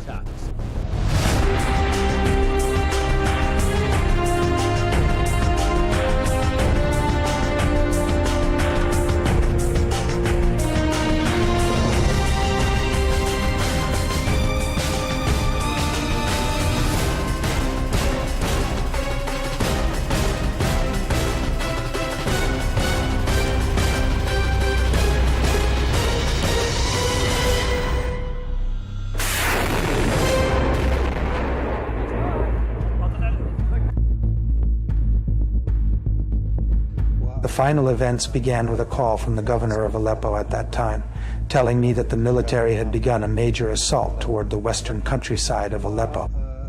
The advance was swift and surprising, with the army witnessing a huge amount of withdrawals. Within 2 days, Aleppo was essentially militarily fallen to the operations command. I was at home, and meanwhile, I reached out to him.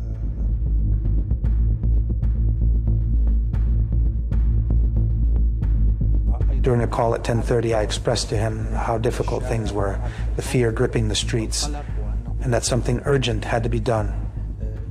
He simply replied, "Tomorrow we'll see." When he received the news, he remained silent and issued no directives. Unexpectedly, the north fell out of the regime's hold, a jolt the palace had never anticipated.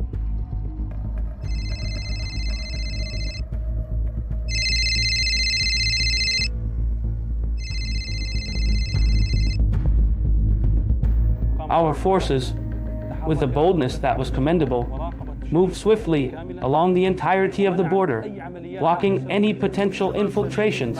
With the invaluable aid of our supporting partner, we ensured that no military units, regardless of their size, could penetrate the front lines or create any semblance of a new reality that could possibly bolster the crumbling military order that had previously dominated.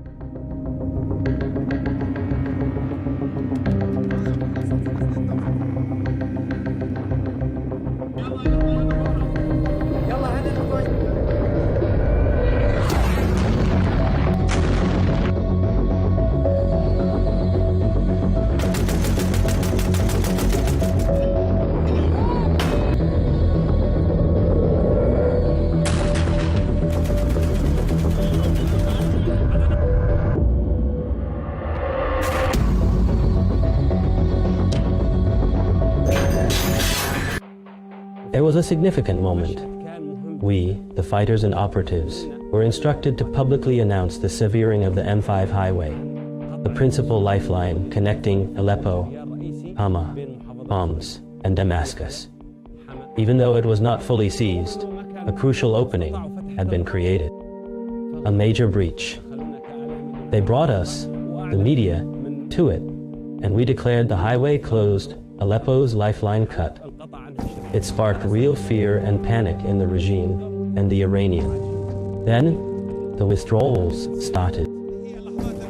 These were our initial moments spent on the M5, the principal highway that stretches between Aleppo and Damascus, the two symbolic poles of Syria.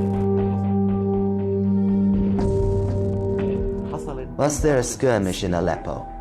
Hama saw only limited combat. How about Homs, or in the rural areas of Damascus?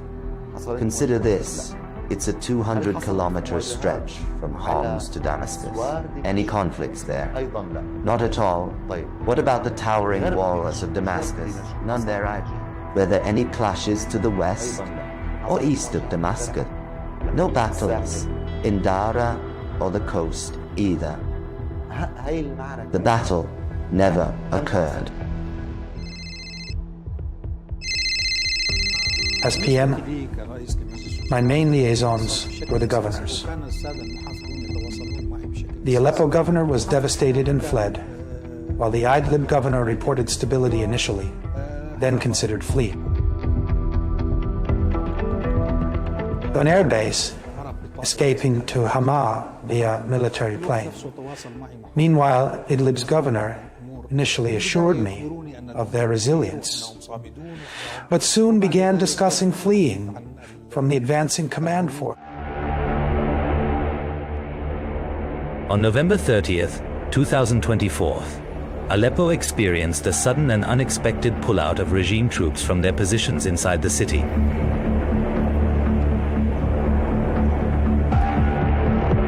Airstrikes finally stopped and checkpoints were removed from the streets for the first time in over 14 years.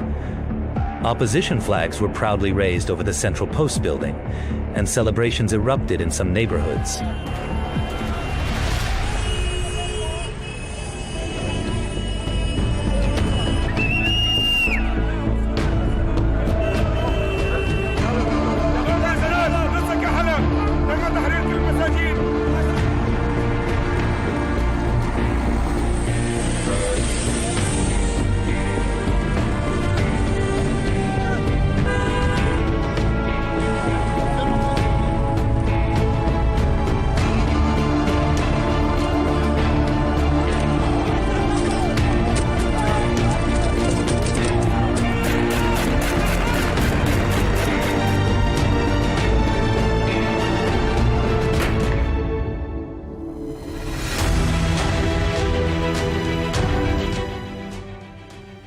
On the eve of Aleppo's fall, after his meeting with President Putin, the Russian military attaché was a close escort back and forth. So, I'd say, things began to take a terminal turn. Up to Saturday, which falls on December 7, and before the frantic calls from Bashar al-Assad to Putin are met with no reply. Aleppo has returned to center stage amid sharply differing international coverage, as political labels and military assessments varied widely. However, on the ground, from a city worn by war, the pullout clearly signaled a significant shift in control.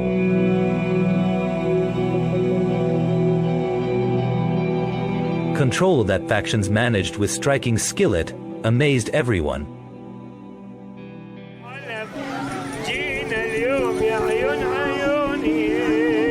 We came today, my love. We came to the citadel, my love. Oh, mother, my strength is gone. Alas, I walked the whole road to Aleppo, olive trees all along. Before the war, Aleppo was known for its rich social and religious diversity, thriving without the need for slogans or decrees. Daily life itself fostered coexistence, with calls to prayer mingling alongside church bells, and accents blending in the bustling markets. The city never needed tolerant slogans. It lived them in its very essence. Even as things changed over time, Aleppo retained traces of what it once was, a city holding on to a shared memory despite shifting maps and deep divides.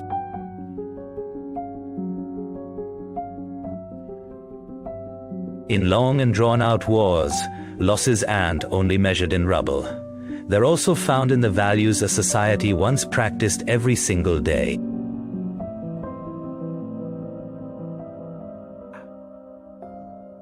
When the insurgent forces first made their entrance into the city of Aleppo, all the young men who knew me from our shared time in Idlib, they all sought me out. The chief greeted me and asked if I wanted to speak with the Sheikh. Certainly, I responded, then proceeded to express my congratulations on the newly achieved liberation. Aleppo was now emancipated. He responded with a clear directive: tell your people to strive for excellence in everything they do, to elevate their standards from what they were before. Whether it's safeguarding churches, endowments, homes, factories, or offices, let them revel in the Christmas festivities, ring their bells, adorn their squares, erect their trees. We were on the cusp of the holiday season then. Aleppo embodies the diverse sects and ethnicities of Syria. The regime, a criminal entity, recognized this truth and for decades attempted to sow discord and division among these groups, but ultimately it failed. Aleppo endured, and so did its remarkable social fabric. Protecting Christians and other minorities in Aleppo was a critical red line. From the ops room, the order was always mercy first, and that message truly mattered. It affirmed that you're in the right, and they genuinely are our brother. We worked closely with the new authorities to calm people's fear and build trust. We held several meetings as Christian heads of churches and with the state. And this time, the state stood with the people. For the first time,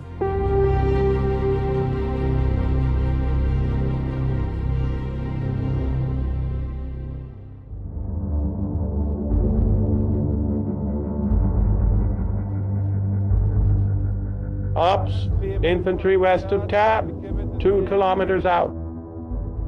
Say again. Repeat. 2 kilometers west of Tab Day. Copy. Copy.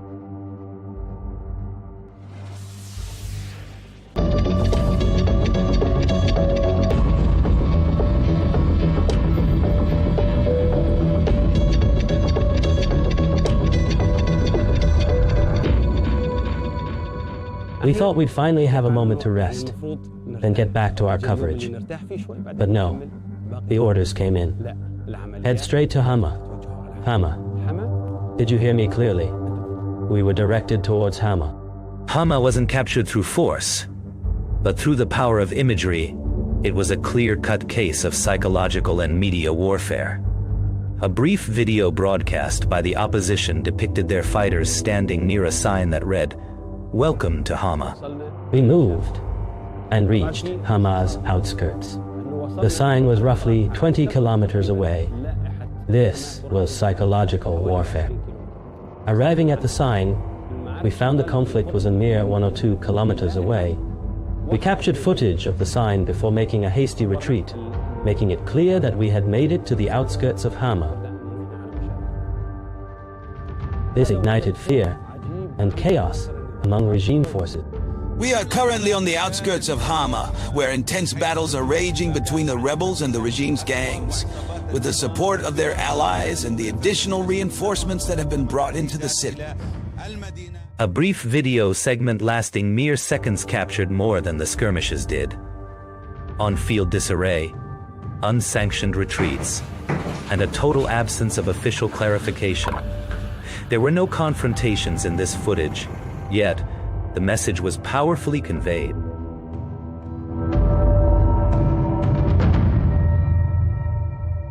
The battle's focus wasn't in the city, but rather on the height dominating Hama's east and west countryside Jabal, Zayn al-Abidin, one of the regime's most fortified sites, featuring underground bunkers and camouflaged artillery that provide wide fire control and long-range observation capabilities.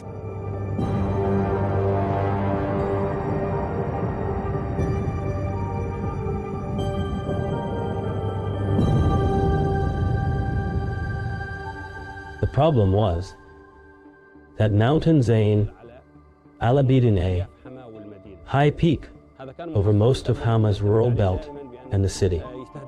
It was fortified and used to hit the roads. So ops planned a long detour to slip to Hama's edge or inside and declare it fallen. We actually slipped through trees for a long distance and entered Hama from the east. The mountain hadn't fallen. There was resistance. We reached Al-Asi Square, filmed, then were told to exit at once fighting was close. Amidst chaos, the regime retreated from Zayn al-Abidin, a mountain once deemed insurmountable. While field visuals depicted an evident retreat of the regime from the rural Hama vicinity, the defense minister made an appearance on national television, asserting that the situation was well within their control. The observed shift on the battlefield was characterized in official communications as a deliberate part of a strategic plan, rather than being perceived as a defeat.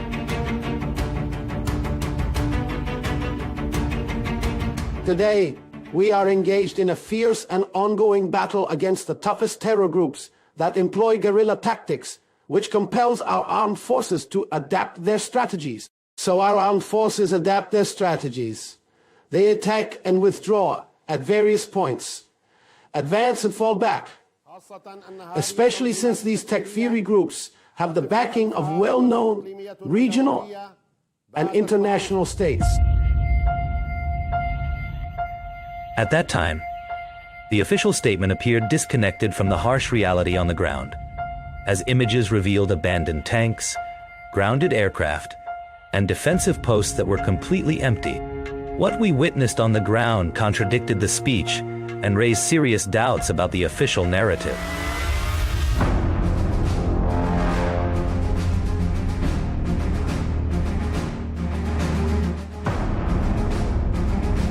We strongly urge our people to remain patient and steady, trusting that we will not relent in our efforts to restore security to the areas seized by the terrorists. The Syrian Arab Army, as you have known throughout this long war, will continue to stand as the solid dam. On the contrary, it was a brittle system, but it fed every claimant their share. And I think Bashar al-Assad worked by the creed of the last Abbasid caliph. Baghdad is enough. He would grant every seeker what they desired in order to keep that chair secure.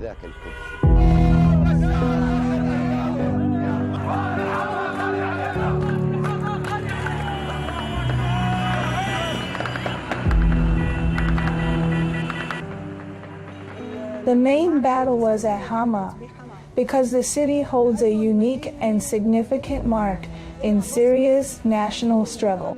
It suffered and paid dearly, the Hama massacre among other costs. It suffered in silence.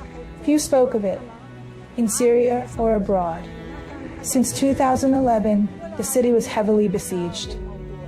Unlike other provinces, it was closed off, surrounded. Lately, I feared not the fall itself. It would fall, but that I would die outside, that I'd be buried without ever seeing the regime finally fall. After taking Hama, opposition units advanced south toward Homs, a crucial strategic hub in central Syria.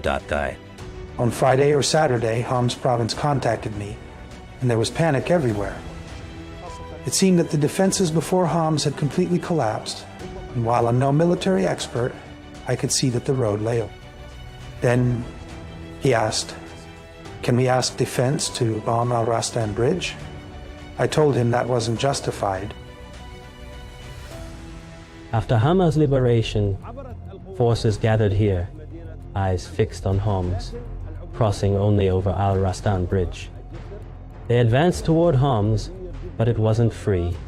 Heavy strikes severely damaged the bridge, rendering it unusable. You can still see the remnants of the air raids on that bridge today. We were a band of seasoned fighters with no choice but to fight. We couldn't wait for another chance to break the cruel siege and crush the forces that caged us for 9 years. This was it. The Tamim soldiers and commanders filled with resolve pushed the forces across 4 axes, an effort we'd prefer not to boast about. Syria is far greater than just saying we delivered. Syria is greater than saying we fought and broke through. Syria is greater.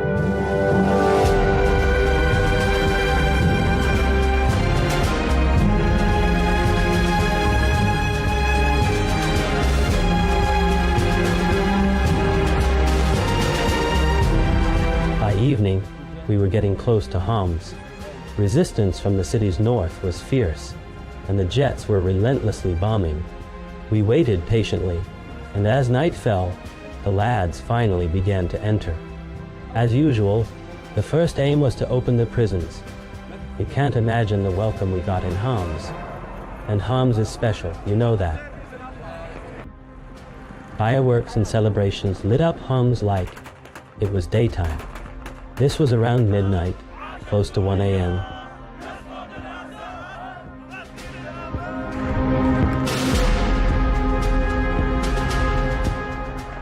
We're talking about a distance of 200 kilometers from Homs to Damascus, and by that time, discussions had already begun on how to escape and how to take flight. The only option left was the sky, not the ground, and on Saturday night, December 7th, the Russian military attaché made a visit to the People's Palace. A session was convened to discuss one critical objective: how to ensure the secure transfer of Bashar al-Assad and his entourage from the heart of Damascus to the international airport, how to safeguard the flight from Damascus to Hamamin, and to prepare the aircraft accordingly. I received a call instructing me to keep moving towards Damascus, with plans to encircle the city by morning, and it was around 1 a.m. We aimed to impose a ring around Damascus at 3, as events were unfolding quickly. All of this unfolded in just a few hours, from 11 at night until around 2 or 2:30 on Sunday morning, and it was now December 8th.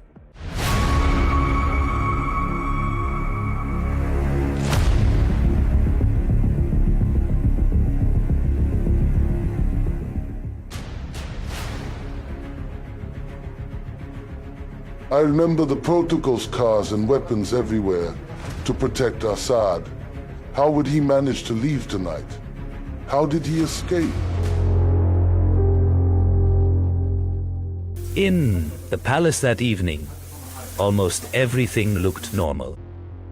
In the kitchen, dinner was being prepared as usual. Simple meal for a man who knew the table no longer mattered most. Forces known as Repel, the aggression, were already at the gates of Damascus, and I believe he was part of those forces. They reached the airport road's edge. In his office, he sat still and motionless, his mind adrift in thought, the heavy silence only broken by the persistent ringing of the landline.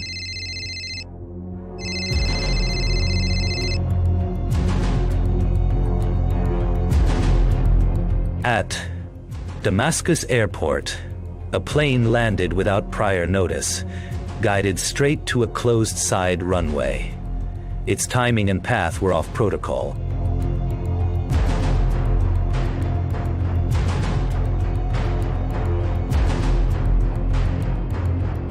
We were surprised at how quickly a plane was prepared and parked in an unusual location that clearly wasn't designated for.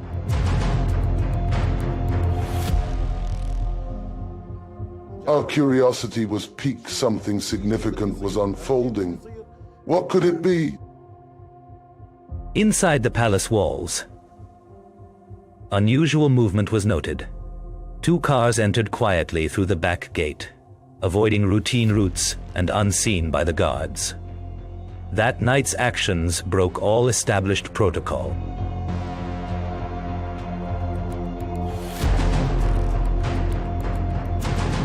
Assad left his office taking nothing, not even jacket or tie.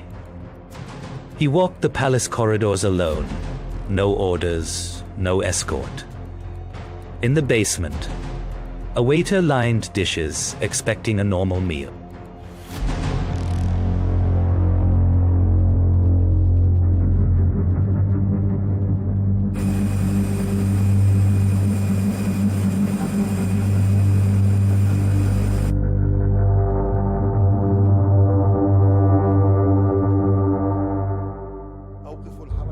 Stop movement, shut the gates. I still hear the devices.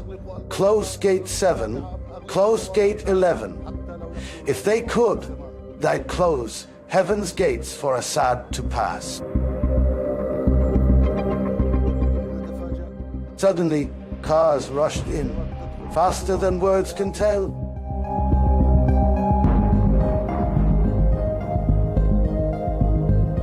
And suddenly Assad climbed aboard the plane. His entourage left their cars behind, doors wide open. No farewell, no announcement before departure. Just a silent withdrawal by a man who has nothing left to say, moving as if the place itself had suddenly turned foreign, as if the end, long delayed, was now unavoidable.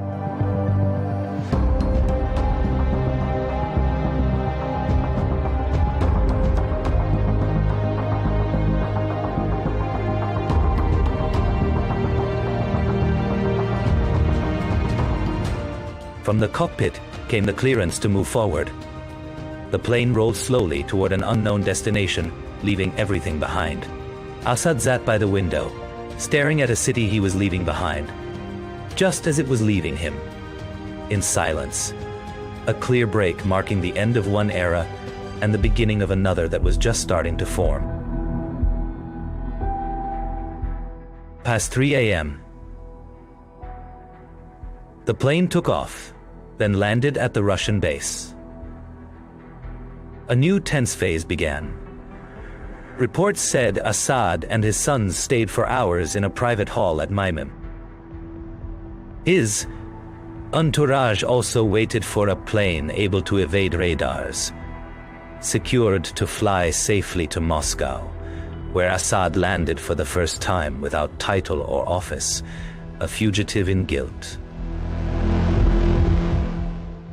The palace lights dimmed. At 10 minutes to 3, I left the People's Palace and made my way to Umayyad Square. I drove on Mezi Highway and other street. After 3:30, news began to spread that Assad had left the palace, neither a secret nor widely known. His true departure, marking his arrival in Maimim, occurred at 6:10 or possibly 6:20. At 6:18, at that time, Assad was no longer president. No state of emergency was declared in Damascus. No sirens wailed. Yet the city acted as if bracing for an unmatched event.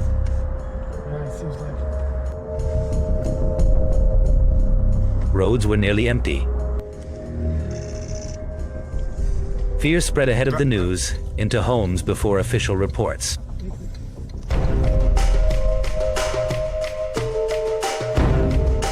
With no orders, the regime's shape began to fade. Figures vanished. Slogans no longer raised. Sights pulled from command. The institution seemed to dismantle itself step by step, quietly, without announcement, without resistance. The same unsettling picture repeated in other corners. Weapons abandoned, uniforms left behind without their owners.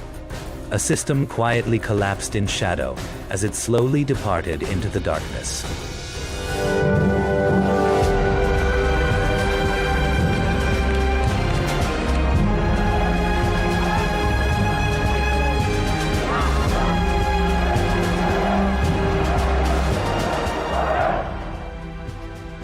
I waited seconds and minutes to hear out. It is now exactly 6:18 Damascus time. Syria without Bashar al-Assad. Syria without Assad.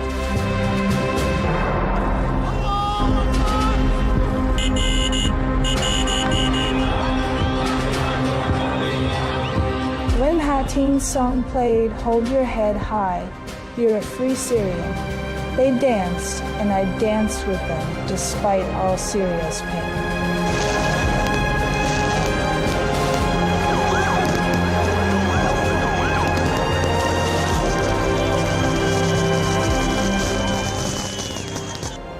By God, Ibrahim, I lived to see it. I never thought I would. I did, and Bashar al-Assad has fallen.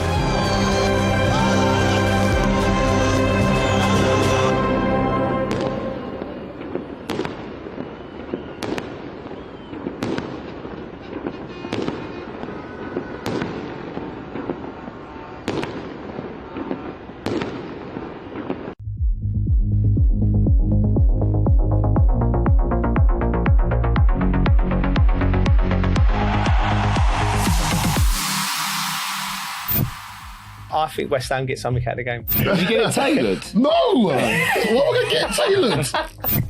Useless. Welcome to the Dressing Room Podcast with me, Joe Cole, Wayne Bridge and Colton Cole. We're a day later because of the bank holiday, but also because we wanted to wait for that game last night, and it was well worth the wait. What a game. 13 minutes of madness, Bridgie. Did it cost Man City the title? I think so. Yeah. Really? I think so. I think the only game Arsenal struggle with is West Ham. But yeah, I was just gutted. I just think for me personally, not a great weekend of football, to be honest. West Ham losing and then City kind of gifting it Arsenal. Yeah. Bit depressing, isn't it? And then Chelsea. Yeah. Not a great at all weekend, was it? It was really bad. It was really bad, Coley. I had to phone you lot last night. It's in our group chat. It was low, wasn't it? The vibes were low. The vibes were low. I was in bed already. And you were there with the spiritual guidance, but I just said, I'm not having it. I felt like I needed to pick everyone up after yesterday. Mate, it was very, like, when you've had a weekend like that, I couldn't believe it. You even went to bed early, didn't you? Yeah, I was down. You had enough. I wasn't actually down, actually. I was just tired. Yeah, you had enough. The worst thing about it is I had an afternoon nap because I put a Chelsea game on. That sent you to sleep. And I went to sleep. I woke, I think it must have been around 20 minutes, and I woke up on like the 85th. Do you know what? Do you know it's unusual, right? Usually if my phone rings with you and it's like 10:30, I'm falling asleep, probably watching the telly. Yeah. And then you're usually like lighting a fire or playing war games. I went, all right, geezer, what are you doing? I'm asleep. I was like, wow, it's been a bad weekend. I think because I was taken back as well. And the worst thing about it, the other day when we went out, you was first to go.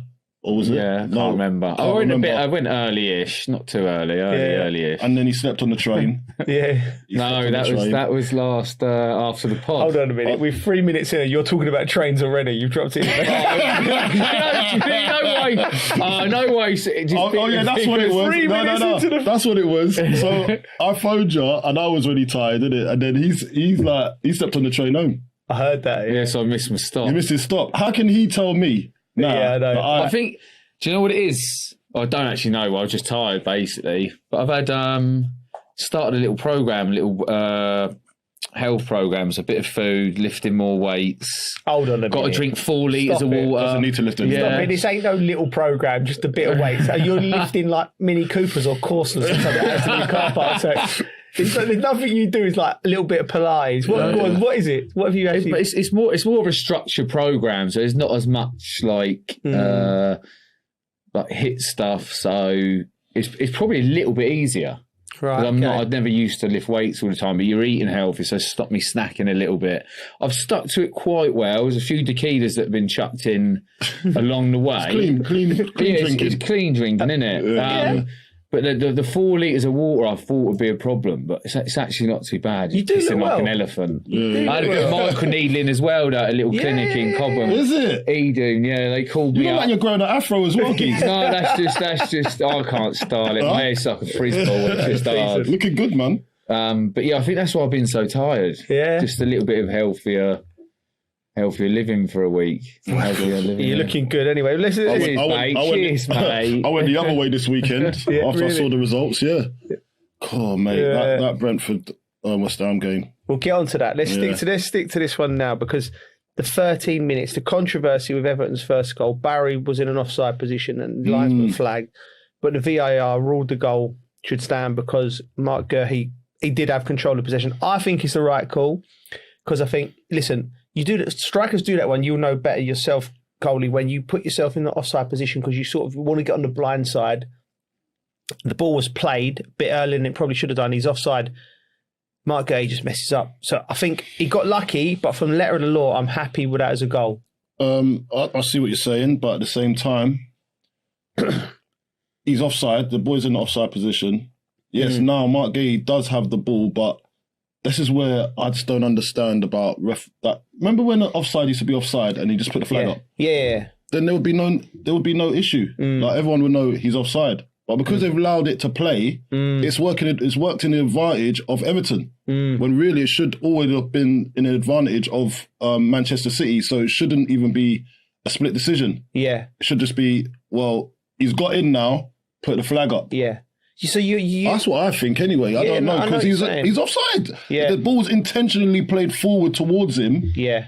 He's in an offside position. Because I remember, you'll know better from when you grew up, like, remember when there was an action and you're a striker and you just get them lazy strikers and the ball say the goalkeeper got the ball and then the ball goes straight forward, and then lazy strikers would just be in the offside position. Goal hugging. But you see, I remember seeing strikers running back to get onside. Yeah. So like, because you knew there was very simple onside, offside when the ball's played. Listen, the boy Barry done well though. Come on, he done well. And he still had to finish it at the same time. But I just feel that scenario didn't work in the advantage of Man City. Although yes, there was a mistake made, but that's it. That should be said. You know what? It was a mistake, but at the same time, look, it worked to the advantage of Everton, and Everton they sucked it up, didn't they? Yeah, they did. I didn't mind that. Manchester City dominated possession in the first half, and then Everton come into it. They've had a tricky time going into their new stadium, Everton. I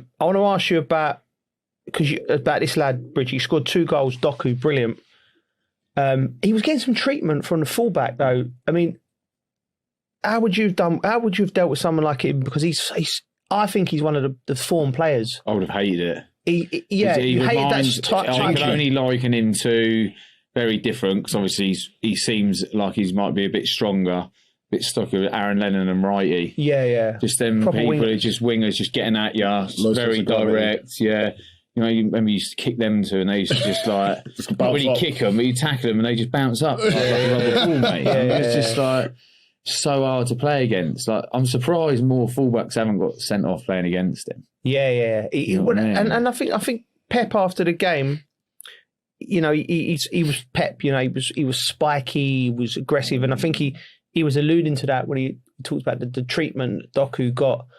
I think personally, it's a missed opportunity from Manchester City. They've had a long time to prepare for this game.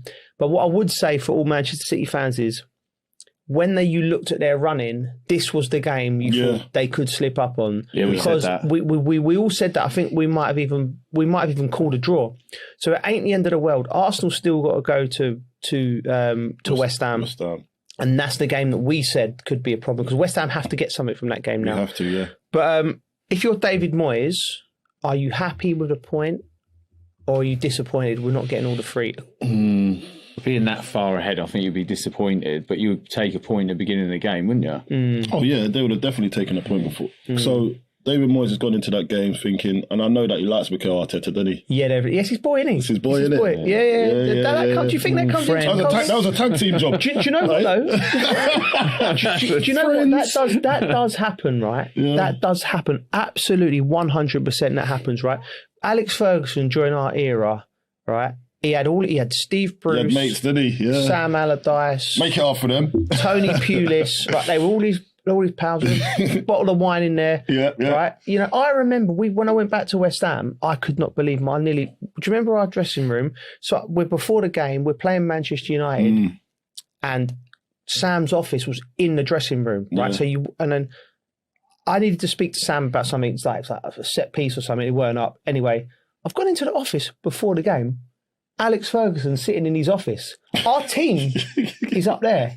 And I'm like, do you remember I've been at Chelsea for 7 years where you going at loggerheads. Like the thought of them you wouldn't even give him a sandwich. Not even give him a cup of tea. He's sitting there with Big Sam. Chilling. I'm just like, that don't make... And you know Sam's a competitor, but he was like Ferguson had a little... he was like the godfather for them all. Yeah. And I think Ferguson was like playing them, boring them off. That's what you say. Yeah, I get what you're saying. You know what I'm saying? Like, all right, boys, well done. I'll send you over a couple of loan players here and there. Yeah. When Chelsea come to town or when Arsenal come to town, you make sure you're at it. Do you know what I mean? I can imagine that. It's a natural thing, right? When you're friendship, not match fixing. That's what I alluded to. He's alluded to that. That's what a reporter would do. Joe Cole match fixing. Well, you are allowed mates in the game, isn't it? That's what do you know I'm what I saying. mean? And I don't blame any of them. Yeah. I don't.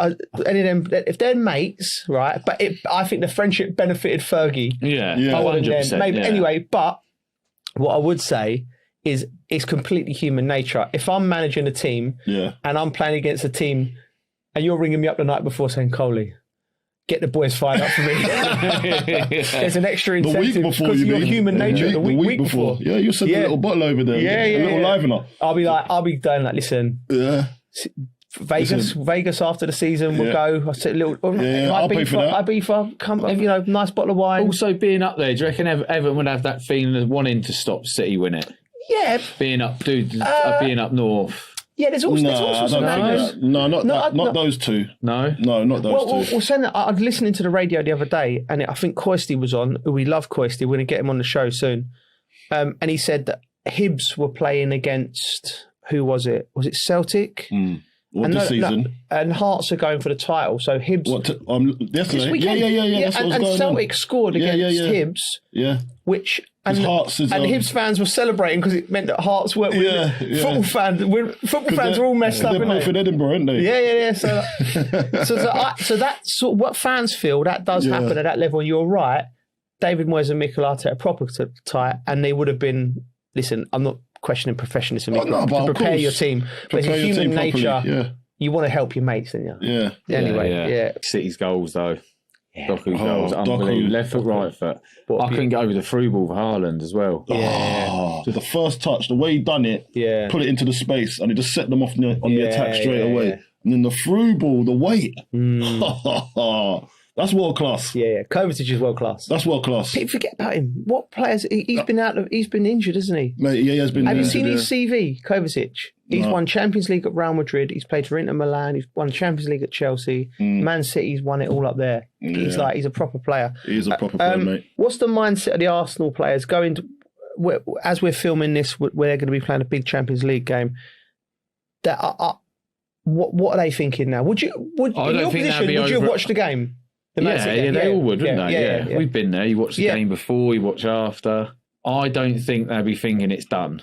No chance. But they'll be buzzing. Yeah. They'll be buzzing. They'll be at training having a good time. Yeah. Do you know what I mean? Yeah. It's not like when you see when Declan's saying, it's not over yet. Yeah. There'll be more of a cheerful mood around the training ground, but they'll have. Yeah. Do you remember? They know it ain't over. Do you remember that we was going for the league title and we was actually watching Arsenal and we went to the restaurant to watch it. Do you remember that? Roman took us to the restaurant in Chelsea to watch the game. We needed Arsenal to get beat, and they drew. And if they would have got beat, we would have won the league. And I think he wanted the lads all together to celebrate. So but we couldn't have a drink because we had, if they didn't win, we needed to win at the weekend. Yeah. So the drinks were on the bench. Drinks were on the sidelines, just waiting. But do you know what I remember the first time? What I remember that night? That's the first time I've ever tried caviar. Right? I remember this. Do you remember it? I remember it now. Right? And I was like, I felt. Was it like at Scalini's or something? It was one of the nice London. Tell me how it felt. Mate, I just this ain't me. I looked at it, but I've had to pretend I liked it. And I was like, everyone's going, yeah, because it's worth a fortune, isn't it? Like, they're like, yeah. I'm looking at people going, you don't really like that. You don't like that. Right? It's an acquired taste. It's an acquired taste, isn't it? Yeah. I've never listened, and I'm like, yeah, he's digging it in with the bread, and I'm going, nice. Yeah, but I didn't want to be like, I don't know, kids. I can't remember that far back. Inexperienced. But yeah, so we had that. They didn't get the results, so we didn't win it. So we had to the champagne was literally on ice, and then we went back and. Yeah. But I remember it is weird when you got your predicament in another team, watching another team. There's nothing. I like it. It must be how a fan really feels because it's your life. Anything can happen. Do you know what I mean? Anything can happen. You're waiting for it. Yeah, I remember that. It's good to be in a position where you're thinking that, but it's not going to be the death of you. Yeah. That's what I was thinking about Villa. We're literally like it's over, and if West Ham. If they beat West Ham, we're saying it's over, but it ain't really, is it? It kind of is, but anything could happen. I'm going to throw out it. If Arsenal beat West Ham, anything can still happen. But I can't see them not winning the other games, but you never know, mate. What, Burnley? Mate, come on. You just never know. We live in hope. Not Burnley, mate. We live in hope. I'm not having the Burnley It won't. If they get beat by Burnley, then they don't deserve to win the league. You know what I mean? I think West Ham get something out of the game. I'm throwing Everyone's it out there. I'm throwing it out there, man. The pressure's on the lads. Throw it out to the universe. Come on. Coley, Arsenal play in Europe tonight. Massive game. And people, it's almost like the Premier League's taken over so much of everything that's been. They've got the opportunity to go to the Champions League final for only their second time tonight. And not just an opportunity, they're favourites, I think. Although Simeone did come out in his press conference at the weekend and said they firmly believe they're going to do it. So they're punching. So what do Arsenal... It's a good one, isn't it? Yeah. What do Arsenal... do they... Is it distractions? That's not the question. They just got to go full throttle now, Cole. Yeah. Full throttle. There's no distractions. To be fair, they would have had one eye on that game yesterday, but I don't think it's going to be... It would be more the players just not losing their heads and saying, do you know what, willing for that game to go in their favour because they got the game the next day, so they need to just understand that what they need to do is just focus on game by game, and that's what they've been doing. That's what they've been saying. That's the murmurs that are coming out of the camp saying that we're just focusing on ourselves. And look, human nature is always going to say that you're going to have one eye on the other team, but at the same time they're in both races and they can't afford to fumble this. They can't. And it's in their hands. I think every competition they're in is in their hands right now. I think they're the best and they've performed the best. So they deserve something at the end of it. Yeah. You know? They've had a great season that you can't. They have. They've been the best. They've been the best. And you can't... Look, we can all have our hater hats on and that tribal thing. But listen, man, Arsenal have turned up. Yeah. This year, they've turned up. And the way they've been punching... They've done everything that's been asked of them, and I've just got to take my hats off to them. That's the only thing helping City at the moment, really, is them being in Europe still, isn't it? That's City will be open. They had their chance, City. City will be open. It goes into extra time tonight. Penalties, get tired, strain. They'll be open. They'll be doing that, and that's quite. That could have an effect on the players after. You don't know. I think personally tonight, after the lift of seeing that Monday tonight, them lads were in the hotel watching that game together, and they go. I think it frees them up a little bit, and I think they go and I think they batter Atletico Madrid tonight. I think it's a one, and the place is lifted. All that tension. They'll be more relaxed. Yeah, can and. Momentum can build. I want to give a quick mention to Miles Lewis-Skelly, who come in to play against Fulham in the midfield. Right, we talked about they look tired. Zubimendi played 55 games. He's played the most games in Arsenal shirt, and Lewis Skelly come in and he looked from the first 15, 20 minutes. Sometimes we have a young player playing in that situation. He's gone in there and thought, I need to come to the party now. And he just brought everything in him, all of his soul. He just won every tackle. He was fantastic. And then it gave the lads around him a lift because they're tired. You're tired at this point in the season, right? Yeah. It's hard for punters to realise, right? Because the easiest thing to say is, players, you play every 3-4 days. You get paid a fortune. You should be able to do it. Yes, but when you're physically drained, like you've depleted. No, it's not even physical. You're physical. They're fit enough. Yeah. It's the mental. The mentally drained. It's mental. And the players, the note is to describe the tiredness of someone. Listen, it's not like you're tired, like as if I don't want to go to school. Tired, I don't want to get up. But these lads are doing everything they can. Yeah.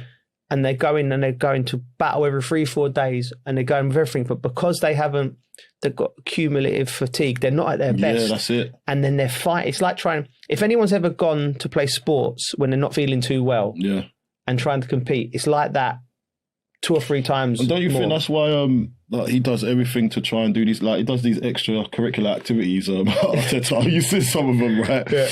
And he's just trying to exercise their brain. Yeah. Just trying to exercise it to try and not think about football, do something a little bit different. And these are the margins. Yeah. These are the margins, and he knows that the psychological battle that a footballer has to go through, especially at this stage of the season, and all these things count. And I think for earlier on in the season, it was like, what are they doing? What are they doing that for? They was doing this thing with the head and everything. Yeah. And they had the ball in the middle, and it was a bit weird, some of the exercises that they were putting out there. But these are all the things to try and create a team vibe and try and take their mind off things and try and relax the camp. And he's done everything it takes to try and get this over the line. So you think Arsenal are going to win tonight? Yes. Well, if they don't, this is dropping the next day. You look a right Screenshot it, mate. You said that last time as well. You got it right. Oh, mate, I hope you're wrong. Top of the table is incredibly tight and exciting. The bottom of the table it's a 2-horse race now for me. Very bad weekend for our West Ham. Coley, 3-0 loss to Brentford. We'll get into that in a minute, what went wrong and what we fear. Spurs, great win at Villa. First of all, what has De Zerbi done to revitalise Tottenham? Before we talk about Aston Villa team selection, and what we think of that, but what is, from your opinion, has De Zerbi done looking at that Spurs? Because they look like a different team. Just look like they're playing for something, like pride, passion. There's more to football than just tactics. Sometimes you just need inspiration. You need someone to tell you the facts and the reality of what could happen to you. It's as simple as that. And then you might run an extra few yards, you know what I mean? And give an extra 10%. And I think De Zerbi's motivated. Yeah. He's a motivator. You look at his face, You can see that he's a motivator, man. And I think he's not had to come into this thinking that, okay, I've got to come with all the tactics because I just need to simplify this, keep it simple, motivate them, have a little bit of fun at training, and keep them happy. Especially the main characters like the Van der Vens, and on top of that, you got to say, like people. There's certain characters probably in that dressing room which was a bit of a plague. Yeah. Like there's certain strong characters in dressing rooms. Do you want to name names? No, I'm not. I know they know they are. They're not playing right now. Yeah. Do you know what I mean? And it does affect the rest of the team, especially young players. Yeah. And I think there's a stroke of genius giving Van der Ven the captaincy, by the way. Do you reckon? Because he looked like he was never happy. Yeah. So now we know he's a good player. Yeah. So now he looks at, he said, I'm captain of Spurs. I've got something to hold up. If I'm the captain that keeps us up, that's a massive thing for me. Do you know what I mean? So he's there running about. Then that goes into the other players. They're all at it at the moment. You see them running and celebrating tackles and that. You never got that. You never got that a month ago. Yeah. He didn't. So I think fair play to him. Maddison's back in the fold as well. Yeah. You know, apparently, you seen what happens when he's on the bench. No. I don't think they've lost a game whilst he's been on the bench. No way. I think that's the rumour that's going around. Really? Please fact check it for me. But yeah. And I think it was Madge, DJ Majestic. Yeah, okay. He's the one that told me. Okay. Says, when Maddison's been on the bench, they've not lost a game. Wow. I know. People are holding on to things. What do you think, Bricky? I agree with Carl. I think they've given them belief. Yeah. I think there's times when football players probably go onto that pitch and they're like, we're going to get beat. I think there's people out there are literally like negative over and over negative. I reckon he's just given them a bit of belief. Yeah, he's personal. Maybe a little bit, taxing in the way he wants them to play, but I think he's maybe just got them to believe in themselves a bit more. That's I think I've been around changing rooms where you feel like another game, like don't fancy this. Is he going to do it? Is he going to turn up today? Is he going to turn up today? Do you know what I mean? They're horrible dressing rooms to be around. Yeah, that's when you need a real good manager to get everyone together and have a little bit of belief and a bit of grit and have a right old go. Yeah. Look at Pereira. Yeah. Do you see what he said yesterday? No. He was like, this is the best group I've worked with. Really? He's really giving them belief, isn't he? I looked at him, I'm like, are you sure, mate? Like, we had I love it when managers say that shout, right? I'm in one of my first seasons at West Ham. Harry Redknapp's a genius. Like, I'm not having it from anyone. He's the most underrated manager. Like, he was proper, right? But we was getting above our stations early on in the season. We were up near Man United. Like, early in the season, you always get a team that shouldn't be at the top. Yeah. And we was playing, I think it was Middlesbrough away. And before the game, he'd done a speech where he was like, I wouldn't swap you for any of the Man United players. All of us. And you looked around. And we think, what, Beckham? And he's given us it. You're brilliant. That's brilliant. And we got beat 3-0. You got beat 3-0? After that wouldn't work. Useless. I wouldn't swap any of you players. Any of them. But you know what? Like, he could get away with it because by Tuesday or Wednesday, like, we just got back to it. That's some serious lyrics, Coley. Yeah, but it's true. But going back to De Zerbi, right? I think what's happened is they've done the Hail Mary Tottenham. Yeah. I think somebody within this structure of the club has seen sense. So, like, it's what happens when you don't, and I don't know whether it's done by luck or by design, bringing in De Zerbi, because the Igor Tudor, we've got to talk about that. When he come through the door and I heard his first press conference and he was like, I need to run the players, Oh, wow. He was so far off piece of what that group needed. Yeah. That group was on their knees, confidence-wise. Like you said, Bridget, I know exactly what you mean. When you're like, you're looking around and you're like, we can't get a win. And all of a sudden top players, professional footballers are forgetting how to control the ball. They're forgetting the basics. Last thing you need is Sergeant Major coming in telling you you're not working hard enough. Drill sergeant, yeah. And I think whoever brought him in got that completely wrong, clearly. And then whoever brought De Zerbi in, and I'm not no confidence or faith in they even were thinking this. I think they just thought, he's got a great record. We can get him. Do you know what I mean? Rather than sitting him down and going, how are you going to approach this? Because the people in the upper echelons of the game, they probably think they'll get some manager coming in with some PowerPoint program. We're going to go from a 3 to a 4, and then we're going to rotate the fullback in, and then we're going to. Do you know what I mean? Yeah, but when you know football, and you know footballers, and you know the motions and that's driven them at that moment.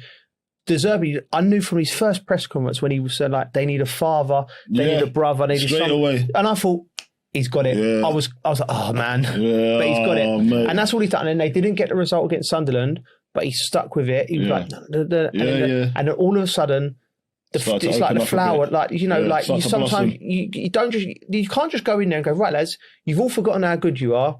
You're all great players. Go and play. It needs to be every day. It needs a messaging from his group, from his players. It needs constantly, even when they lost to Sunderland, and he's picked them up. So, but I'm not going to give the people that brought him in the props yet, because I don't think they've done it on purpose. I don't think they thought that, because I think if somebody would have gone in there with a PowerPoint plan with fireworks coming off of it, and they're going, oh yeah, don't worry lads, we've got this, we're going to go back to a 4-4-2 and everything's going to change. No, they needed a father, they needed a brother, they needed somebody to just nurture them back into form. And unfortunately, it looks like it's come at the wrong time for everyone else, but the right time for Tottenham.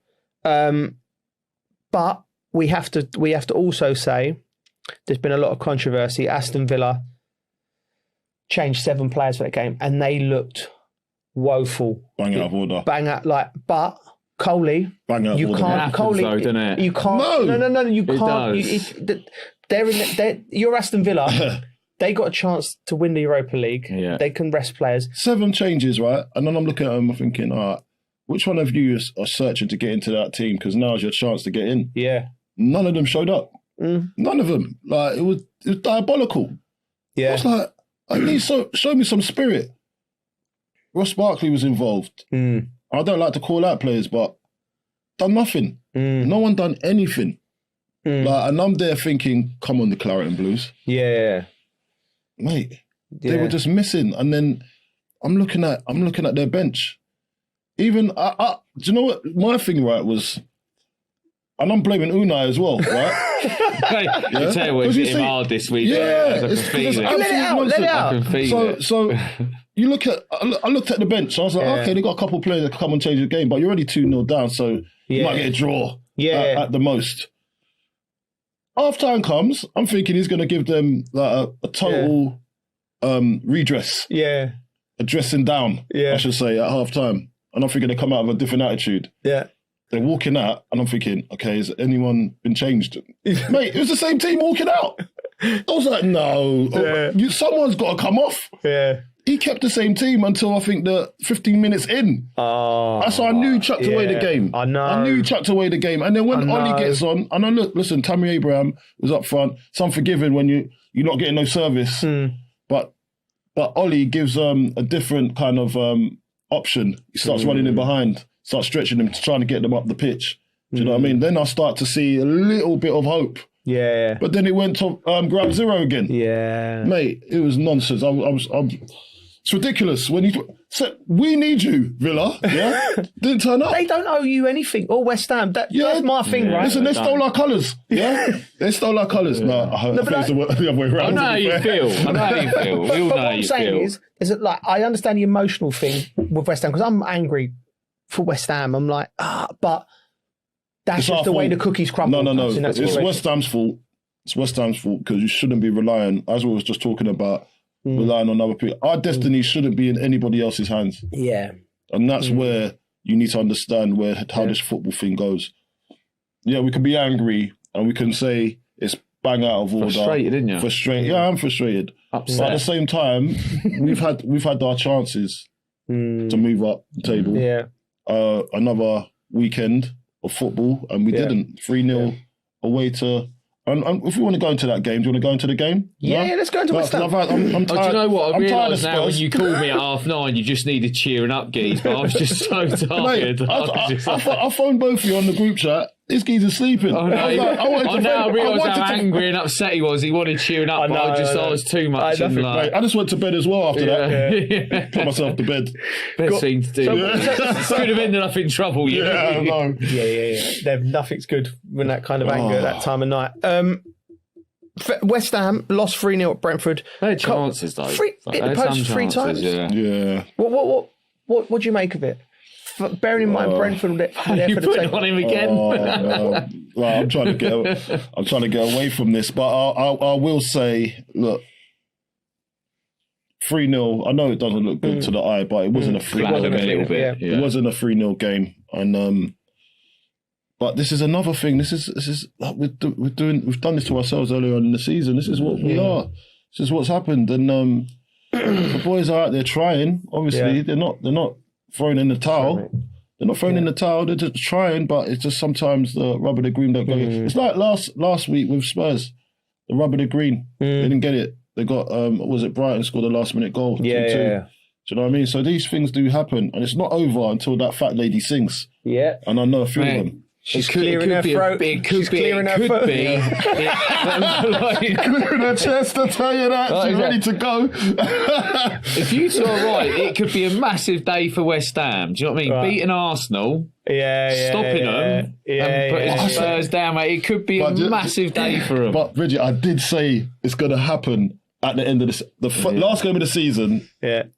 Top and bottom. He's going to go down. That's where. So you've got to believe. You need that spirit. That believe in that spirit. I wanted it done early. I wanted it done early, innit? I don't want the last day of the season. I want it now. Yeah. Well, that's it. Look, put it this way. I think on our predictions, we all thought Manchester City could slip up at Everton, and they did. Yeah. And we all looked at Arsenal's game going to West Ham is even more on it now because it's West Ham and Nuno. We need it. Yeah. Needs a result. They cannot get beat in that game to keep it alive because Spurs are playing Leeds at home. Anything can happen there. We've seen Leeds be great. We don't know how they react. They're safe now, so we see that. You know what? I'm not working. I think I might have to come down to that game because I think there's going to be that. I think that's the title. Yeah, that is the title, and that is the relegation. That's the biggest game of the season I'm up so for that, far. Then we can have a night out afterwards. Yes, win. Sunday. Sold. Yeah. Right, Coley. Yeah. You need cheering up, so we're bringing back Colton's quiz back into that. It's I've no idea where we're going with this one, but I think you've got props. I've got things to do. Okay. Yeah. I'm excited. All right. So let me. There you go. That's for you.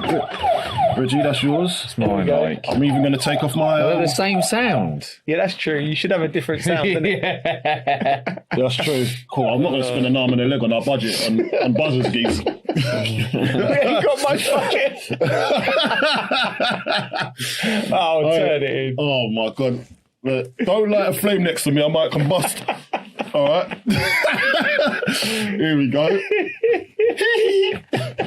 Michael Jackson will be proud of me. All right, so I thought you were going to have a wig on as well. This is like Colton Cole, the Quizzy Master. The Quiz Master General. Yeah. Quiz Master And here's my questions. All right. Okay. So, hands on the buzzers, please. All right, here we go. All right. All right. There we go. How do you like? It actually fits too well. It actually fits too well. It even makes it look good, doesn't it? It's annoying, man. It's winding me up. It's winding me up. Why does it fit so good? I've never tried it. You look good in most things. You look good in most I didn't get it tailored. If he turned up at like that in that, no one would bat an eye. If I was in oh, yes, they would in a gold blazer. You look all right, mate. Look, what's he wearing? He's having himself in. Did you get it tailored? No. Why am I going to get it tailored? No. All right, let's go. All right, so look, very simple. I'm going to read out the career path of a famous player. You may have or you may not have played with them. Right, okay. When you think you know, press the buzzer. Mm-hmm. But if you get it wrong, you are out. Oh, okay. Can you read that once more for me again? So,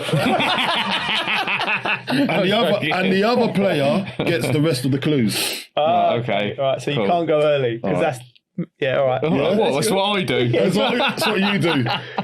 All right. So if I'm getting early, I'll never get. I won't get it. All right. Come on. Number one. This is the first player. Yeah. Yeah. Mm-hmm. So he played for West Ham, Bournemouth on loan, then went to Spurs. Defoe. Yes, Bridgie, you're right. Well done. You were going to go, weren't you? He was about to. You giving me a chance? He's giving me a chance. No, I was waiting. Yeah. I was waiting. I don't want to go early. Listen, I'm really proud of you. Well done. Well done. All right. Right, okay. So the next player. Go on. Played for Ipswich.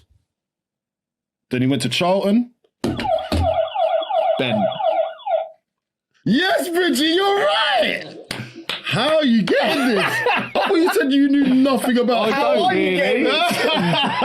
Do you think it's our era, isn't it? He's read it. It's our era. How are you letting him beat you? I'm doing it slow as well, so just trying to so you can compute. If you're listening, please go to YouTube and check out Coley's Illuminous gold jacket because that's the reason I'm not winning this game so far.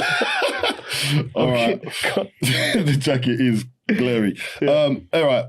So, number 3, Nantes, Marseille, Celta Vigo, Real Madrid, Chelsea, Makelele, PSG. Yes, Claude Makelele. Well done. It's 2-1. Hey, getting interesting. All right. So number 4, the player played for CSK Sofia, Leverkusen, Tottenham, Man United. Berbatov. Oh, 2-2. It's the tiebreaker. Well, as soon as you start with a foreign club, that's me out, mate. Listen, it's the tiebreaker. Just there, just poised. Come on. 2-2. Who's winning it, lads? Come on. Blackburn. Then Chelsea. Then Newcastle. Then Fulham. Melbourne City. Dead giveaway. The next one's a dead giveaway. We go Blackburn, Chelsea? Yeah. Then Shamrock Rovers. Damien Duff. Yeah! I played with him as well. I know. He's gone Blackburn, Chelsea. Yeah. Yeah, Duffer. Yeah, I remember. I played with him. He played in front of me. Exactly. Literally, you could have got closer to another player. Yeah. I couldn't have said it any slower as well. I know. I'm surprised it took me that long. Yeah. I am as well. I was surprised as well. Yeah, what a player he was, though. What a player, and I thought he never come into my mind. He's a great lad as well. Great player. Sorry, Duffer. Yeah. I remember he did leave an impression on me as well. Coley, you won that 3-2. Really proud of you. Thank you. Really proud of your effort. Cheers, mate. Thank you very much. Well done. I'm a bit gutted with that one, to be honest. Okay. I enjoyed that. I don't mind. You love it, didn't you? I'm a bit gutted with that I do one. like I should have won that. Who likes a pub quiz? Does anyone like a pub quiz? We should do a pub quiz. I'm not very good at pub quizzes. We should get these quizzes involved and then we can make it a bit more interactive. I'm not very good at pub quizzes. I'm not very good at quizzes. Well, you was good today. You started off. Not bad. You was fast out the traps. Yeah, when the answer's there, it's there. The cold pub quiz. Yeah. And I get to wear the jacket every week. We should do one. Yeah, we should get a silver one of these. Definitely. We get a silver one. Yeah. Cold pub anything quiz. with pub. Yeah. Okay. Coley, great quiz. Love that. Now we're going to go from one quiz to a TV show. We're going to put ourselves in the shoes of The Apprentice. Right, so I wanted to do this because it's been bothering me. It bothered me even more having gone to Stamford Bridge at the weekend. If we got given the job, carte blanche, to take over Chelsea, we're in there with the owners, and they said, what would we do? Like, what would our first steps be to get Chelsea back to where they want to be? I'd rather do a quiz. I'll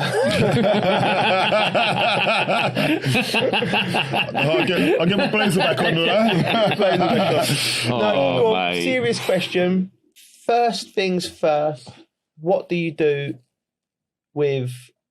If they come in cap in hand, they go, what's wrong? We've messed up. What do we do? No, do you?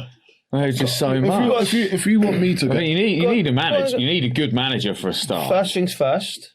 But then if you're going to deal with those players that you've got a manager that can lift everyone. You know what I mean? A bit like what's happened at Tottenham. He's given them a bit of a lift because they're just all over the shop. Yeah, it's a good. Yeah, well, first things first. But above have got to change their mindset a little bit. Mainly, got to change what plans they had. It seems it's the only business in the world where people come into it and they hire consultants. Effectively, that's what directors of football are, and sporting directors. They're consultants, right? But they're in-house consultants because you come into a business where you don't know nothing about it, right? And then, but the problem is with football is like everybody's got an opinion. We're all fans. Everyone's got an opinion, and there's so much of it. And I think they end up you're getting the consultants, and you're either not listening to them, or they're not doing their jobs properly because they're not telling you when you're going down the wrong path, and you end up going down the wrong path for not just weeks or months, years. So the first thing first, they need to get the manager in, and then the framework around it. But it all has to come from the manager. Is that right? Yeah, I agree with you. So you get your manager in, then your manager's got a good relationship with recruitment. Get the type of players that he fits. I think the manager should always have a say in what type of player that comes in because he's got to work with him every day. Yeah, he's got to believe in him. Yeah. Do you know what I mean? You can't just say, the sporting director can't just say to the gaffer to try and make him better, and that's it, and then make him fit into your plans. If the gaffer doesn't see him as fitting into his plans or don't think he's good enough, then how do you structure that relationship? Because now I've got to believe in this guy to go out and play on the football pitch, and I just don't think he's good enough. But he has to play because we're trying to make money on him. That's what's happening. That's what's happening. But they are making money, aren't they? Have they made money? Well, not as much as they spent. No. Well, and they're far off. The financial system that's been put in place is way over my head. I try to listen to people who know better than me about it, and the way that it's been structured. Which your financial advisor for it, yeah? The way that you're really investigating proper Chelsea, but you listen to it, right? So the way that they buy the asset, they loan against the asset, they put money. It's all. They've separated the business in terms of.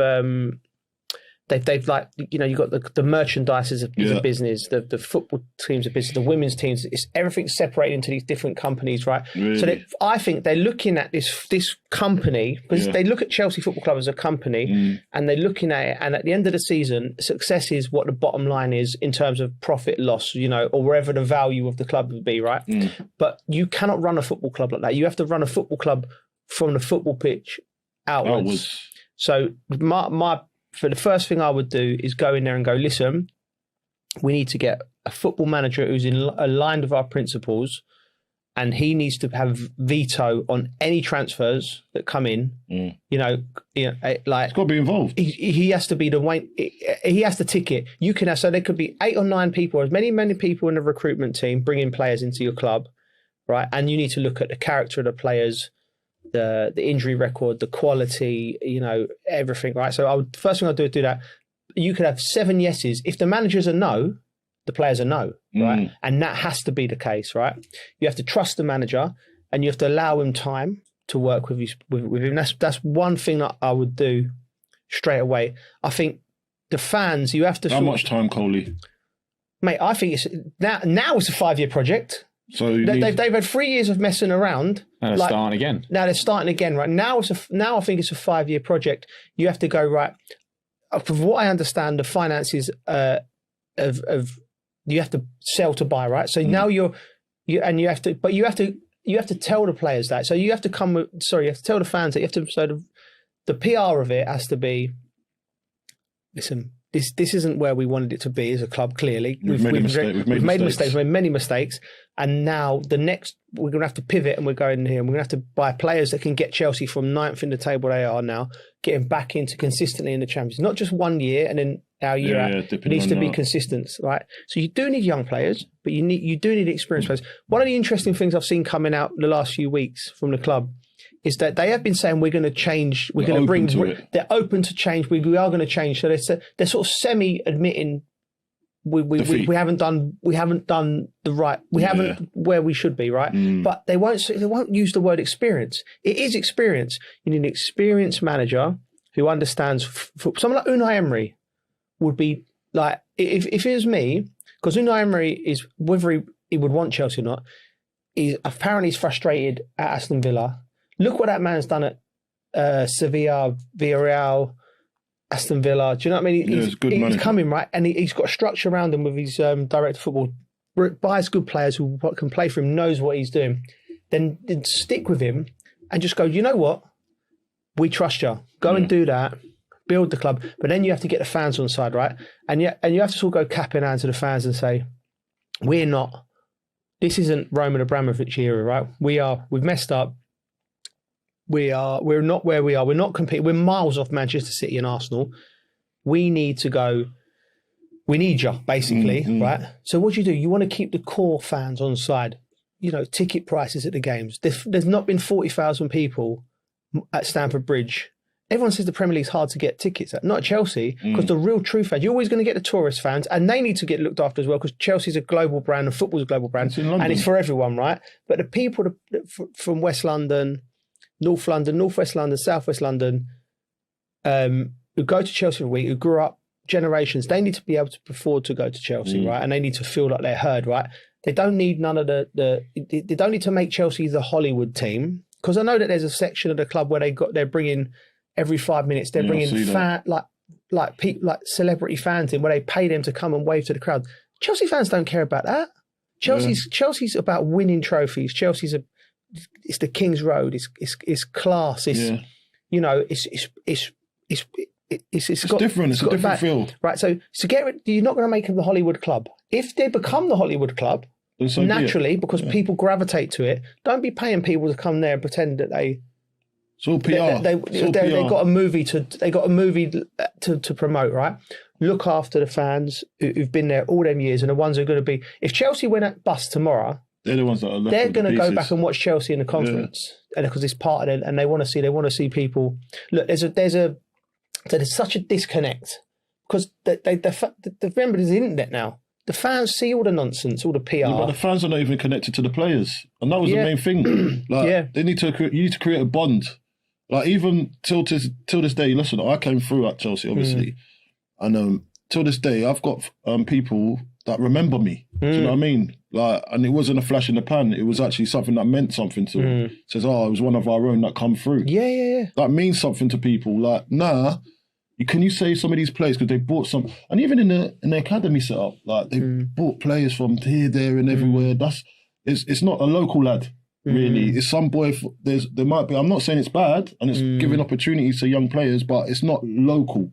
Do you know what I mean? It's not. They bought them from, say, the Dutch league, or a player from not the Dutch league, but Italy or somewhere like that, and they've come into that. And we've always been doing that, but not as much and at this rate. And I just think sometimes they just got to get back to what it used to be. Producing your own. That's one thing. That you need to produce loads of them. But then, go and buy young players, but mix that with the older lot that understand how to win a game, how to win the league. I feel that it's come away from that so much, and it's not relatable to fans that die out good earning, high earning. You got the high earning fans, and then you got the ones that can't earn, don't earn that much, but it's not accessible for them, and they don't have a connection with the club anymore. And it's been separated, and it's not nice. Do you know what? You're right. Like they said, I was chatting to my pals after the game, and they were on the floor, Chelsea fans, and I sit with the fans. I buy my tickets. I sit up there, right, and I about 65 minutes, half the stadium had left.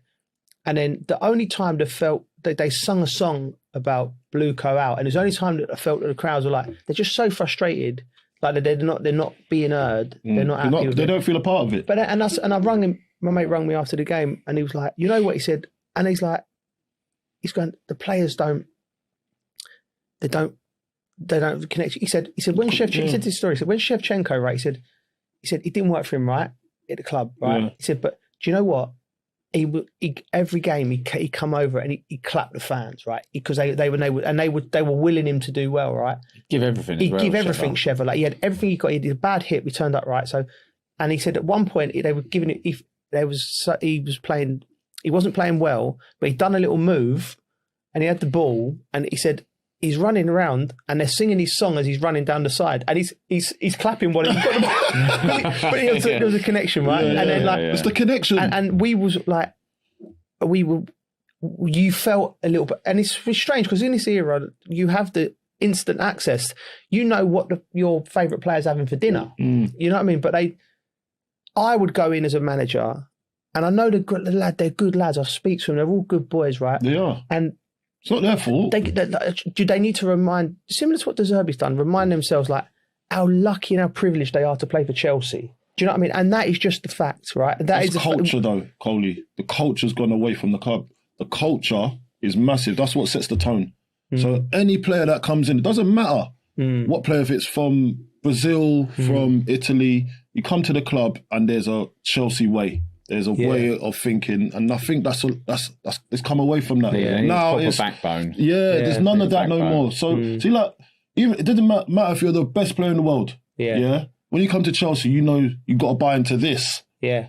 This thing that we call Chelsea. Yeah. You've got to buy into it. We don't pander to you. Yeah. Or we're not pandering to even the owners. Yeah. Chelsea's firm, and there's the flag, and then you dance around that. Do you know what I mean? There was always a little bit of a core there. Yeah. That's gone. Yeah. It's gone. Even before our time, when I used to watch Chelsea, and you had like your Dennis Wise, you know. Yeah, there was fear. Yeah.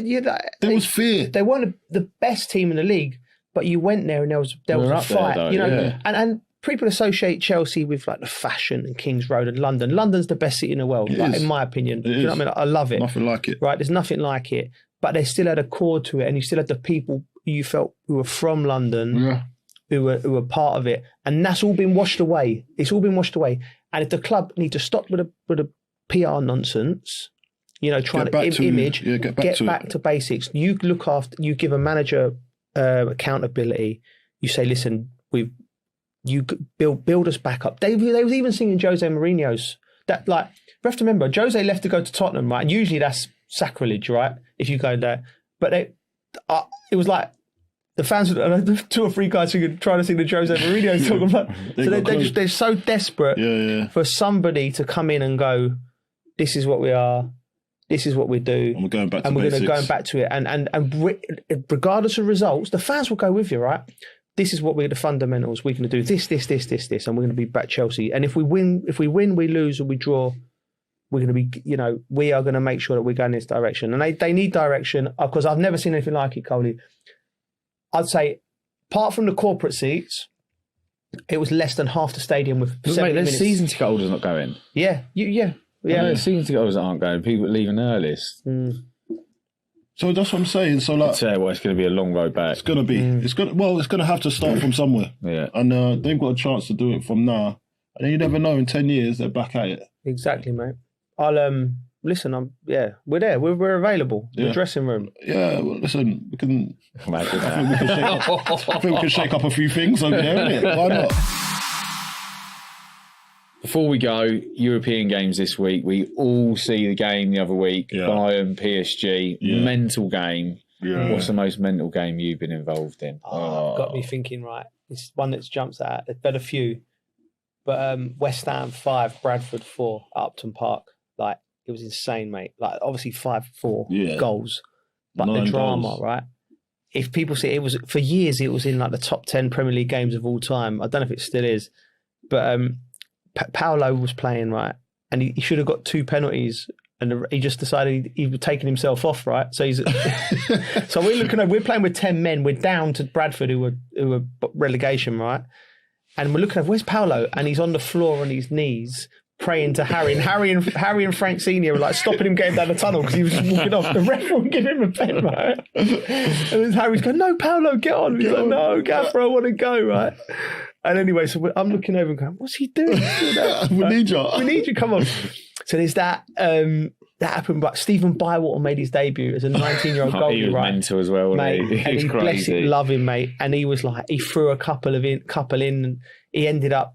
I think we scored to make it 4-4 or something, and he was watching the replay on the big screen, and then I think Stuart McCall, someone's tried to have a shot from the halfway line, and he's not seeing the crowd are like, it's coming, and he's like, I remember that. He's like all mad things like that. I scored my first league goal in the game, jumped into the crowd. I think Frank scored the winner. It must have been 99, but it was just a bonkers game. Yeah. Well, you got one? Do you know what? I haven't got all mine are like probably just high scoring, like losing 7-1. So not that mental, is it? There's one that stands out for me. I watched it, and it's at Southampton, and someone's gonna have to check the score. But Saints played Man United, and I think it was something like. It might be totally wrong. Is it like 6-2 or 6-3 or something? I think I remember the game. I remember right. Games. I didn't play. I was just watching, and I remember Fergie moaning about the shirts. Yeah, that's true. Oh, players are blending in with the crowd, so they ended up swapping at half time. There was just one goal by Matt Letizia, and he dinked Schmeichel from just outside of it. It was a mad game, brilliant game, especially Southampton beating them. Something like, I don't know if someone's found out, but like 6-2 or 6-3 or something like that. Yeah. That was a mad game. That's a mad. The Dell at the Dell. At the Dell, what a stadium that was. People don't realise that. Yeah. It's a bit like when West Ham leave or Everton leaving theirs. Do you know what I mean? It's hard to move. It is hard to move, especially when you have that, like, all the players close to the pitch. Yeah. It's like intimidating a little bit for people going to a small little place. All the Winchester Massive. Massive. Yeah. I don't really have a game. I don't think. I've just been on the end of spankings. Yeah. Well, that bonkers. I feel actually what other game was there when we beat Man United? I think we beat Man United 4-2 or something. That was an unbelievable game. I think it was us at Upton Park. Man United come in town, beat them 4-2 under the lights in the snow. It was about to get called off actually. Really, the game was. So we didn't know what was going to go on, like whether we're going to be playing or not. Like I think it was 45 minutes before kickoff, and then it got called on. And then, I sprung into action. You know what I mean? So I scored a brace. Did you? Good, and I'll tell you why this was a crazy game, because John Spector, he scored a brace too. So that kind of stands out. We won the game 4-2. And it was, that was a good game to remember. We'll hopefully see a load more of them games between the two games that are coming up. That is correct, Bridgie. And on that note, thank you for watching and listening. Please rate, review and subscribe. We are back on Tuesday. You can watch us on YouTube or listen to us wherever you get your podcasts. Please follow us on all socials and we'll be back next week. See you soon. See you later. Take care. Laters.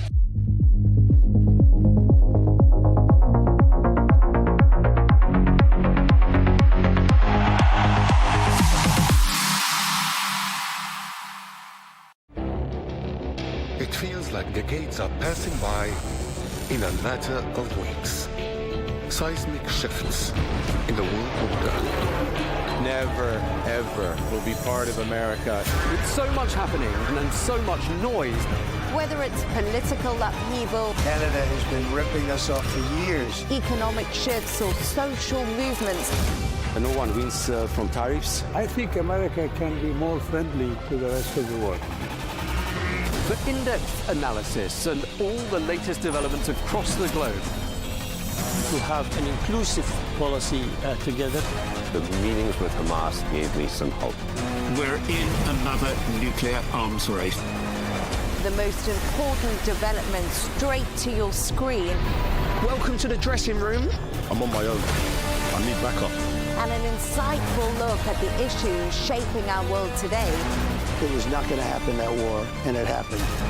Join us on Arabiya News, where the world talks.